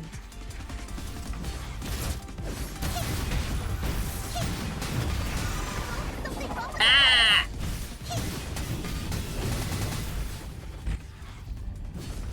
Nanami, watch out. Ah! I missed it! Or did I? Did I get it?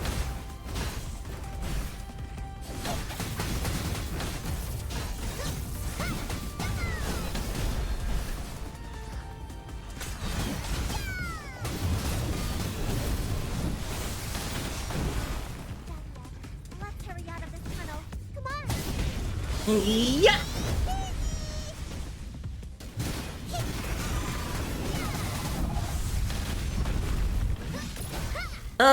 I'm supposed to hit it with the right timing? Okay, maybe those are the rebounds? Okay, I'll just start over. So I can get it all with the right timing.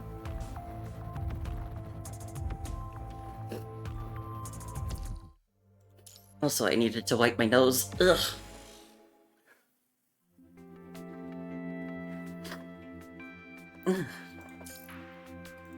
Just a little bit of allergies.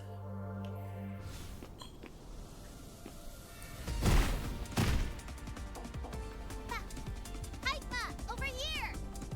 Here I come. Ba-na-da-na-na. Nanami, watch out for the mutated red tide. Ah! Unexpected incident occurred. Reanalyzing.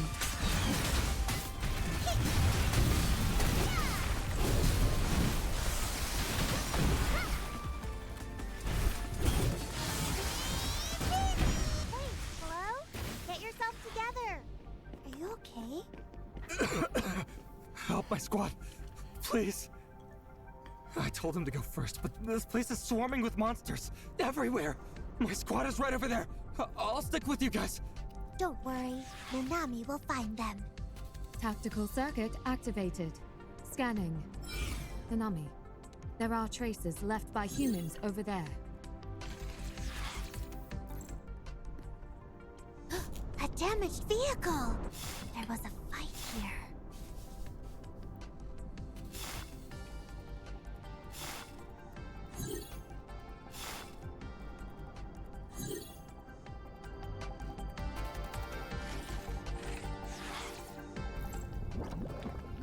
The red tide is still evolving.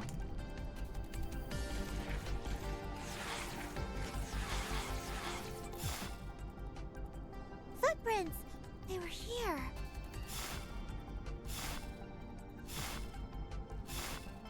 The footprints go that way. Hikma, let's go!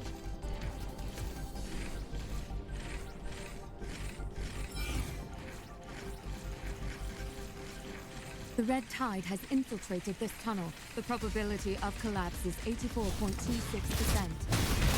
Yeah. Something wrong with the Ah!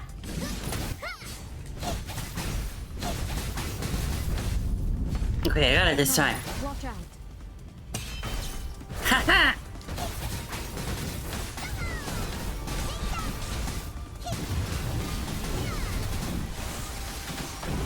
Let's hurry out of this tunnel.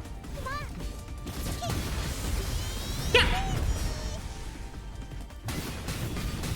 Unexpected incident occurred. Reanalyzing. Gotcha!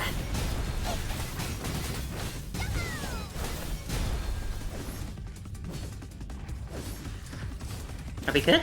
Oh, there's still more.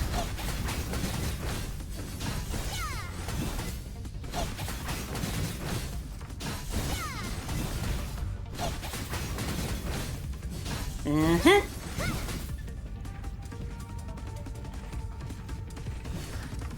Okay.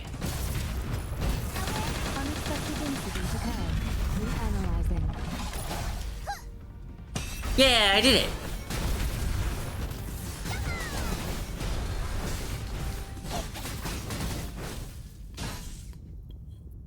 The traces start splitting up here. Let's look around. They must be nearby.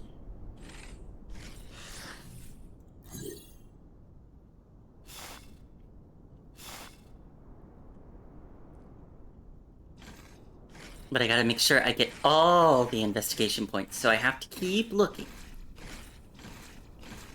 Looking everywhere. No traces of constructs detected in that area. Let's investigate the other direction. Nothing up here? No traces of constructs detected in that area. Let's investigate the other direction. Just trying to be thorough. No, no, no. Captain! Captain! How could this be?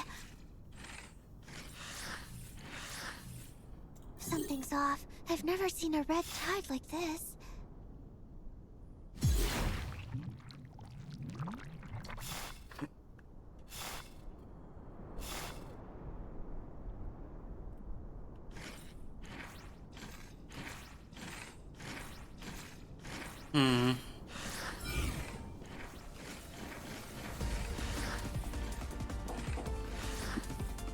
The punishing virus concentration is higher here. Proceed with caution. Kelly? Kelly! A newborn hetero creature? High five! Keep them safe! I'll take care of this big guy! Oh, top down, huh? Nami's ultimate! Nowhere to run!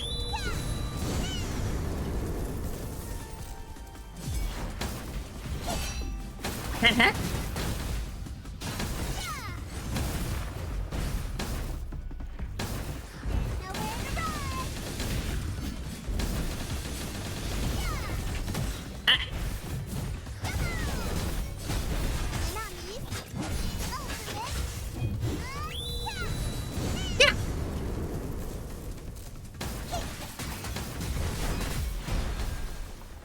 Phew! Thankfully, it hadn't fully matured yet. Are you all okay? Thank you, guys.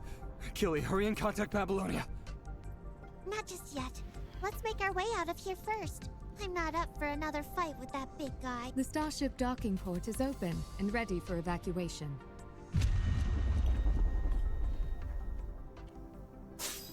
Wait. Fate? Who decides her own fate? Yay!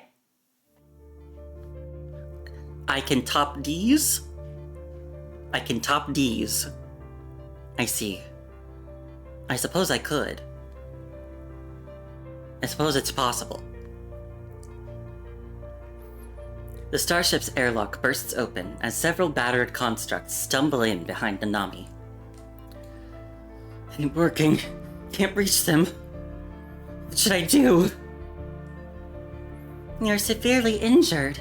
You'll need to get yourself treated before you die. It's too late. The construct looks utterly desperate. Wait, you're a construct too, aren't you? I think I've seen you before in Babylonia. Nanami doesn't remember you, but I did spend some time hanging out in Babylonia. Can you reach Babylonia? Like a drowning person grasping for salvation, the construct desperately clutches at Nanami's arm. We have to reach Babylonia immediately! We gotta let them know that they can't keep sending more squads down here! The hetero creatures are suppressing their punishing virus concentration to disguise themselves as humans, to lure rescue teams deeper into their trap! Oh my.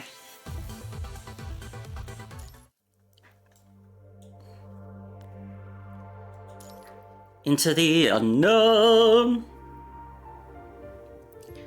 Babylonia is leaving Earth, isn't it?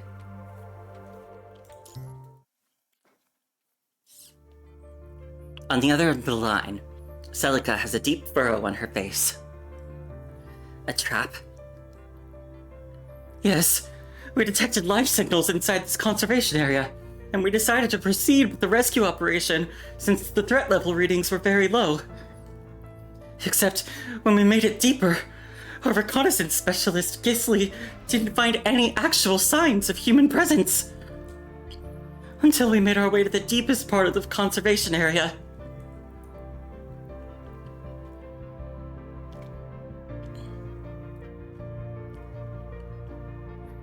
Masses of flesh-fused creatures lie embedded within these red tide crystals, and they are pulsing rhythmically, like they were alive. There was a bird or some small animal at the center of each mass of flesh, and they were each letting out unbearable cries. We immediately decided to retreat when we saw this, but at that exact moment, the punishing virus concentration shot up. On the other side of the screen, Celica takes a visibly deep breath. Sure. Please, stay in that area for now. We'll send someone to assist you right away. Also, please put Nanami on the line. Yes, the construct who guided you here. Beep! Oh, it's Celica. Long time no see, Celica.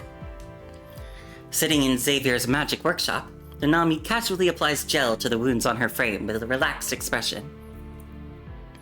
It's been a while, Nanami. Oh, you'll be right back? Okay.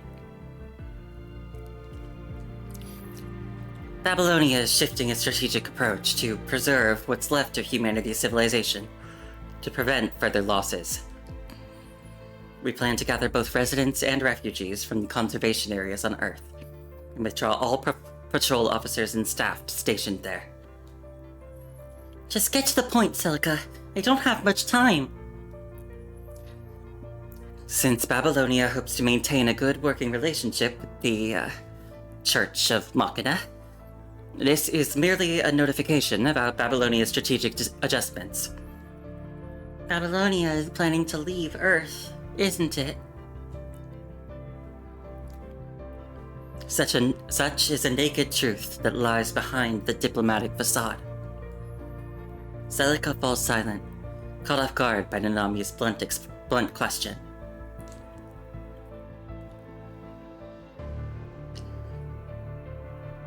"3,648 days. 10 years. and Babylonia has lost over half its force of arms, with barely anything to show for it. The red tide surrounding the Hetero Tower has evolved into something that barely any construct soldier can withstand. But the constructs from elite squads are still... Oh, so you do know that they're from the elite squads, huh? How many elite squads are there for us to send to Earth? How many construct soldiers are we going to turn into specialized constructs? We already lost the Grey Raven Commandant, for God's sake. I apologize for my outburst. It's just, we really can't afford losses anymore. On the remote sensing display, the mutated red tide, laced with unidentified white substances, creeps across the Earth, like blood vessels and coils around the very lands humanity once called home. Indeed, we can't afford further losses. In that saturation mission, we deployed 35 construct squads. Only 4 made it back, with nothing but a single sample of mutated red tide from the closest approach to the Hetero Tower. And this is all we have to show for it, having made the sacrifices we have. But we did analyze the substance within the mutated red tide. At least now we know what kind of enemy we're facing. Has the Science Council finished their analysis? Yes. According to Asimov's findings, we cannot identify the components within the mutated red tide. It doesn't match any known substance found on Earth in the past, present, or projected future. A deathly silence falls over the conference room. What exactly are we up against? The commander turns around, his graying hair and bloodshot eyes betraying his exhaustion. It's time to draw our conclusions, President. At first, they thought this was just another disaster they could contain. Just like when the red tide first began to spread, or when the twins first took human form. Just like when the Hetero Tower rose from the ground, or when the Dark Bolt struck Babylonia. They have survived seemingly unsurvivable disasters and defeated seemingly undefeatable enemies. And this time, they were sure they would succeed, like they always have. Almost everyone in Babylonia thought the same way, and they had even started preparing victory celebrations in advance. Everyone was working at breakneck speed to get themselves ready for when you're back. I can't wait to see her in this new coating. Not just for Lucia, but for the Commandant too. I can't wait to see all of Grey Raven standing together in the banquet hall. Babylonia deployed numerous squads of constructs to the ground in an attempt to reclaim the conservation areas. Most of them, however, returned empty-handed. To gather detailed information about the mutated red tide, Babylonia saturated the area around the Hetero Tower with multiple squad deployments. They all, however, failed. Ladies and gentlemen, I once believed we would succeed the way we did with every other miracle our civilization has achieved thus far. But this time, I'm sorry. President, we still have soldiers. We can still fight. But even if we could reclaim the conservation areas, the CPF can no longer filter out the corrupted punishing virus, and the emergency serum the Science Council has developed is barely effective. Asimov continues to work while ill, and several elderly professors from the Science Council have already collapsed from complete exhaustion. Even our elite squads have started taking casualties. No, that's impossible. Praying Mantis was completely wiped out during their escort mission, and Owl Squad's captain is their sole survivor. Strikehawk's Kamui has gone missing during his mission to investigate the depths of the mutated red tide. Kamu went to search for him, but neither of them have returned yet. The area is completely submerged in mutated red tide.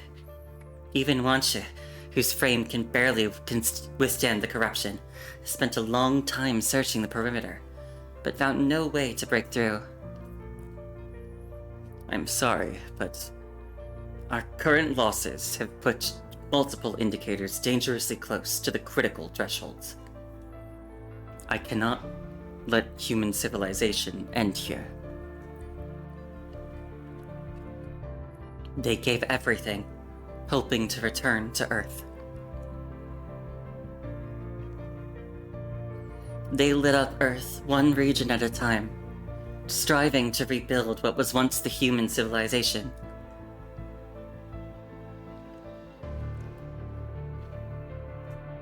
Countless lives lie buried here, and countless new lives have awakened in its place. But this time, humanity's children may never return home again. They will be forced into exile and venture into the unknown depths of space.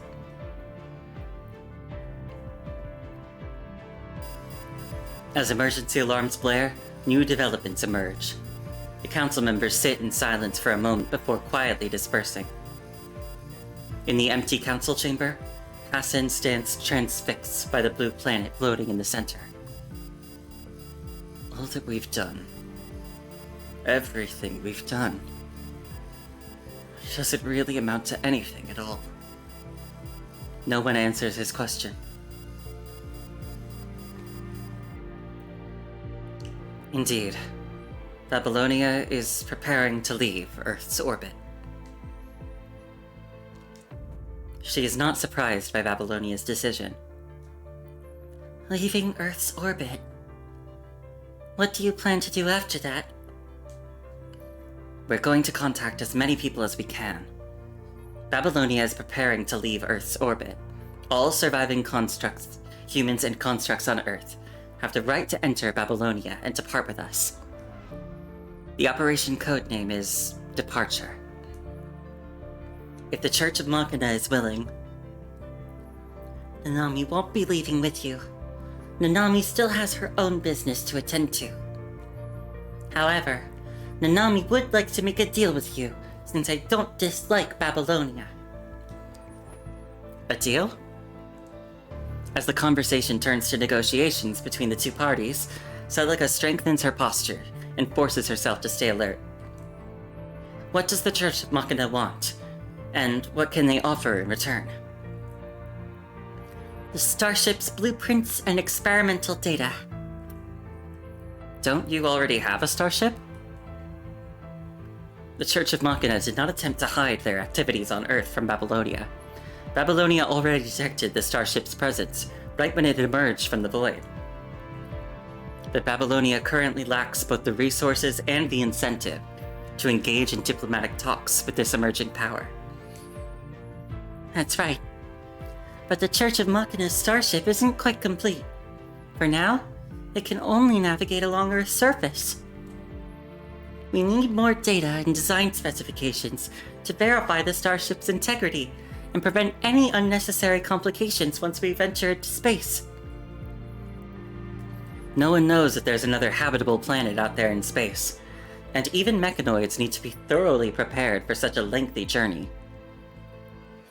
In exchange, Nanami and the mechanoids of the Church of Machina can help you complete your mission. While the mutated red tide poses a severe threat to humans, we mechanoids remain unharmed as long as we avoid direct contact. The Church of Machina has a complete gear army at our disposal. While searching for our fellow mechanoids, we can help you locate more human survivors. Please allow us a moment to deliberate. As the communication cuts off briefly, Nanami sits at the table, her gaze wandering to where Xavier is helping maintain a construct. Whoa, these parts must be ancient! How are they still being used? We're all out of replacement parts. Babylonia's factories are operating around the clock, but parts are being consumed at a faster pace than they're made. Welcome back, Koharu. I'm actually one of the lucky ones. I was at least able to find similar parts to modify and use. Not everyone is as lucky as I am, though. Carson lets out a sigh. Speaking of the devils, with that much wear and tear, one more shot in the recoil might just send your elbow flying. That's because the factory doesn't have replacement parts for my model anymore. Our captain took us all to search for the parts back then. We spent forever searching, but only found 2 pieces that barely fit. And our captain personally filed them down to make them work. Captain. The 2 constructs fall silent. Their captain never made it out of the mutated red tide. As Nanami listens to their conversation silently, her terminal chimes with a brief video call notification. We have concluded our deliberations. She rises from behind the conference table and gives Nanami a respectful nod. I, as the acting president of Babylonia, hereby approve this arrangement. Please transmit your flight coordinates. We will send representatives to your starship as soon as possible to sign the agreement. No problem. Nanami will sync the coordinates to you right away. Acting president? What happened to Hassan? President Hassan is currently on medical leave. His continuous work schedule has left him completely exhausted. As per President Hassan's instructions before he fell into a coma, I am temporarily serving as acting president. Rest assured, though, that all relevant matters will still be forwarded to President Hassan for review.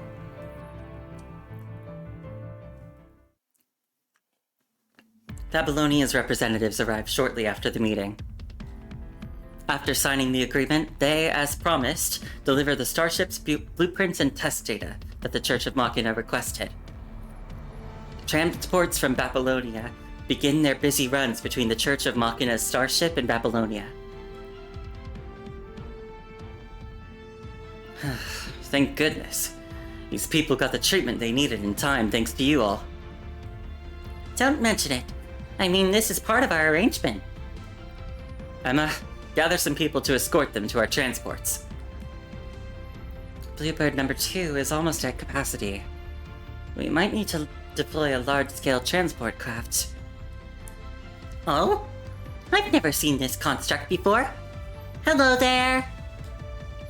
Emma gives Nanami a quick nod before opening her terminal to request authorization for a large transport. She used to be quite the lady, you know? For some reason, she was dead set on becoming a construct. She's been stationed at the training camp these past few years. The camp's practically empty now.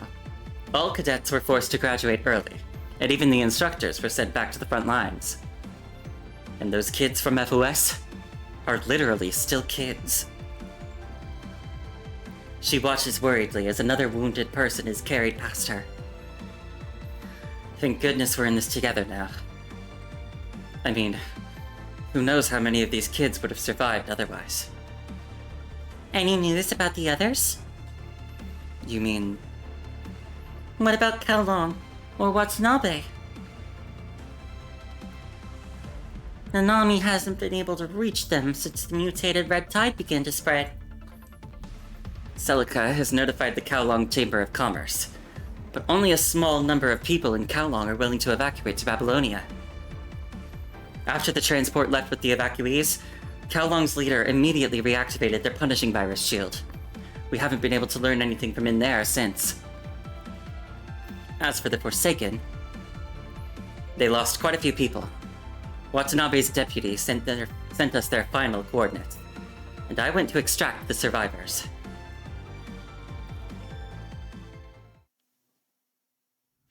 Hurry!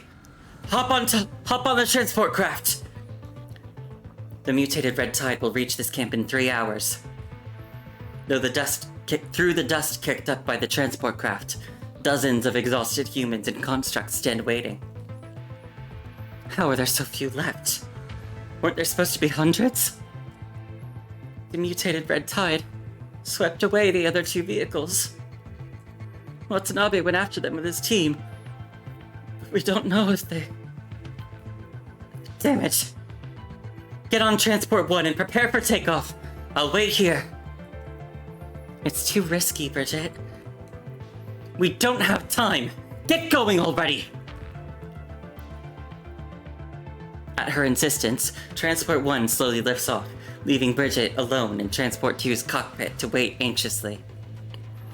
The concentration of the punishing virus in the air is gradually rising. The mutated red tide will reach this camp within an hour. Clouds of dust roll in from the horizon as a vehicle. Stained with the mud of the red tide, lurches desperately this way. Bridget fires up the transport's engines and throttles the massive vessel forward like a street racer. Quick, get in! The vehicle door clangs open, revealing the driver to be a teenager, no more than 15 years old. Where is Watanabe? Boss is still in the red tide. He's the one who forced our vehicle through and got us out of there. We have 28 people here, 10 wounded and 18 children. He seems so calm that he does not seem like someone who just escaped the red tide at all. Boss was hoping Babylonia could take in these last survivors of Oasis. They are not the Forsaken, but residents of Oasis. They shall not be forgotten again. After helping Bridget evacuate all the residents from Oasis onto the transport craft, the child finally collapses from exhaustion. As the transport craft takes off, the mutated red tide surges forward like a monstrous tsunami, engulfing the last camp in Oasis.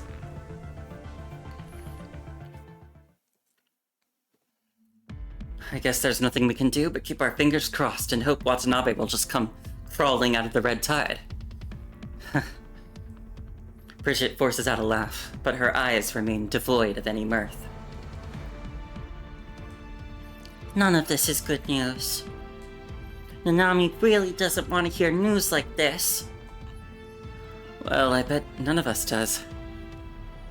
Bridget, the large transport craft has been cleared for deployment. It will arrive shortly. Okay, prepare to evacuate the injured. Thanks for your help once again, Nanami.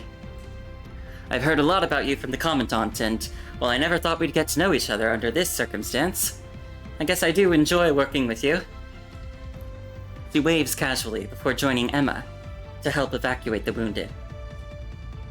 And so begins the first collaboration between Babylonia and the Church of Machina, born from these dire circumstances.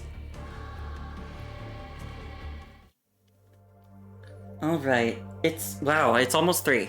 So I think I'm gonna do one more, and then I'll end stream for tonight. And then I'll continue with the rest of this chapter tomorrow. Beyond the ruins. Does this world still point towards the future she once envisioned?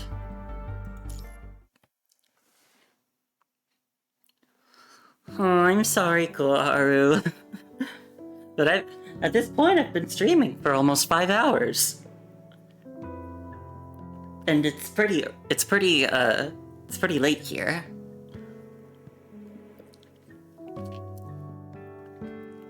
But I'm sorry.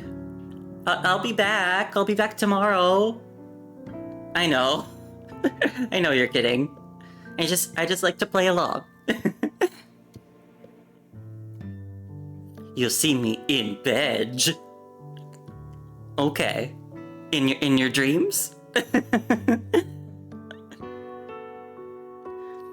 However, Nanami does not join this rescue operation.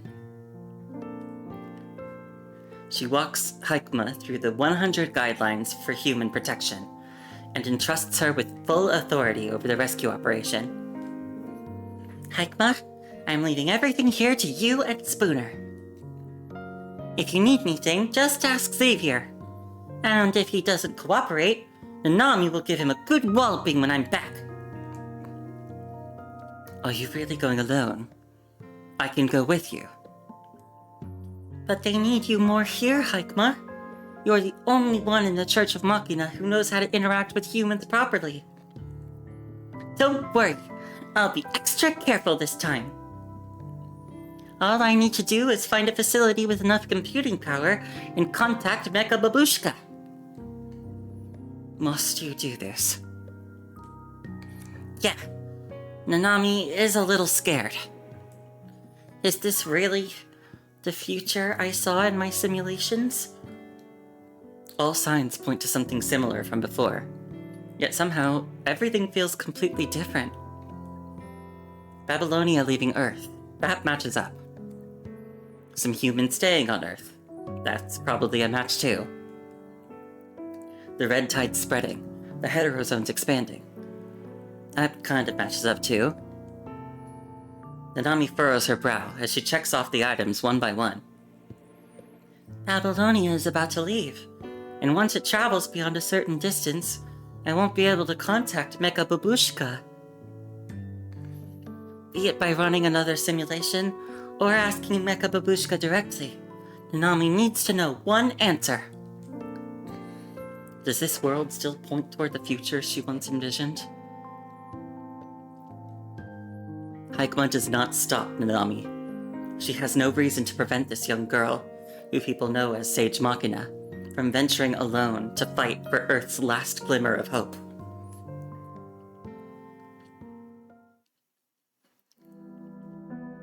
As the mutated red tide gradually devours the Earth's surface, the air temperature drops drastically. Without anyone noticing, a minor ice age has begun. I could definitely get in here before. Standing next to the ruins, Nanami connects the wires together with a troubled look on her face. The mutated red tide has clearly infected the facility before her. No matter how she connects the power or rewires the circuits, this massive computer refuses to boot up again. This is the 4th location already! Upset, Nanami marks another X on the map and stares at it with growing concern.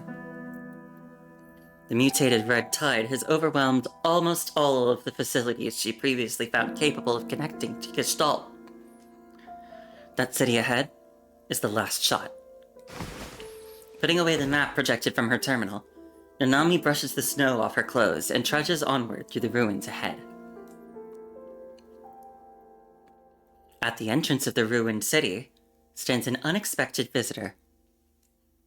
The pink-haired construct standing by the ruins greets Nanami with a familiar smile. Hi.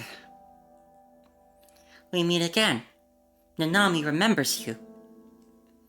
I've seen you in Babylonia. Why are you still here when Babylonia is about to leave? To assist Babylonia with their search and rescue operations, of course. She adjusts her cloak and turns her gaze toward the ruins ahead. Nanami doesn't care why you're here, as long as you don't try to stop me. I have no intention of stopping you. I'm just curious. Are you sure this is what you want to do? Are you sure you want to leave Earth? Do I have a choice? No, unfortunately. Not at the moment, at least. Then Nanami has no choice but to do this.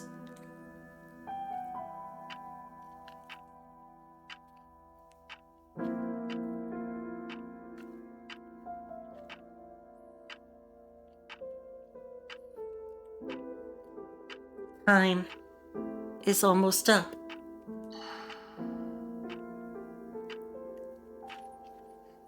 Ethereal numbers count down as they dance around her, gravity intensifying with each passing moment.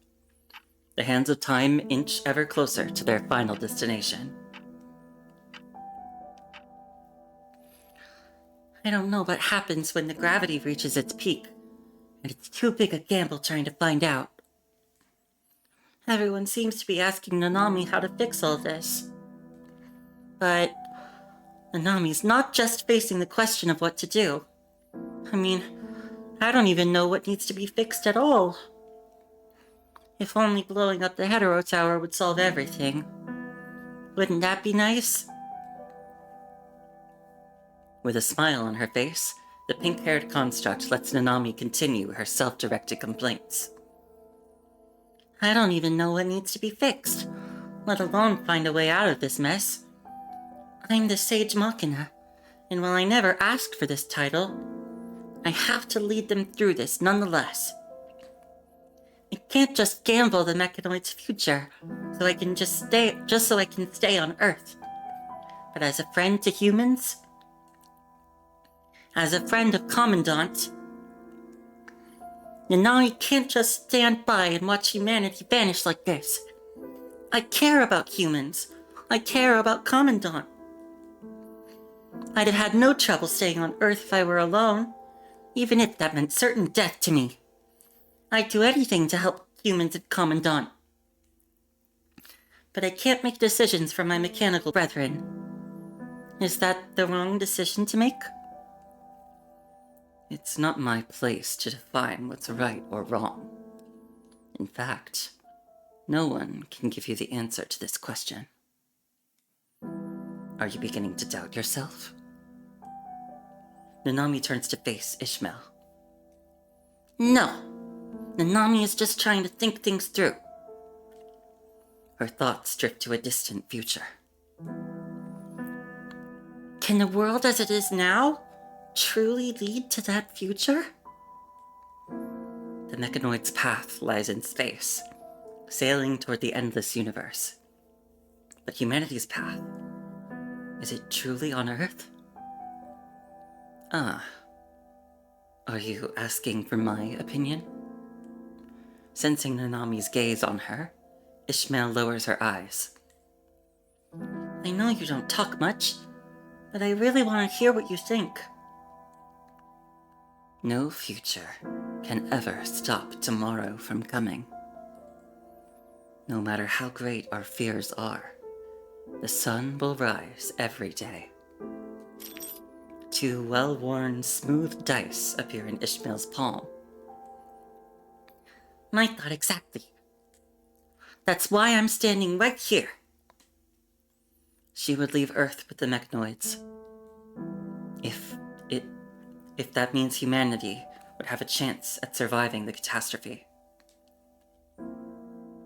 If you've already made up your mind, why are you asking me if you've made the wrong decision?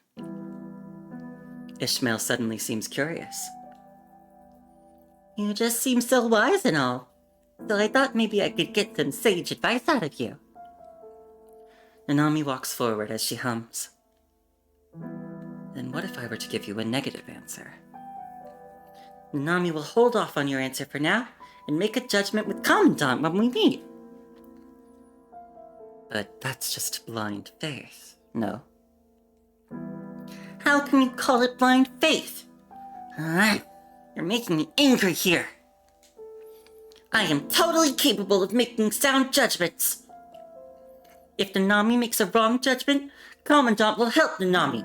And if Commandant needs help, of course Nanami will help Commandant too. Nanami and Commandant trust each other. I'm sure things are going to be fine if Commandant and I work together.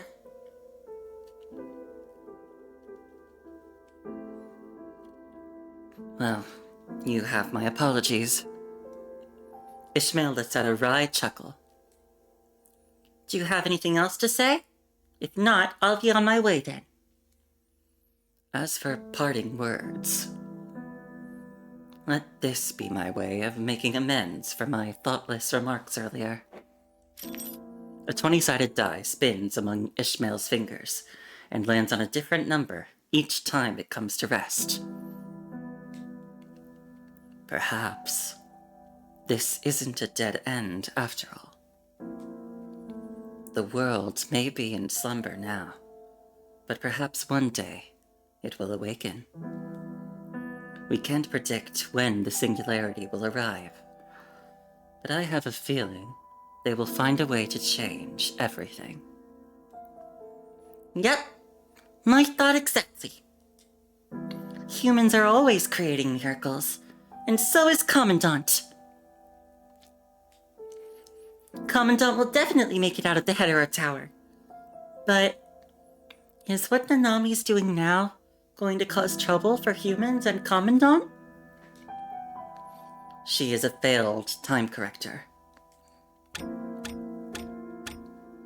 She once naively believed she could escape her predetermined future. But despite traversing countless simulated universes, she could never find the right thread to follow in the vast river of time. Even if she knew all the possibilities, even if she tried to make the best choices, she never managed to change how things ended. How can one be certain that this is the one and only correct universe? To this question, I believe no one can provide an answer. I knew you'd say that. It's exactly because no one could give an answer that I decided to visit Mecha Babushka again. But what if Gestalt can't provide an answer either? That's not something I need to worry about now. I'll sort that out later, somewhere down the road. Nanami's response leaves Ishmael momentarily at a loss for words. She shakes her head with a smile and turns her gaze toward the ruins in the distance. I know things are not exactly looking hopeful, but I'll try my best to save humanity however I can. No matter what the cost, I'll help Commandant put everything back on the right track. Having seeped through the ruins, the mutated red tide creeps up nearby buildings and spreads into every corner within its reach. We'll get in there somehow, right? You don't need my answer. Of course, Nanami has already made up her mind. This mechanoid girl with a soul loves humanity and Earth so deeply. Nanami was born from humanity's love, and Nanami will give that love back to humanity. She repeats these words, seemingly trying to solidify her conviction. No matter what the cost, I'll help Commandant put everything back on the right track. On the right track? Huh? Perhaps the variable you're hoping for is already taking notice of your wish. She knows! She's looking at us! Right.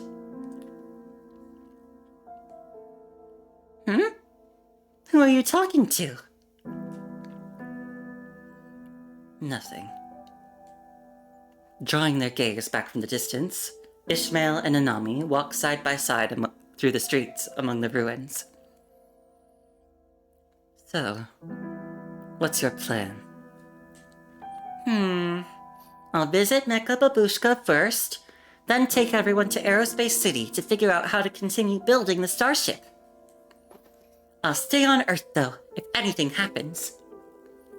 If Commandant manages to break free, I'm sure we'll find a way to solve everything here. No one's got anything on Commandant, but Commandant is pushing themselves too hard. I'd have rushed into the Hetero Tower to rescue Commandant and Lucia, but that's not gonna be easy, though. Yeah, my frame is falling apart, but I haven't found anything. I'm sure you've seen much more, since you can see the Grey Raven Commandant as a focal point. True, I've seen it. No matter how the river of time shifts, only Commandant stands unwavering within its flow. Commandant is this world's anchor point, its beginning and its ending. So that's what you saw. I suppose you are gifted indeed. Perhaps this isn't a dead end after all. The 20-sided die begins to roll once more, as Ishmael watches it with intense focus. But no one knows where that single thread leading to destiny truly lies. Is what I'm doing now and what I plan to do still not enough? Far from enough. Everything the lot of you are trying to do is like trying to find a needle in a haystack. Does that needle even exist? Sorry, I cannot say for certain. Perhaps you'll have to become the future version of yourself, somewhere far down the road. I'll be there for you, should you ever need me again then. The street comes to an end, and there, on the other side of the ruined city, Nanami finally sees what she has been searching for. A research facility with massive computing power. Turning around, she finds that the pink-haired construct has already vanished. Alright, we're charging straight ahead. Let's go, Nanami!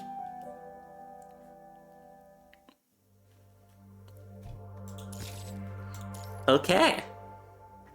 I think with that, we're gonna end tonight's stream.